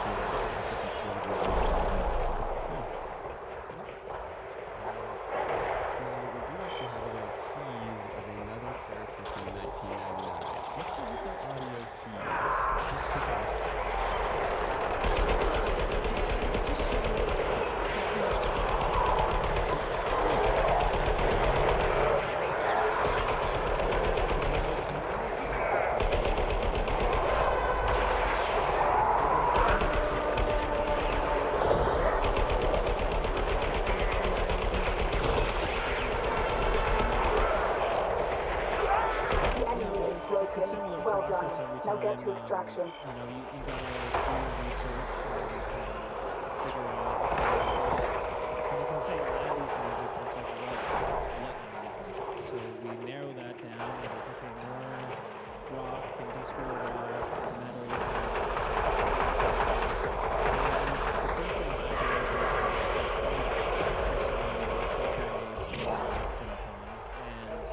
That kind of became, I did a bunch of creating sounds and finding sounds for that, and then that session became sort of my template for where to start with a fresh piece of music. And that's kind of how you do it. You just like, as you conquer the foe, so you conquer yourself. Lead set, and it's like, oh, well, I have 10 of them right here. Let's see if any of these work. And then, yeah, you just kind of keep working on it. Talk to Eric. He's like, let's get it sounding more Warframe. Okay, what does that mean? Let's try some other thing. You know, like we just do experiment, trial and error, and eventually you have something in the game. I love that. No, it wouldn't be a panel without a little bit of a tease. Let's listen to an upcoming track from 1999. Man, start that hoe back up. I'm trying to use these radiant stuff so I can get my damn blueprint. Hell yeah. I made all her blueprint relics. I got radiant.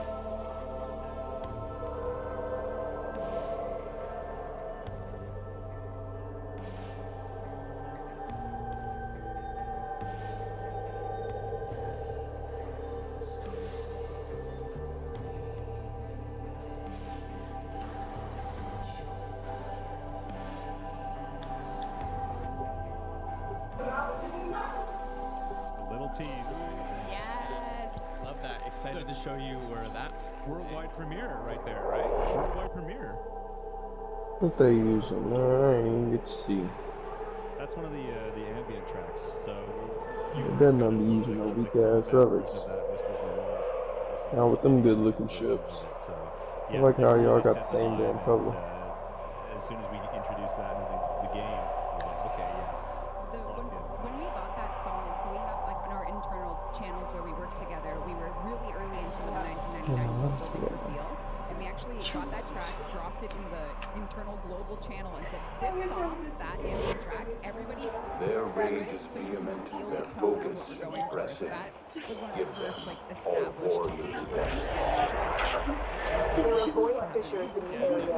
Use these to crack open a relic. We're near a fissure. The corrupted, then use the reactor to open a relic. We're going to need more reactant. Want to open that relic. We're gonna be need to get probably in like 30-40 minutes. What they say at least.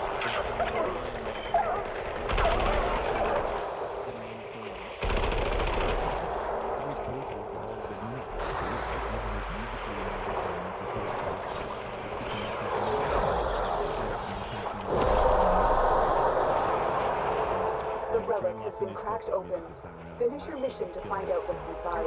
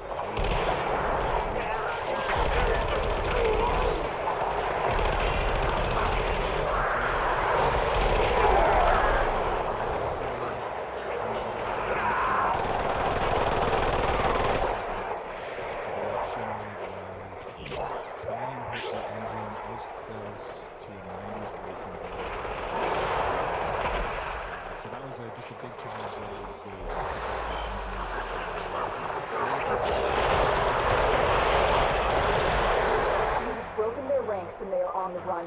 Another successful mission. Find extraction.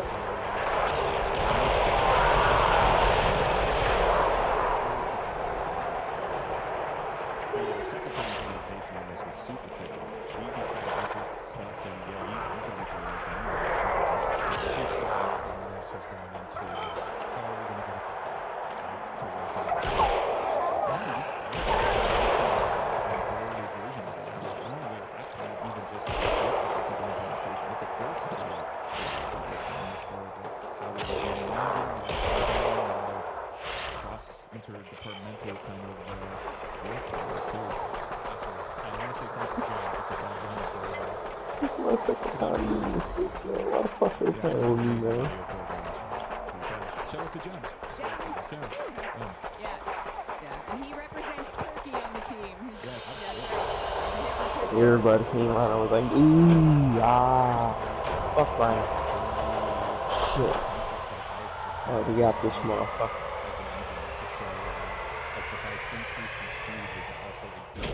Yeah, that's factual. I got some, well, I can't even say platinum, but I haven't seen nobody trying to sell Rhino yet though, so I don't know what that's gonna be like. You have an in-depth knowledge now of how like bikes work too, right? Like engineering-wise, because it's like you got to make it feel realistic in that sense. Right? Yeah, and how do we make it feel responsive as well? To all of user input. Right, that's the only thing. So let's hope Tennocon brings about a lot of new players. A lot of new players. Yes, we need all of you definitely.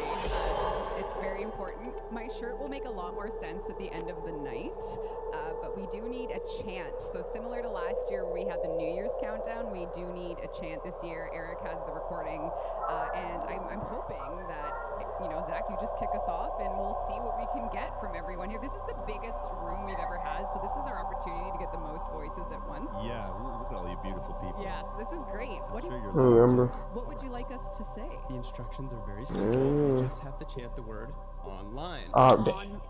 On the count of 3, give your best online chant. Online.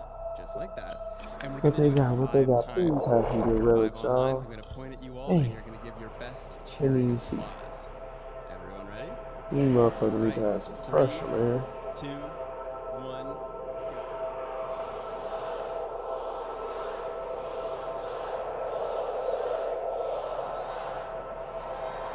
Look at this live shoot for tonight.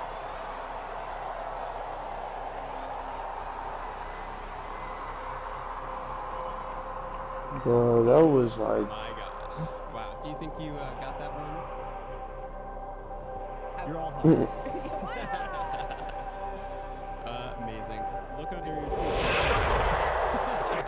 He's like, yeah, I'm not a little motherfucker. Deserve your respect. Honor them. Kill one, Complete deaths 6 more takes place. with victory. Void Fishers. See what they You working need them with. to open a relic, but are you confident you can withstand their fury? They're working with some Fishers, defend yourself and use reactant to open relics. Corrupted foes are dropping reactant. I definitely have to go get some fire recently now too. Find more. I have a lot of shit I need to do within 4 days now. And the goal out of everything is just to get the Ember shit now at this point. You have collected enough reactant to open your relic. I want to do that. I want to get that axe ribbon too, bro. People are wanting to buy just any axe ribbon, but for 500 minimum right now, bro. So I really want to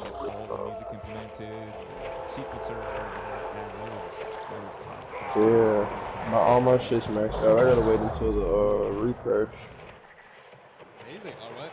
I gotta see if I can do any bounties though on Deimos or some shit. Broken their ranks and they are on the run. Another I'd be trying to see, but don't nobody ever hit me up though.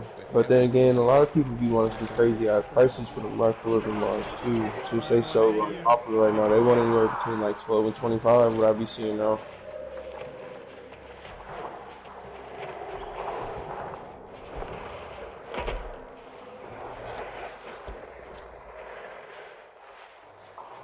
Right. Damn, bro, what the fuck is this? I don't have a user, that's why I'm like, I'm not too tripping. I don't care for Phantasma, I'm trying to get rid of this fucking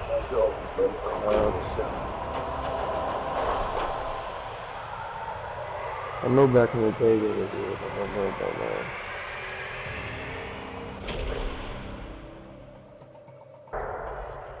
So, 2.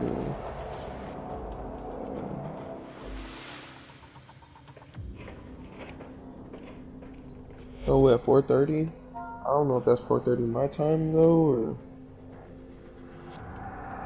is it 10 at live?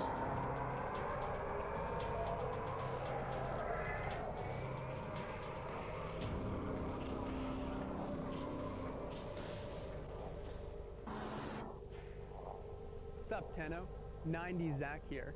What? Wondering how you can get your free virtual items through the internet? Just from watching Twitch or Steam? Let me tell ya. Safety's off and destroy your enemies with the AX-52 rifle. By watching Tennocon between 11 a.m. and 4:30 p.m. Eastern Time, you'll receive this gun absolutely I think that was all my all the ones I had. Once Tenno Live Or begins at print. 4:30 p.m. Eastern, that drop is totally gonna switch to the Saren Prime. That just pissed me off so hard on the inside. It just For free. Spread those spores and watch those damage numbers go being up cordial. $19.99. Damn, man. Never gotten a Twitch drop before? Tell the fam to get off the phone I and need some more audio now. That's unacceptable. just head over to www.warframe.com/twitch. Log into your Warframe account, follow those Operator, instructions, the system and you're needs set. you. Will you begin another mission? Watching on Steam? Just make sure you're logged into your Steam account before watching, and you'll be rewarded with item tokens right to your Steam inventory. Once you claim those tokens, log into your Warframe account, and your new items will be waiting for you. Isn't technology wild?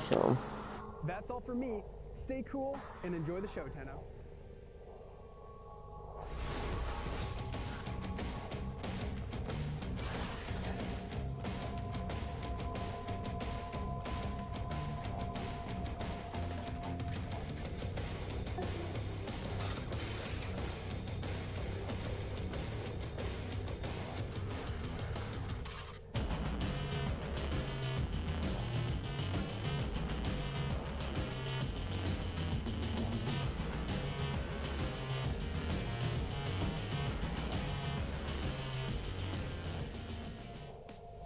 Everybody knows there's nothing like a delicious slice of Big Bites pizza. And it's perfect, just before Online hits the stage. My favorite bite? Pepperoni with extra cheese, of course. What's yours? Let's connect over a slice of Big Bites pizza.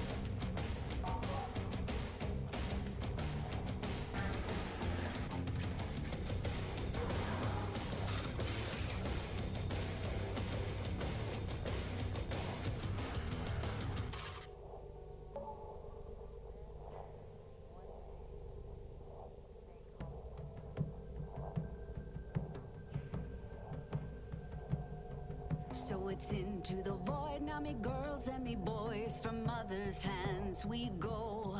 We'll be sailing to the sun till the voyage is done, then we'll be sleeping in the cold below. Sisters below, below, we're going where the winds don't blow.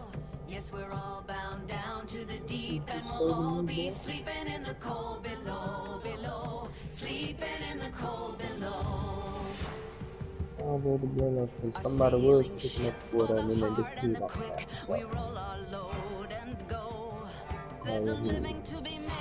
Ooh, I got me some churros. Got me a regular churro. Got me an Oreo churro.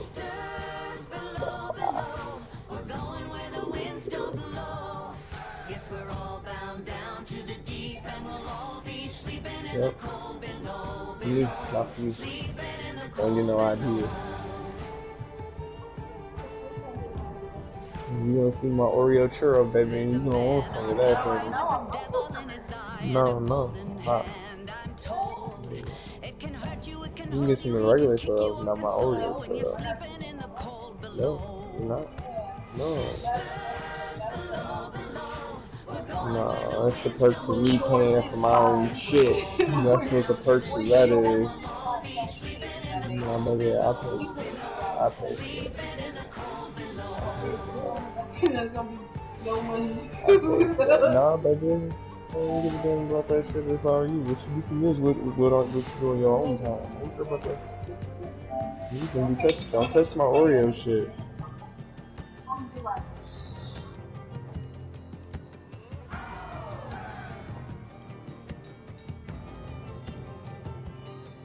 Oh, sisters, you so wise and true. When it's my time to go, won't you lay me down under granum crowns, and I'll be sleeping in the cold below, below, sleeping in the cold below. Sisters below, below, we're going where the winds don't blow. Yes, we're all bound down to the deep, and we'll all be sleeping in the cold. Sisters below, below, we're going where the winds don't blow. Yes, we're all bound down to the deep, and we'll all be sleeping in the cold below, below, sleeping in the cold below, below, sleeping in the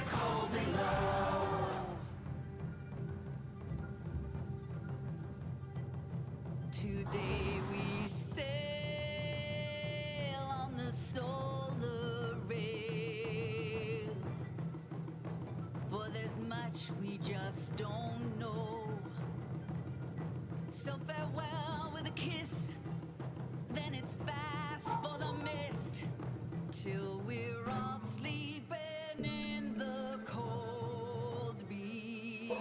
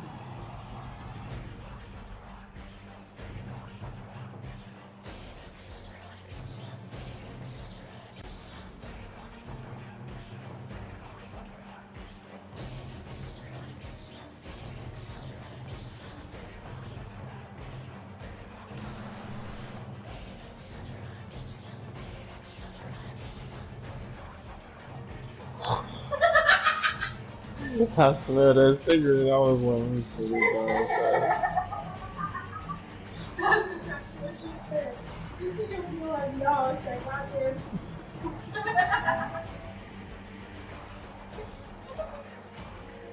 She's making.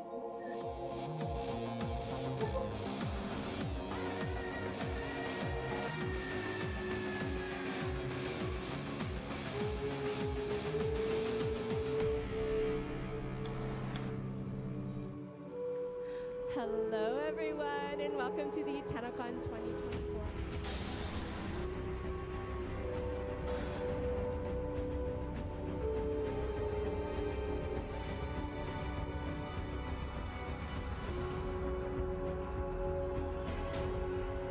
Holy.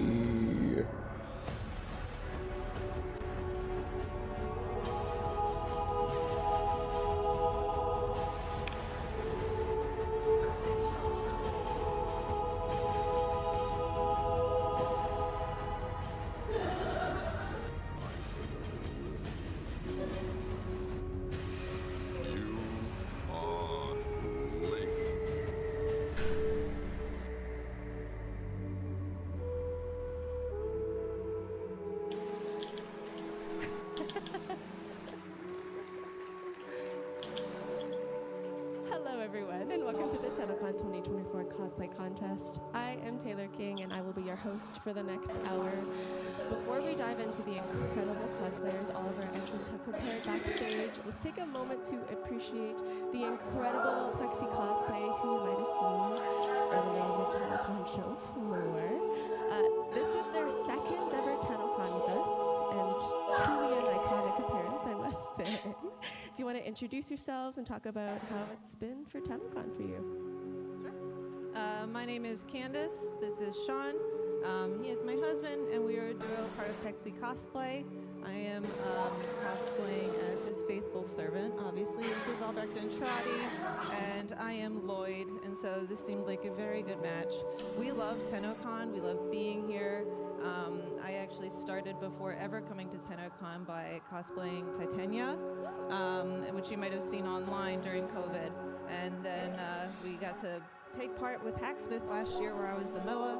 And then this year, Lloyd and Albrecht, as well as the Arrow Swings. If you haven't gotten a photo with those, they are out in the tent. But it's a lovely convention. So nice to see you all. Thank you for being such a supportive community. through everything, the whole creation process. It's all online, so thanks for following along with that. And it's so nice to see you all here in person. His name is Noob Saibot. That's funny.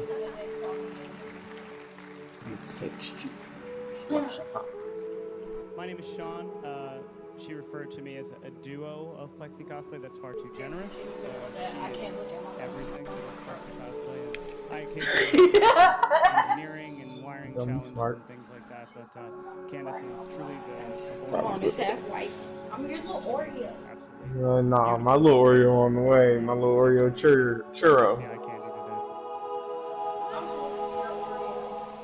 Absolutely incredible. Thank you so much, Mr. Nah, the churro ain't got and no. Papa for joining us on stage. If you don't mind taking your way off. Another round of applause. Absolutely. Well, I mean, you look like Oreo churro with that damn sweater on. Now, okay. Speaking of incredible cosplays, I am joined by Disfusional Studios as my wonderful co-host and our Sure, babe. consultant this year. You may recognize her as Albie from WARFRAME 1999, but more importantly as our Tennocon2024 cosplay winner. I said, take the damn blunt. Disfusional has been a prominent member in the WARFRAME community for many, many years now. Ooh. So let's take a moment to look at some of her previous cosplays. Huh?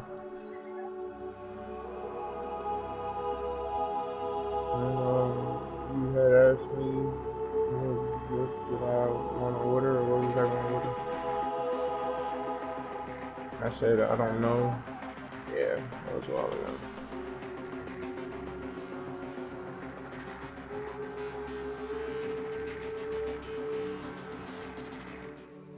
Hello, Tennocon 2024. I am honored to be here with you guys today. Now we have one more introduction to make before we get started, and it's our judges. We're joined again this year by Lightning Cosplay, who we'd like to invite on stage now. While they make their way up, let's take a look at the absolute magic that they brought to the Tennocon show floor.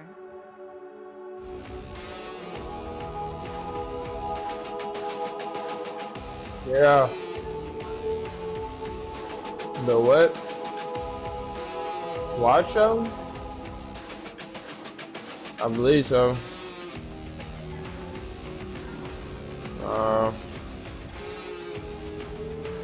Yeah.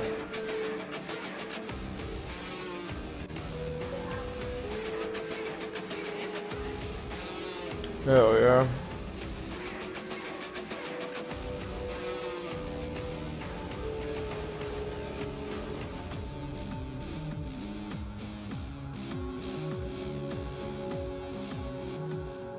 Thank you, Rel, for joining us. Now, I do want to make a point just off stage. We are joined by another cosplay guest coming to us all the way from Germany, Maya. Maya, I don't know if you could raise your hand. Thank you so much. Cosplay content creation has been her profession for over 10 years now. Maya focuses on painting, weathering, and makeup. She is taking care of Ralph's makeup and helping to bring Arthur to life here at Tennocon today.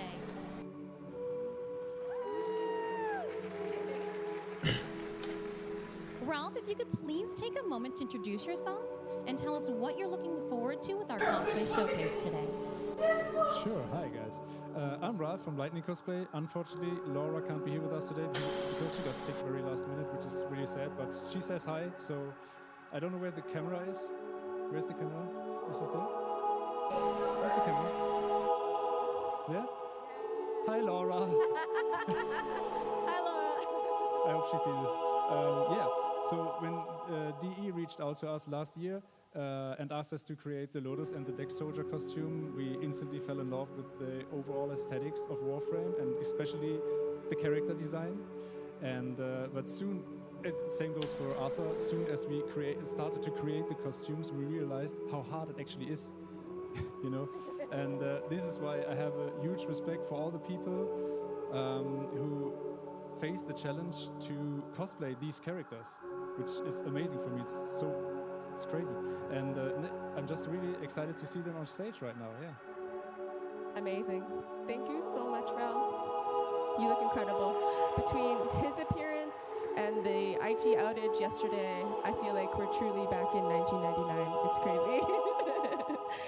One quick final thank you, I promise. Shout out to Kaz and Skyers, who assisted in prejudging this year. They weren't able to make it. They have a workshop. It's fine. We love them. But I'm sure they're here in spirit, and they have, given their thoughts and wisdom to us. Anyway, that's enough. Ralph is seated.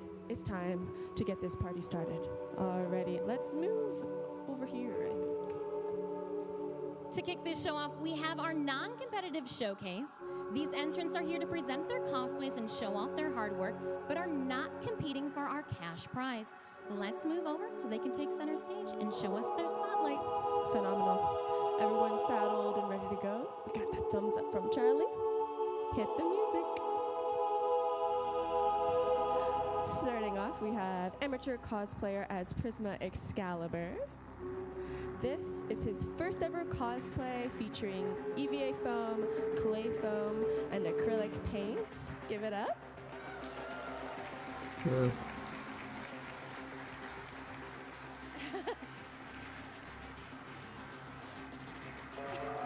Oh yeah. Perfection.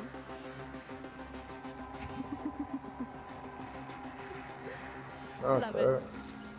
Thank you so much, amateur cosplayer. If you want to just head off this way, or that way, that's fine too.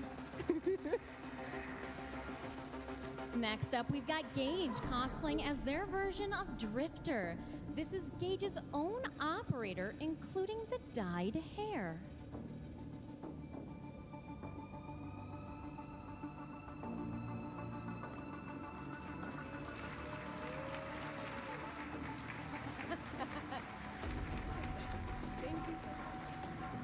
All right, next up we have Dark. I really couldn't tell you. I want to say like Sunday, Saturday, or some shit, but I this is couldn't what tell you Bromius though, would for look like if we gave them access to a Warframe's arsenal. Oh, he's coming. Okay. Oh, he's coming. It's really hard for bears to walk upstairs, I've heard, so it's totally fine. Keep going. Yep. There he is. Give it up for Dark.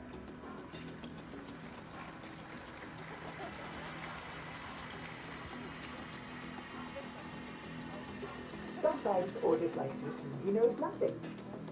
Nobody can learn what they think they already know. Let's welcome Spitfire05 cosplaying as Operator in Xenos armor set. This is Spitfire's own operator after a month of work.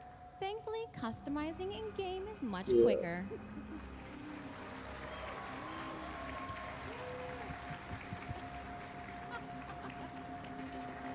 Alrighty, next up we have the High Priest of Pineapples cosplaying as Harrow Prime. We're ready to go? Yep, come on up. Great. Harrow is wearing the Crucius alt helmet, or they're carrying it. It's very heavy. Beautiful. And is wielding the third. There you go, babe. Hopefully you'll make good use of that later. There we go.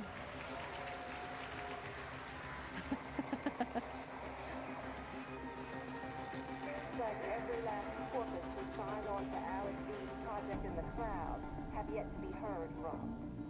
That's what I call a cast iron non-disclosure agreement. Next, we've got Zach B cosplaying as the Drifter from the New War. This Drifter is wielding a 3D printed Sirocco in addition to the original outfit worn in the quest. That's a lot of hell.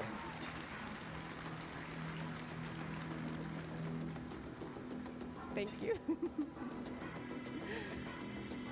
Very fitting after the Drifter appears, we have a group Duviri cosplay, starting with Lucinia, Rhea's Lucinia. This is made from EVA foam and a miraculous find of dead stock fabric.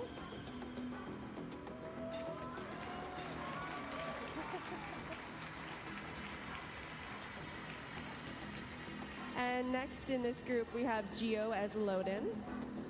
A funny story, this cosplayer was Ballas in 2018 and 19, so clearly they just love having long arms.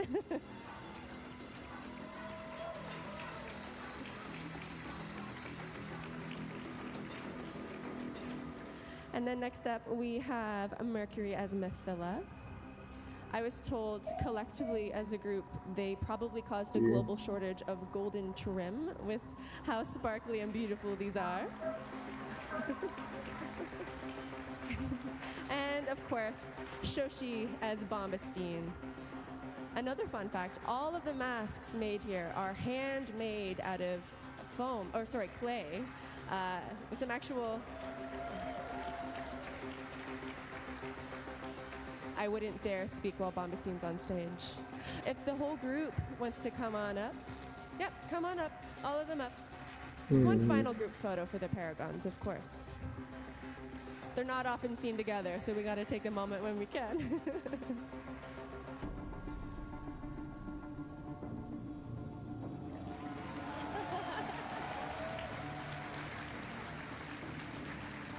Absolutely stunning. Thank you, everyone. I swear this wasn't on purpose. Next up, we have Prime Explorer as an aura worm off the string. This is an aura worm reimagined as a worm on the string with giant googly eyes.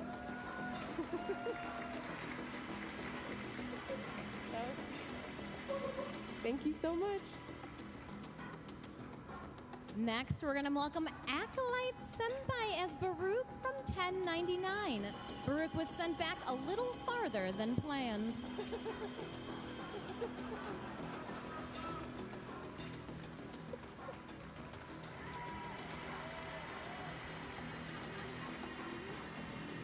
Absolutely incredible. Alrighty, next up we have Richard cosplaying as Grendel 1999. After chatting backstage, I found out this Grendel isn't a big fan of Big Bites Pizza. You can call it up. Keep going. Oh yeah. It's got quite the appetite that Big Bites cannot fulfill.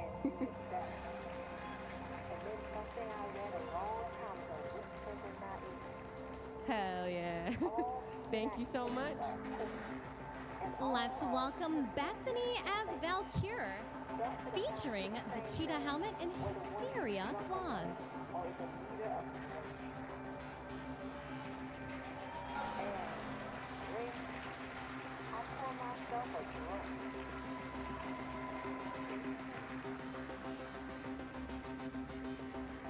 Ooh, I feel that way too. Alrighty, we have Hobbs Baby. cosplaying as Mirage Prime. This cosplay is made out of cardboard, fabric, and repurposed materials, and clearly has gotten the infection that's been around the Tennocon show floor. Love it. Love you, man. Love you, man. Let's continue the applause for Brendan M. cosplaying as Random Ronin. Bring the ninja back into Space Ninja. Do you have something here for the next page? You don't. I have to read this. Absolutely iconic. Alrighty, we're getting to the end here. We have Miguel as Salvage Operator. This is a recreation of their own operator in-game Straight from 1999. For those who don't know, that's a disc. Discs go in that. So good, so good.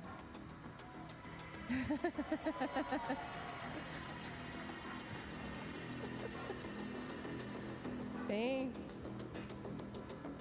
Alrighty, next we have the Scarlet Team as members of Infinite Singularity. They're representing their clan, I believe. And this is, in fact, our youngest cosplayer. And he's already been on stage before. Cannot believe it.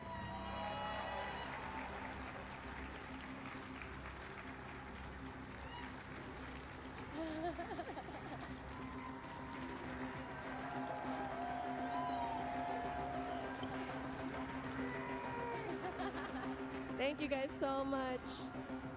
That was the last of our non-competitive entrants. Let's take a moment to welcome all of our non-competitive cosplayers back on stage for a group photo. Gotcha. Come back, please. While these folks are not competing for our cash prize, they are eligible for bonus rewards given out by our judges at the end of the show, but we'll get to that later. They also get a few digital goodies just for joining us on stage today. Absolutely incredible. We wrote the script before we realized how long of a walk this request was, so major apologies. Come on up, everyone. Get back on stage. Look at them all. Absolutely incredible. Take the stage. Get in the spot. Go, go, go.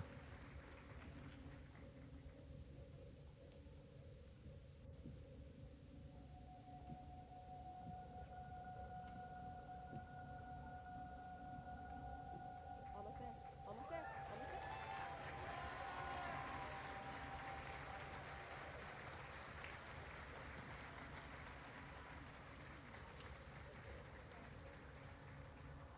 Alrighty. Look at this incredible group of Tenno. One last pose for the cameras. Yeah! Alrighty. Let's get you all back off stage into your seats where you can sit for the remainder of the day. Thank you so much, everyone.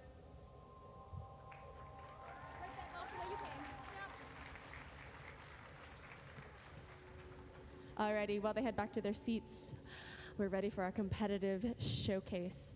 Our competitive cosplayers will be competing for cash money, including the first place prize of 10,000 Canadian dollars.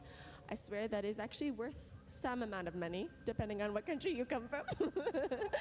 Cosplayers met with our judges yesterday to participate in prejudging, because it can be kind of hard to see all the incredible details from the audience. So the scores from that prejudging and their fantastic performances today will be used to decide our winners. All right, without further ado, let's get started. Starting off, we have Jacob Parcha as Voidrig, featuring an Aquabax weapon. This cosplay took over 375 hours to make and is almost entirely made out of cardboard. He's got a bit of a way to walk, unfortunately. His sprint is off cooldown.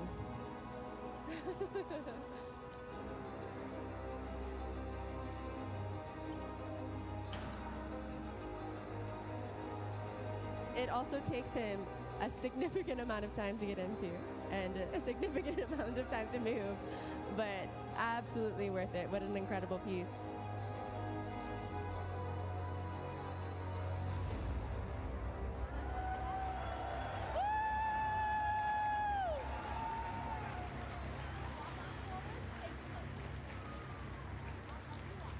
You got it.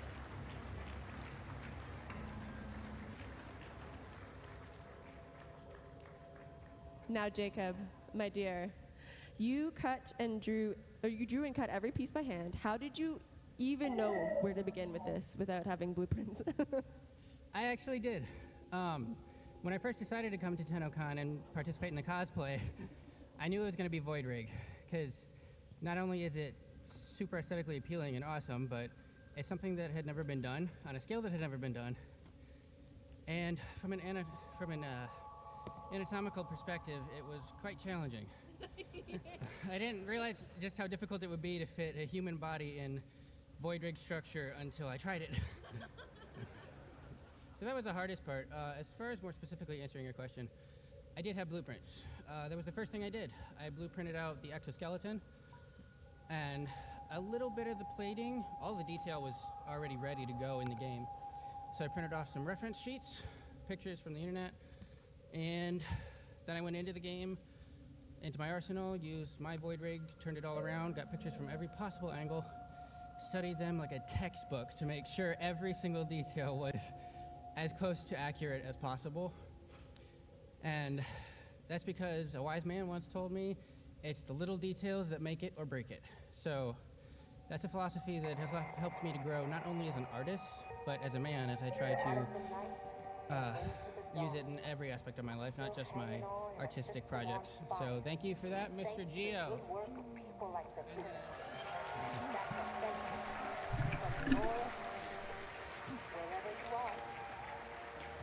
And also thank you, Mom, for being here.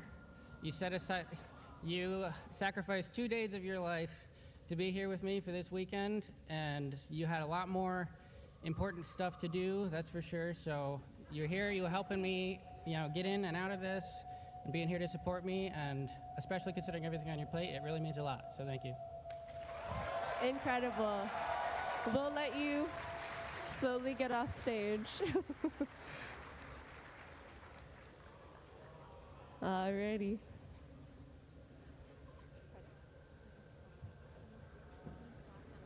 Yeah.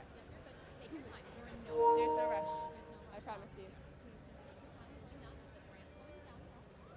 Absolutely phenomenal.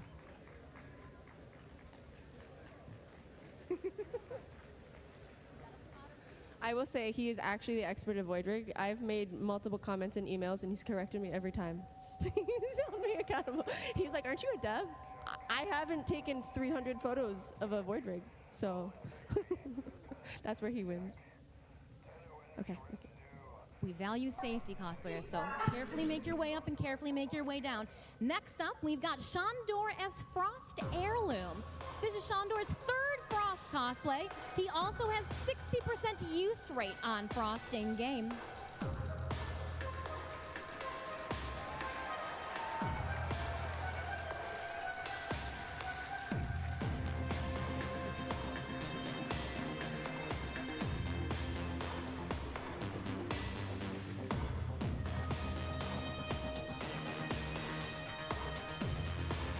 Now, Frost, tell us a little bit about the making of this cosplay, if you can. I can actually. I was going for a much more organic look than previous costumes I've made. So a lot of this is pleather and much more fur materials and things like that. It feels like not very Warframe, but that's what I really love about the heirloom sets. They're really pushing things in a direction that makes them look very strange and alien, in the same way that the Warframe started as. So I really wanted to make this much more organic looking and kind of less synthetic. Very cool. And if you guys have a moment to check out all of the textiles in this cosplay, take a look up close in person when they're on the floor.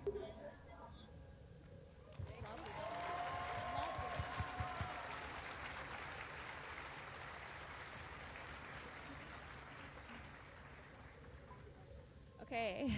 Next up, we have Zephyr cosplay as Albrecht and Trotty, Papa himself. If you can believe it, this is their first time sewing, and this also features EVA foam and painting details.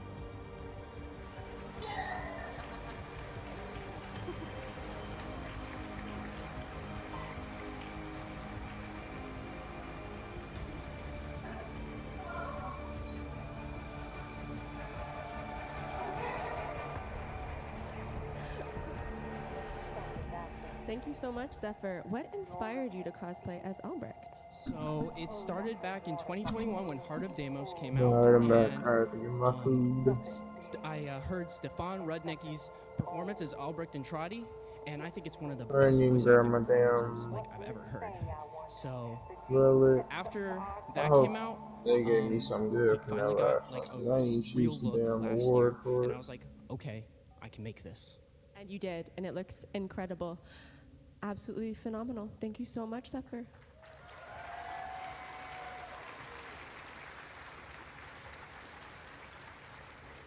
Let's welcome Kira Rahime as Whis Zamaryu to the stage.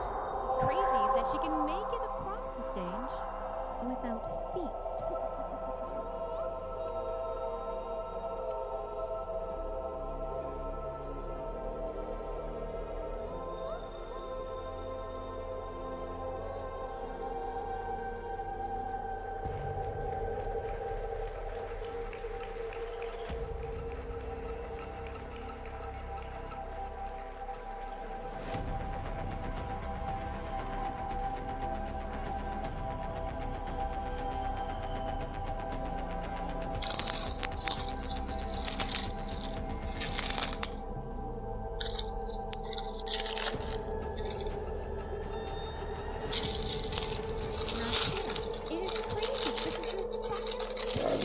Churro. What are some design elements that you chose to do differently in this This year I decided to use a lot more foam elements to help support the fabric, so everything is carved with foam and then put Lovely job. And make sure you guys take a look at how they dremeled and grooved and actually sunk the fabric into those recessed areas too. Lovely job. Lovely job. Absolutely incredible. Thank you so much, Kira.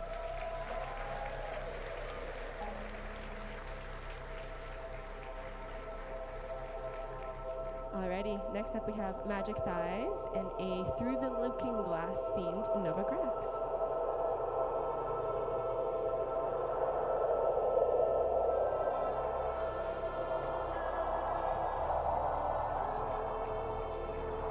This is her own Nova Grax dressed up as the White Rabbit.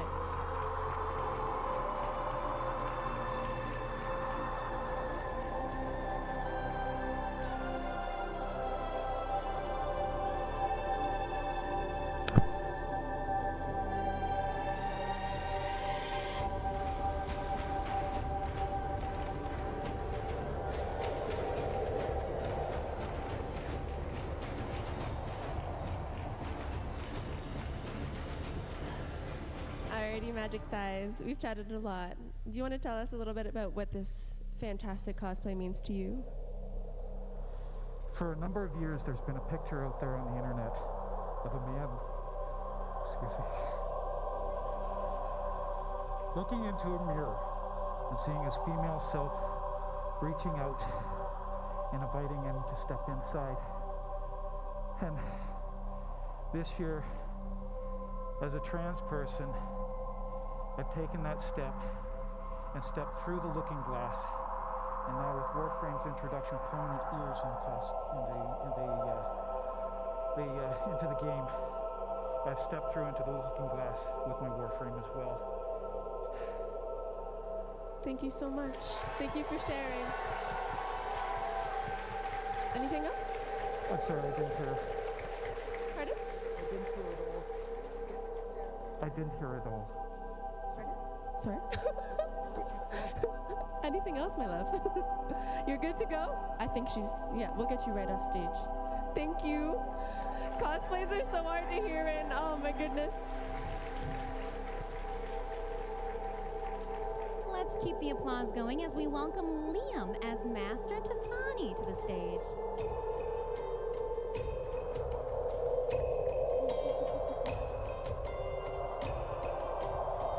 The Conjurer features actual tail feathers from Liam's pet peacock, Kevin.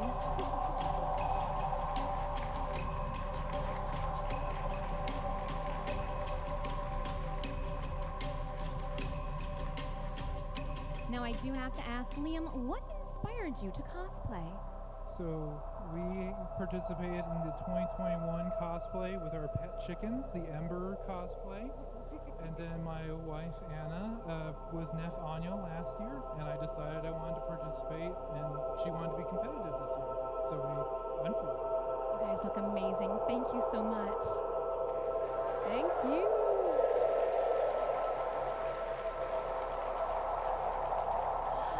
Next, we have Taya as Mesa Prime. This is actually a remake of her 2019 Mesa Prime cosplay. Oh, yeah.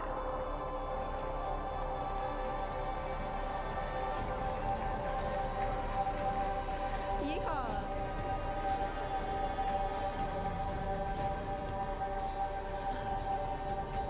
Hi, Taya. So since this is a remake, what was the favorite part that you've made this year? I love the shoulders and this top bit. There's layers and layers of EVA foam to get the right shapes, and I'm just really happy with how it turned out. You look absolutely incredible. Thank you for joining us on stage.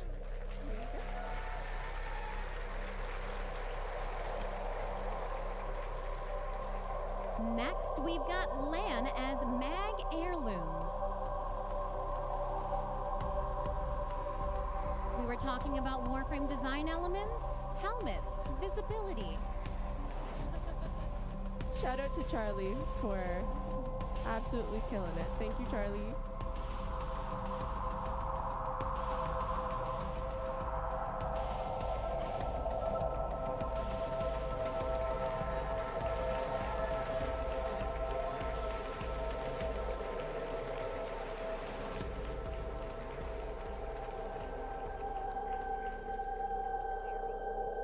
right, Lana, what was the most complicated part of this cosplay? The most complicated part was, if anyone saw my back, it's really hard to see, but it was the engraving on the back, which is the very intricate lotus symbol. And I had to use 2mm craft foam and a soldering iron and trace that, and it was very hard without moving my fingers correctly and not burning through the foam. I can see it from here, and it's incredible. Was there anything else you wanted to share? Yeah, and I mean, see the my hands and my skirt. There's over 300 of them, and those took a long while to make. You have to cut them out. I had to use an embossing tool to get a divot, and then put them all together into these 4 pieces. Thank you so much. I'm going to assist you in getting off stage. May I steal your hand, Lan? All right, we're gonna 360 so they can see the back of you again. Thank you, Arthur.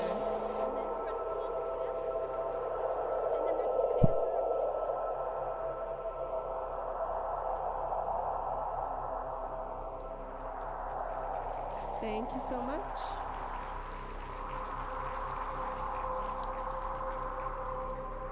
While we get Lan safely off stage, let's welcome up Eidolon Outpost as Bombastine. This is a truly multimedia project featuring the use of 3D printing, gold leaf, Warbler, EVA foam, airbrushing, and pastels.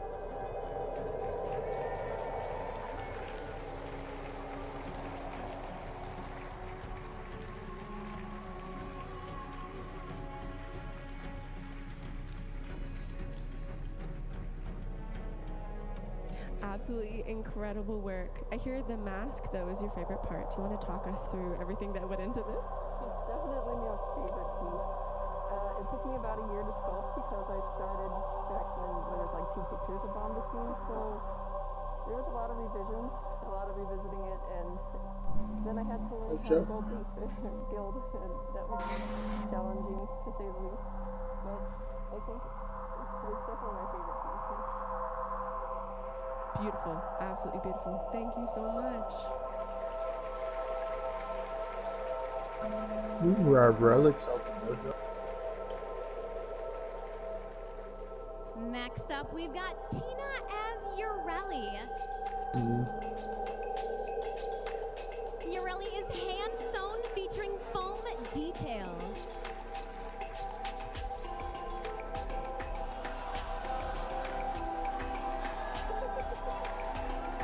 Oh, okay.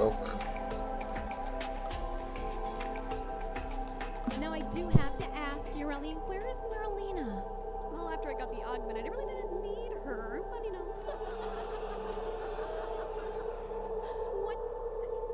What did you make your cosplay out of? I got 3 of the chassis still though, and 3 of the systems actually. Let me see.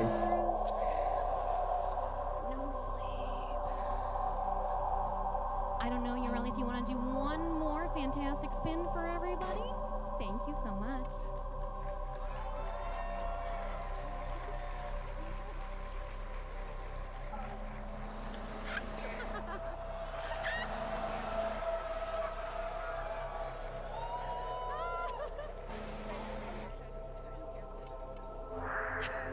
Yep, I got 3 of the chassis and the We system have stuff. Logan as Arthur. Just follow the bubbles up the ramp. This cosplay is constructed from a custom bodysuit, armor pieces from EVA foam, and recycled surplus harness parts.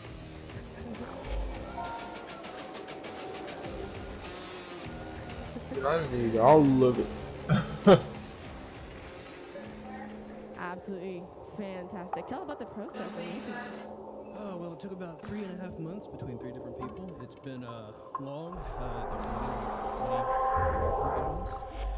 Man, it's all good. I'm gonna get them before the day out for sure. Had started the base.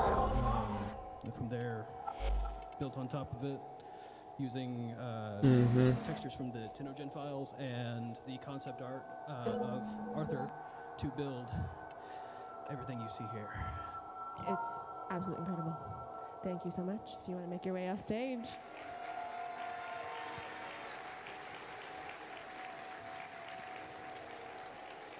Next, we welcome to the stage Royal Pratt as Mag Pharaoh. Fans may recognize this cosplay as Royal Pratt's own iconic in-game glyph.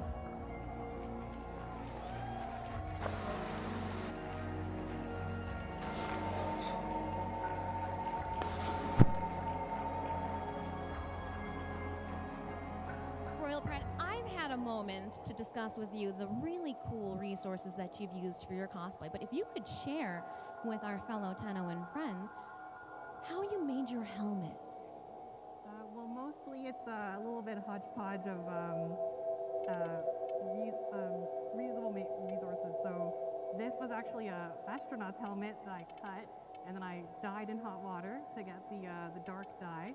And then the rest of it is basically just craft foam with held together by mostly contact cement and hot glue. And the back is able to be taken off so that I can, get my head in. I have a big head. No, it's awesome because we can't see your face at all. Lovely. Thank you so much, Royal Pratt. You look great.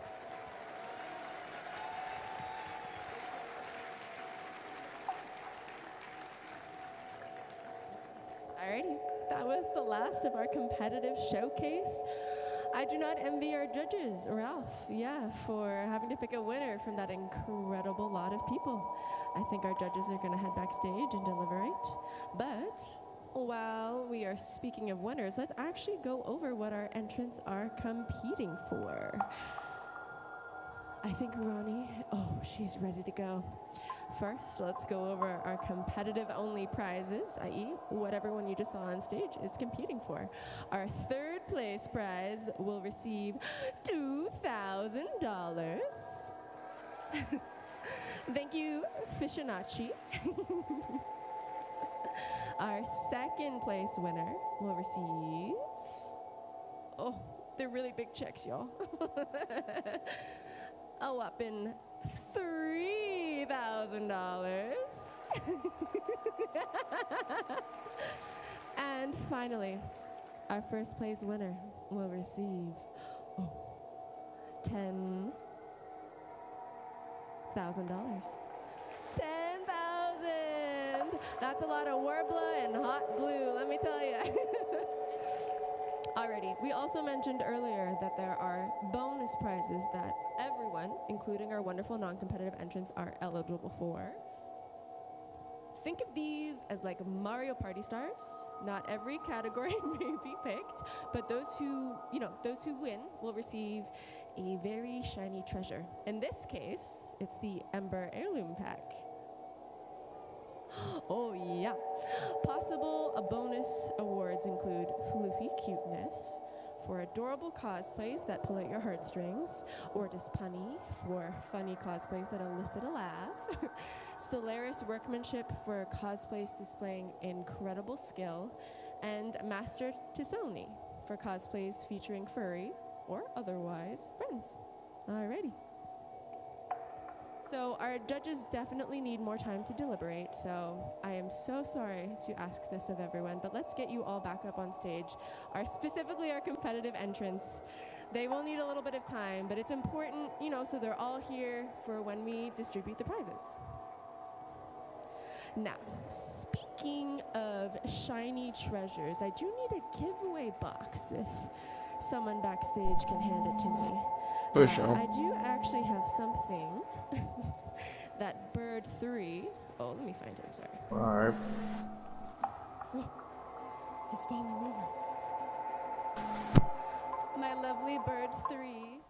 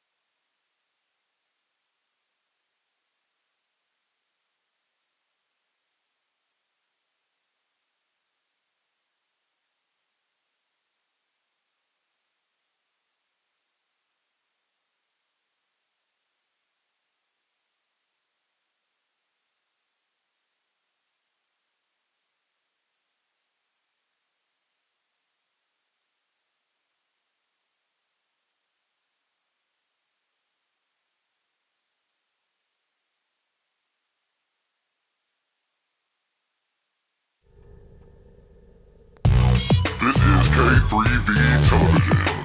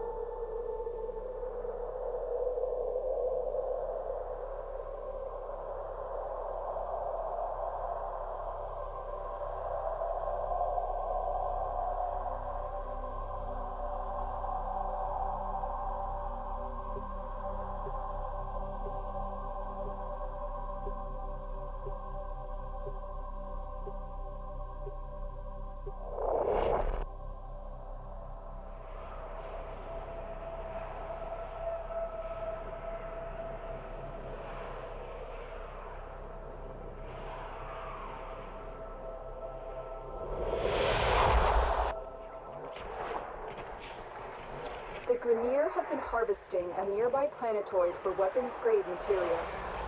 Locate and destroy their mining equipment. Void Fishers, you need them to open a relic, but are you confident you can withstand their fury? Your near Fishers, the corrupted enemies are dropping reactant. Collect it to open your Void Relic. Don't forget the reactant. You need more to open that relic. Stay focused. There's a heavy unit approaching. You're still in the clear. No detection from enemy sensors. Mission success hinges on the destruction of the mining equipment. Expect heavy resistance.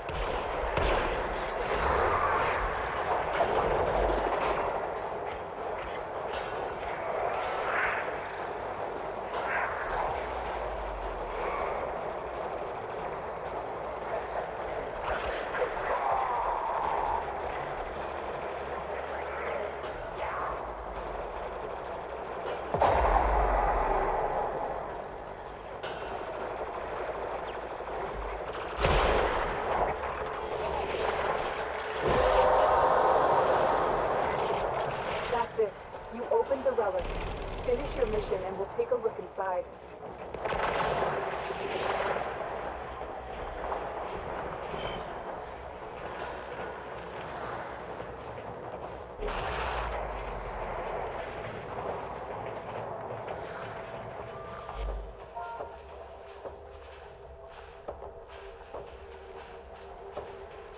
Excellent work. You have managed to thwart potentially dangerous discoveries from being fully realized. For now.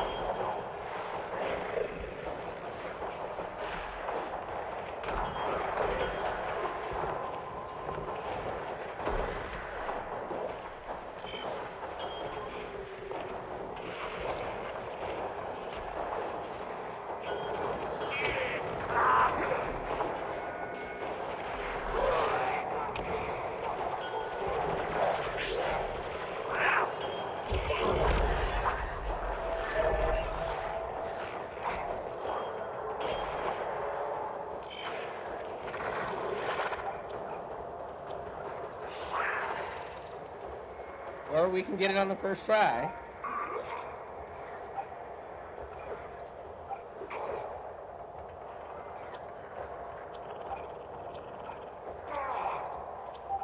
Or we can get it first try. And so we learn the importance of clarity and purpose.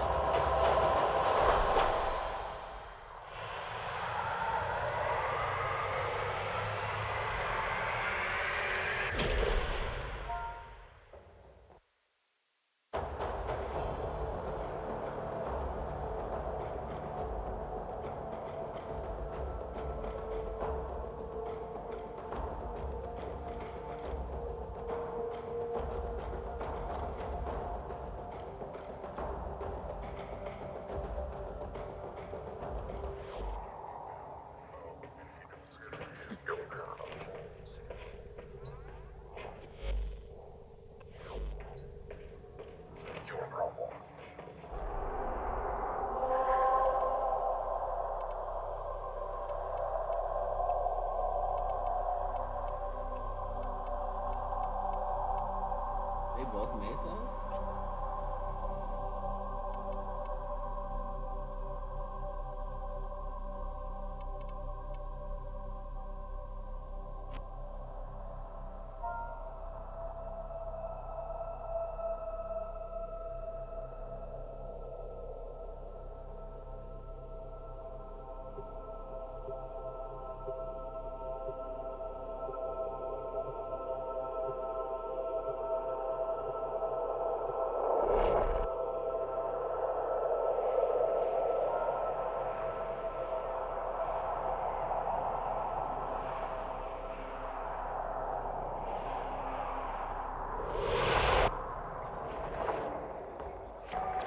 Grineer have been harvesting a nearby planetoid for weapons-grade material.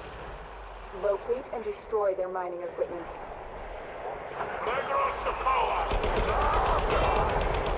Stay focused. There's a heavy unit approaching. Void fishes. You need them to open a relic, but are you confident you can withstand their fury? You're near a fissure. Target found. Destroy it. They're dropping reactant. Use it to crack open the relic. Keep fighting. Look for more reactant. Mission success hinges on the destruction of the mining equipment. Expect heavy resistance.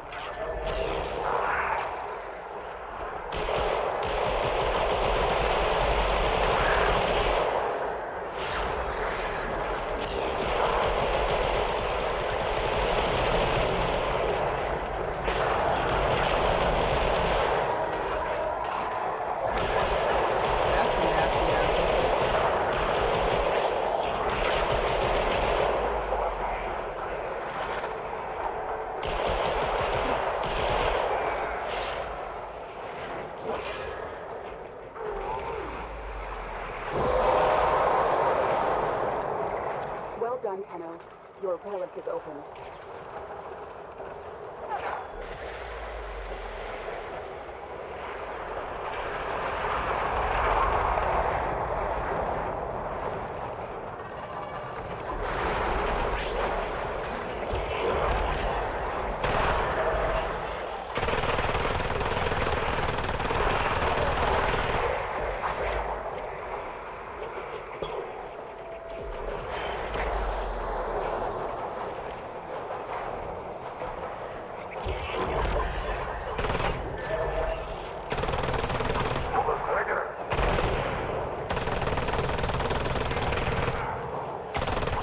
Now they're hitting.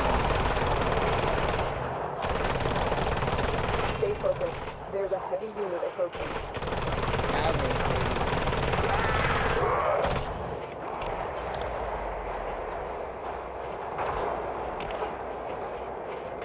Target found. Destroy it. Excellent work. You have managed to thwart potentially dangerous discoveries from being fully realized. For now.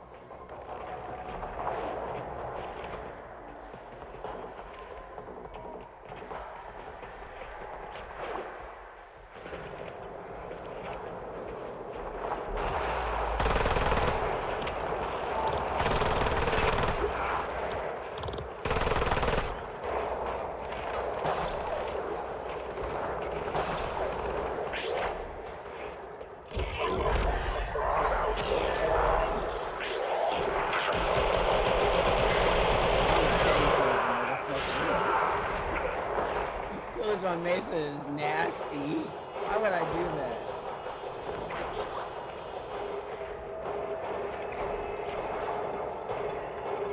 Globally out here wrecking.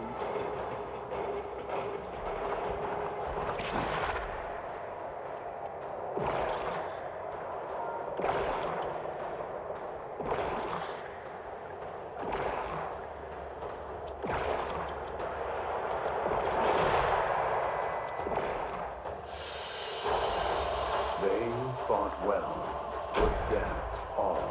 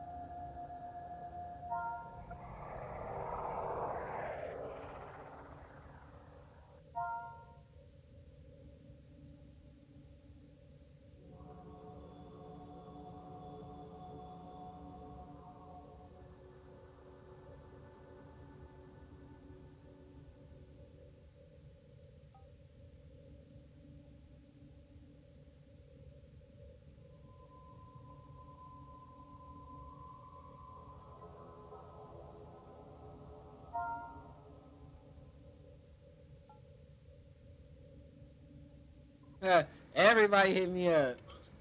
Invite and invite. Hot Winter and Pep 2.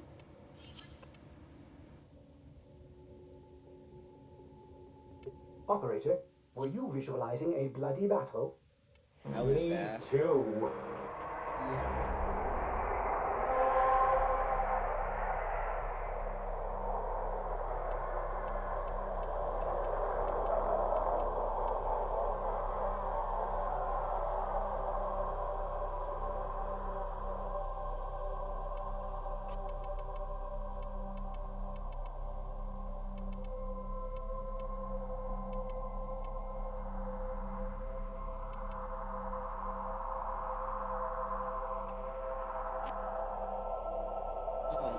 And I may have got you a Volta Prime blueprint.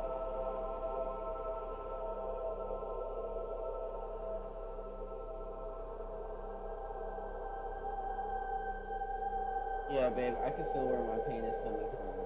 It's right here. Something right here.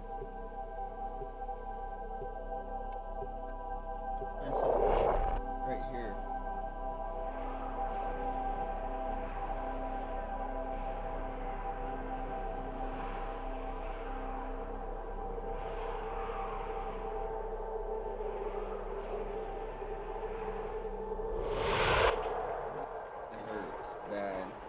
The Grenier have been harvesting a nearby planetoid for weapons-grade material. Locate and destroy their mining equipment. Watch out, I'm detecting void fissures nearby. Do you have a matching relic? A fissure. Defend yourself and use reactant to open relics. They're dropping reactant. Use it to crack open a relic. Keep fighting. Look for more reactant.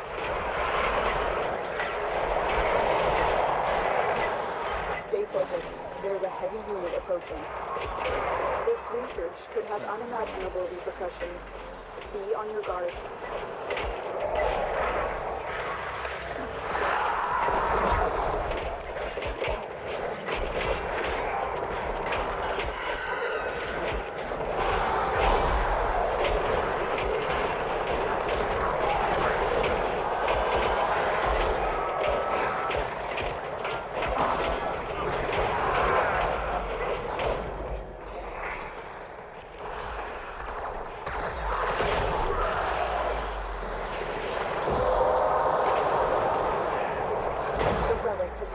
Open. Finish your mission to find out what's inside.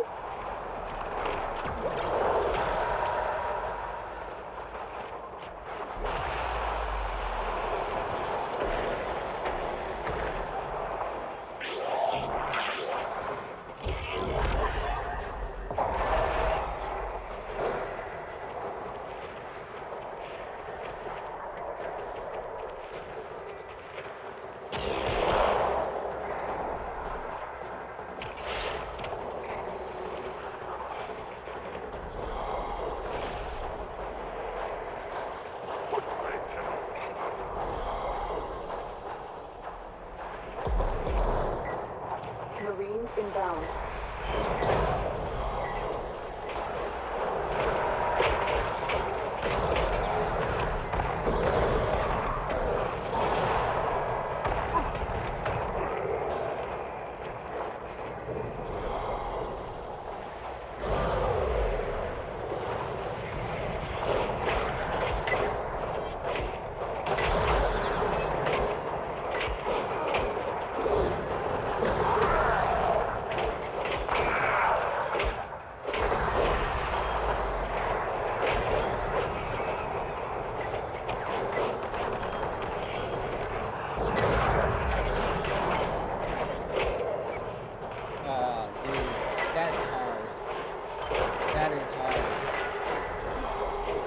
I wish that somebody got the hate blueprint. It's a scythe. I wish for somebody to get it in their next run because they've been looking for it for a while. Excellent work. You have managed to thwart potentially dangerous discoveries from being fully realized. Yeah. For now. I already have one, and I have 2 blueprints.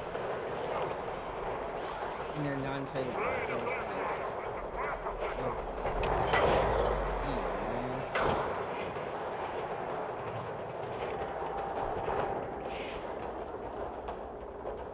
This time I want the bullshit, so give me the bullshit.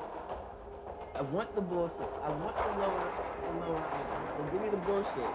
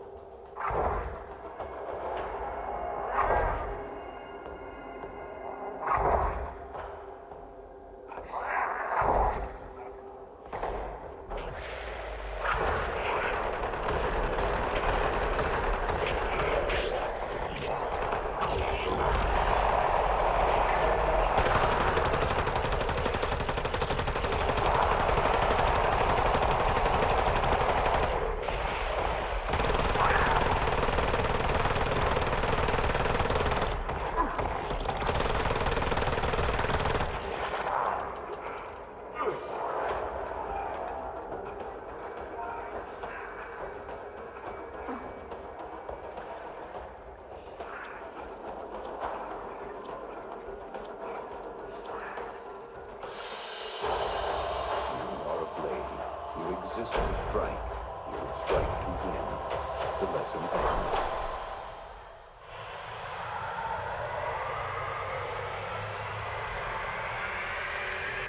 Eb, you know I love you. If I can't get this part, I'm gonna buy it for you.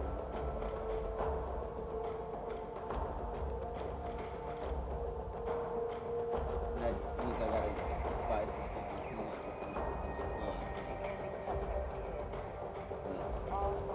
Yeah, no, I have to get a fucking cleaner to get in there and get in there.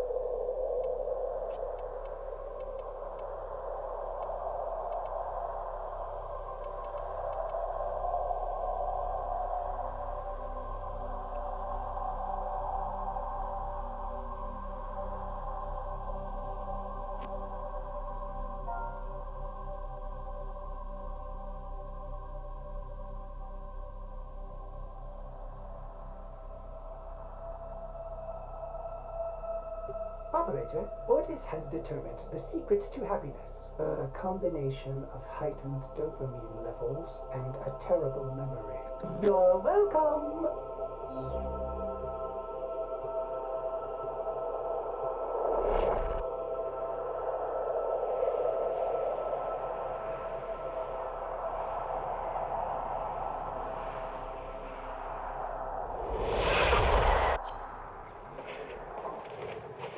The Grenier have been harvesting a nearby planetoid for weapons-grade material. Locate and destroy their mining equipment. Void fishers, you need them to open a relic, but are you confident you can withstand their fury? You're near a fissure. Defeat the corrupted and use their reactant to open a relic. The reactant is working on your relic. Find more. Wrong, you wanted to do that too. There's a heavy Then need I will approaching. strip you. Keep going. Nobody knows you're here. The mining Check equipment it, is check nearby. It must be destroyed to prevent the Grenier from developing energy weapons.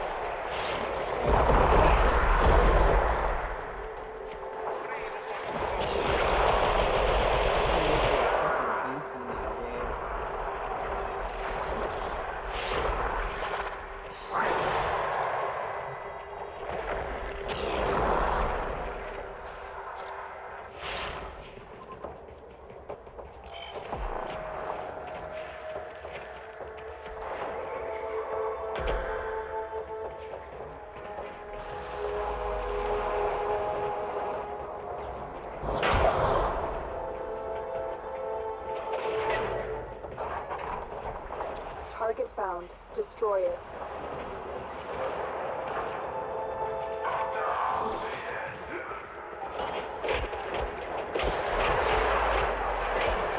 Excellent work. You have managed to thwart potentially dangerous discoveries from being fully realized. For now.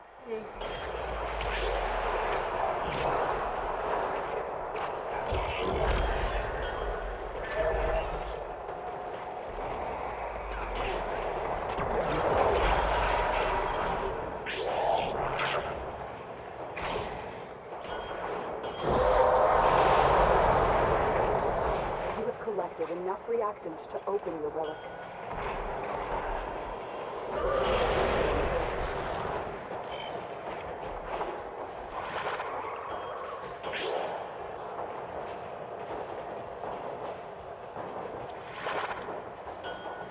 Yes. Yes.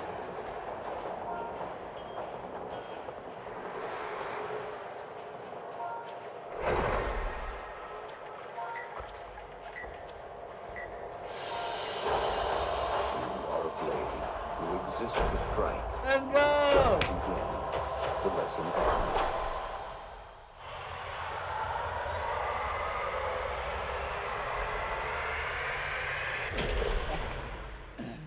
Ah. What do you mean, what did I do?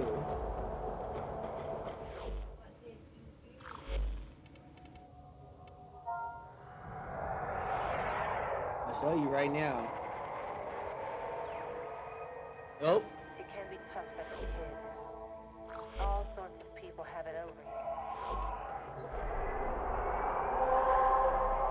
Still in there too. Fuck yeah. They grow old. You remember. Go to They don't. communication. We're gonna go to the clan and then we're gonna go to the dojo. Dojo. Dojo.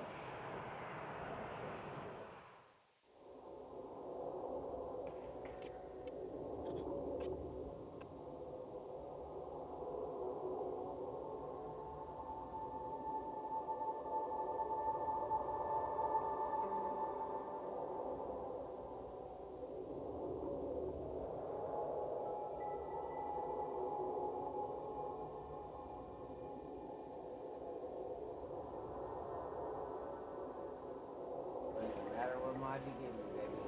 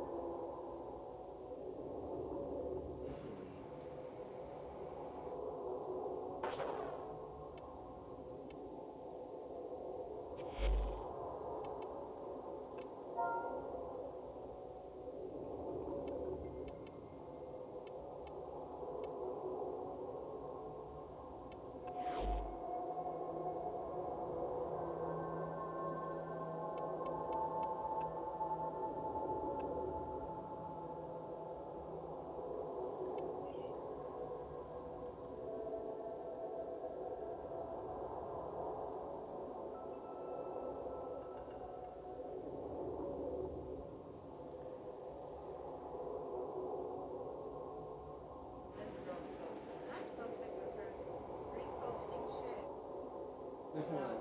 The unbrush. Trying to sell it and shit. I'm gonna buy the one.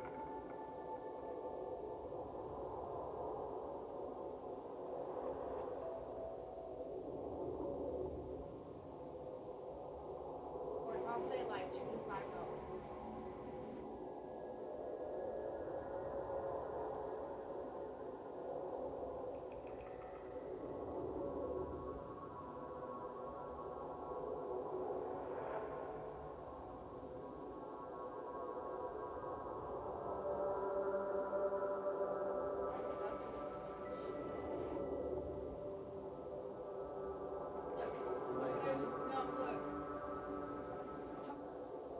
Yeah. Ben.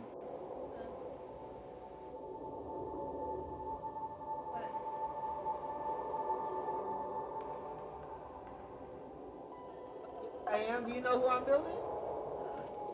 I can see. You see? I see some good shit in here. Oh, while I'm here, and while I have the opportunity, I went and did it, baby. I went and got it.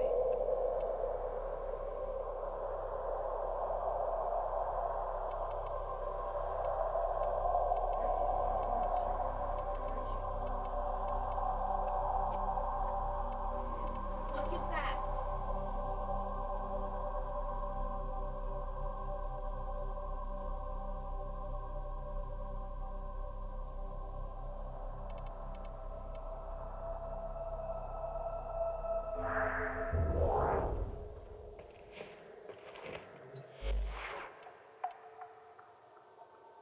I'm going to.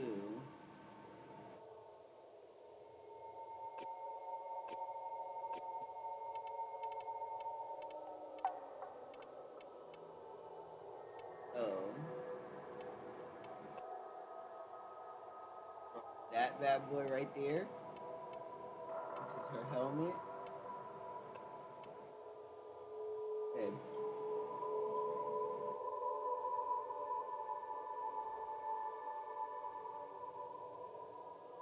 I'll turn my head.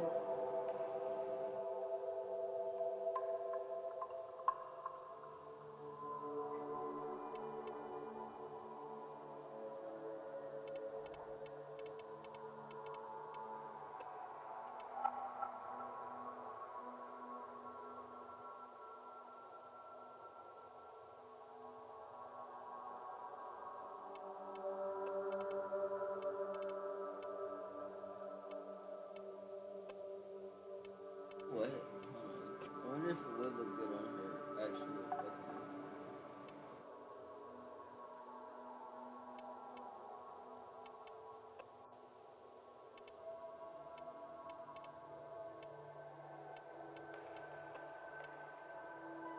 Oh, it does. It does.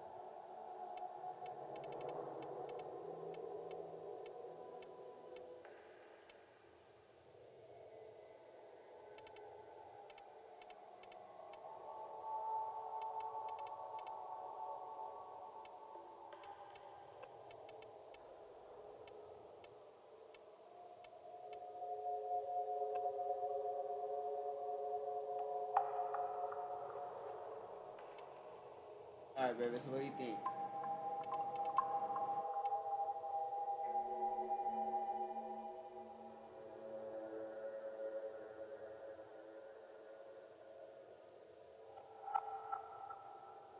I think I want to change the yellow, though. Like, swap the yellow and some of the red.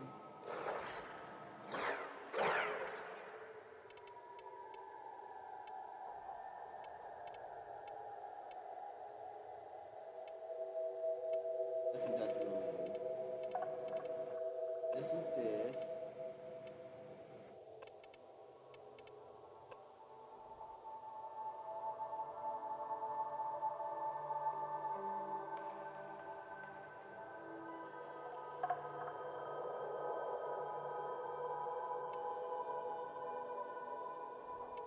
You know.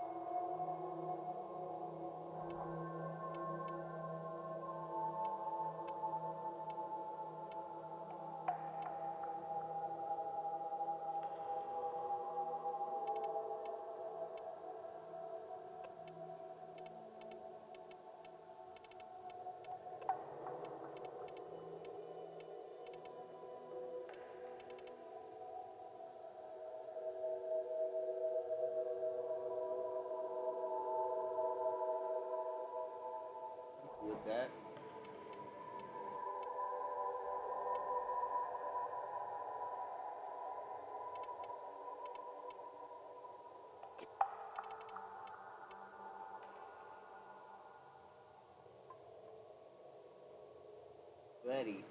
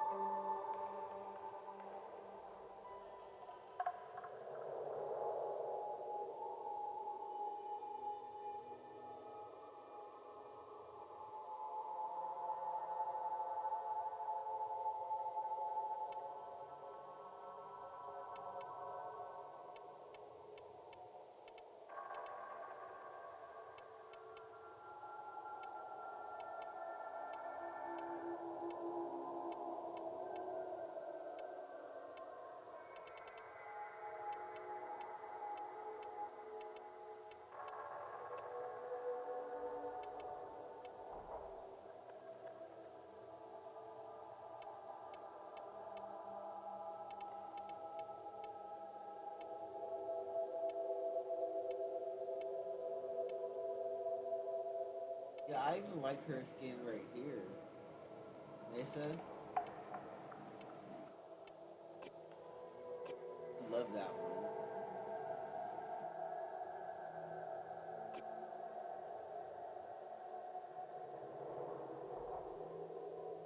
I like this one too.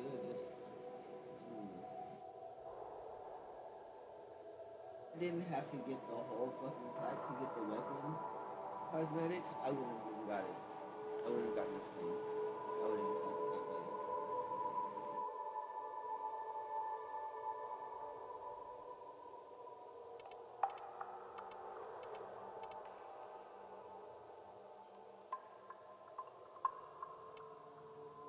Wait a minute. Is she wearing a mini tux? I just realized that.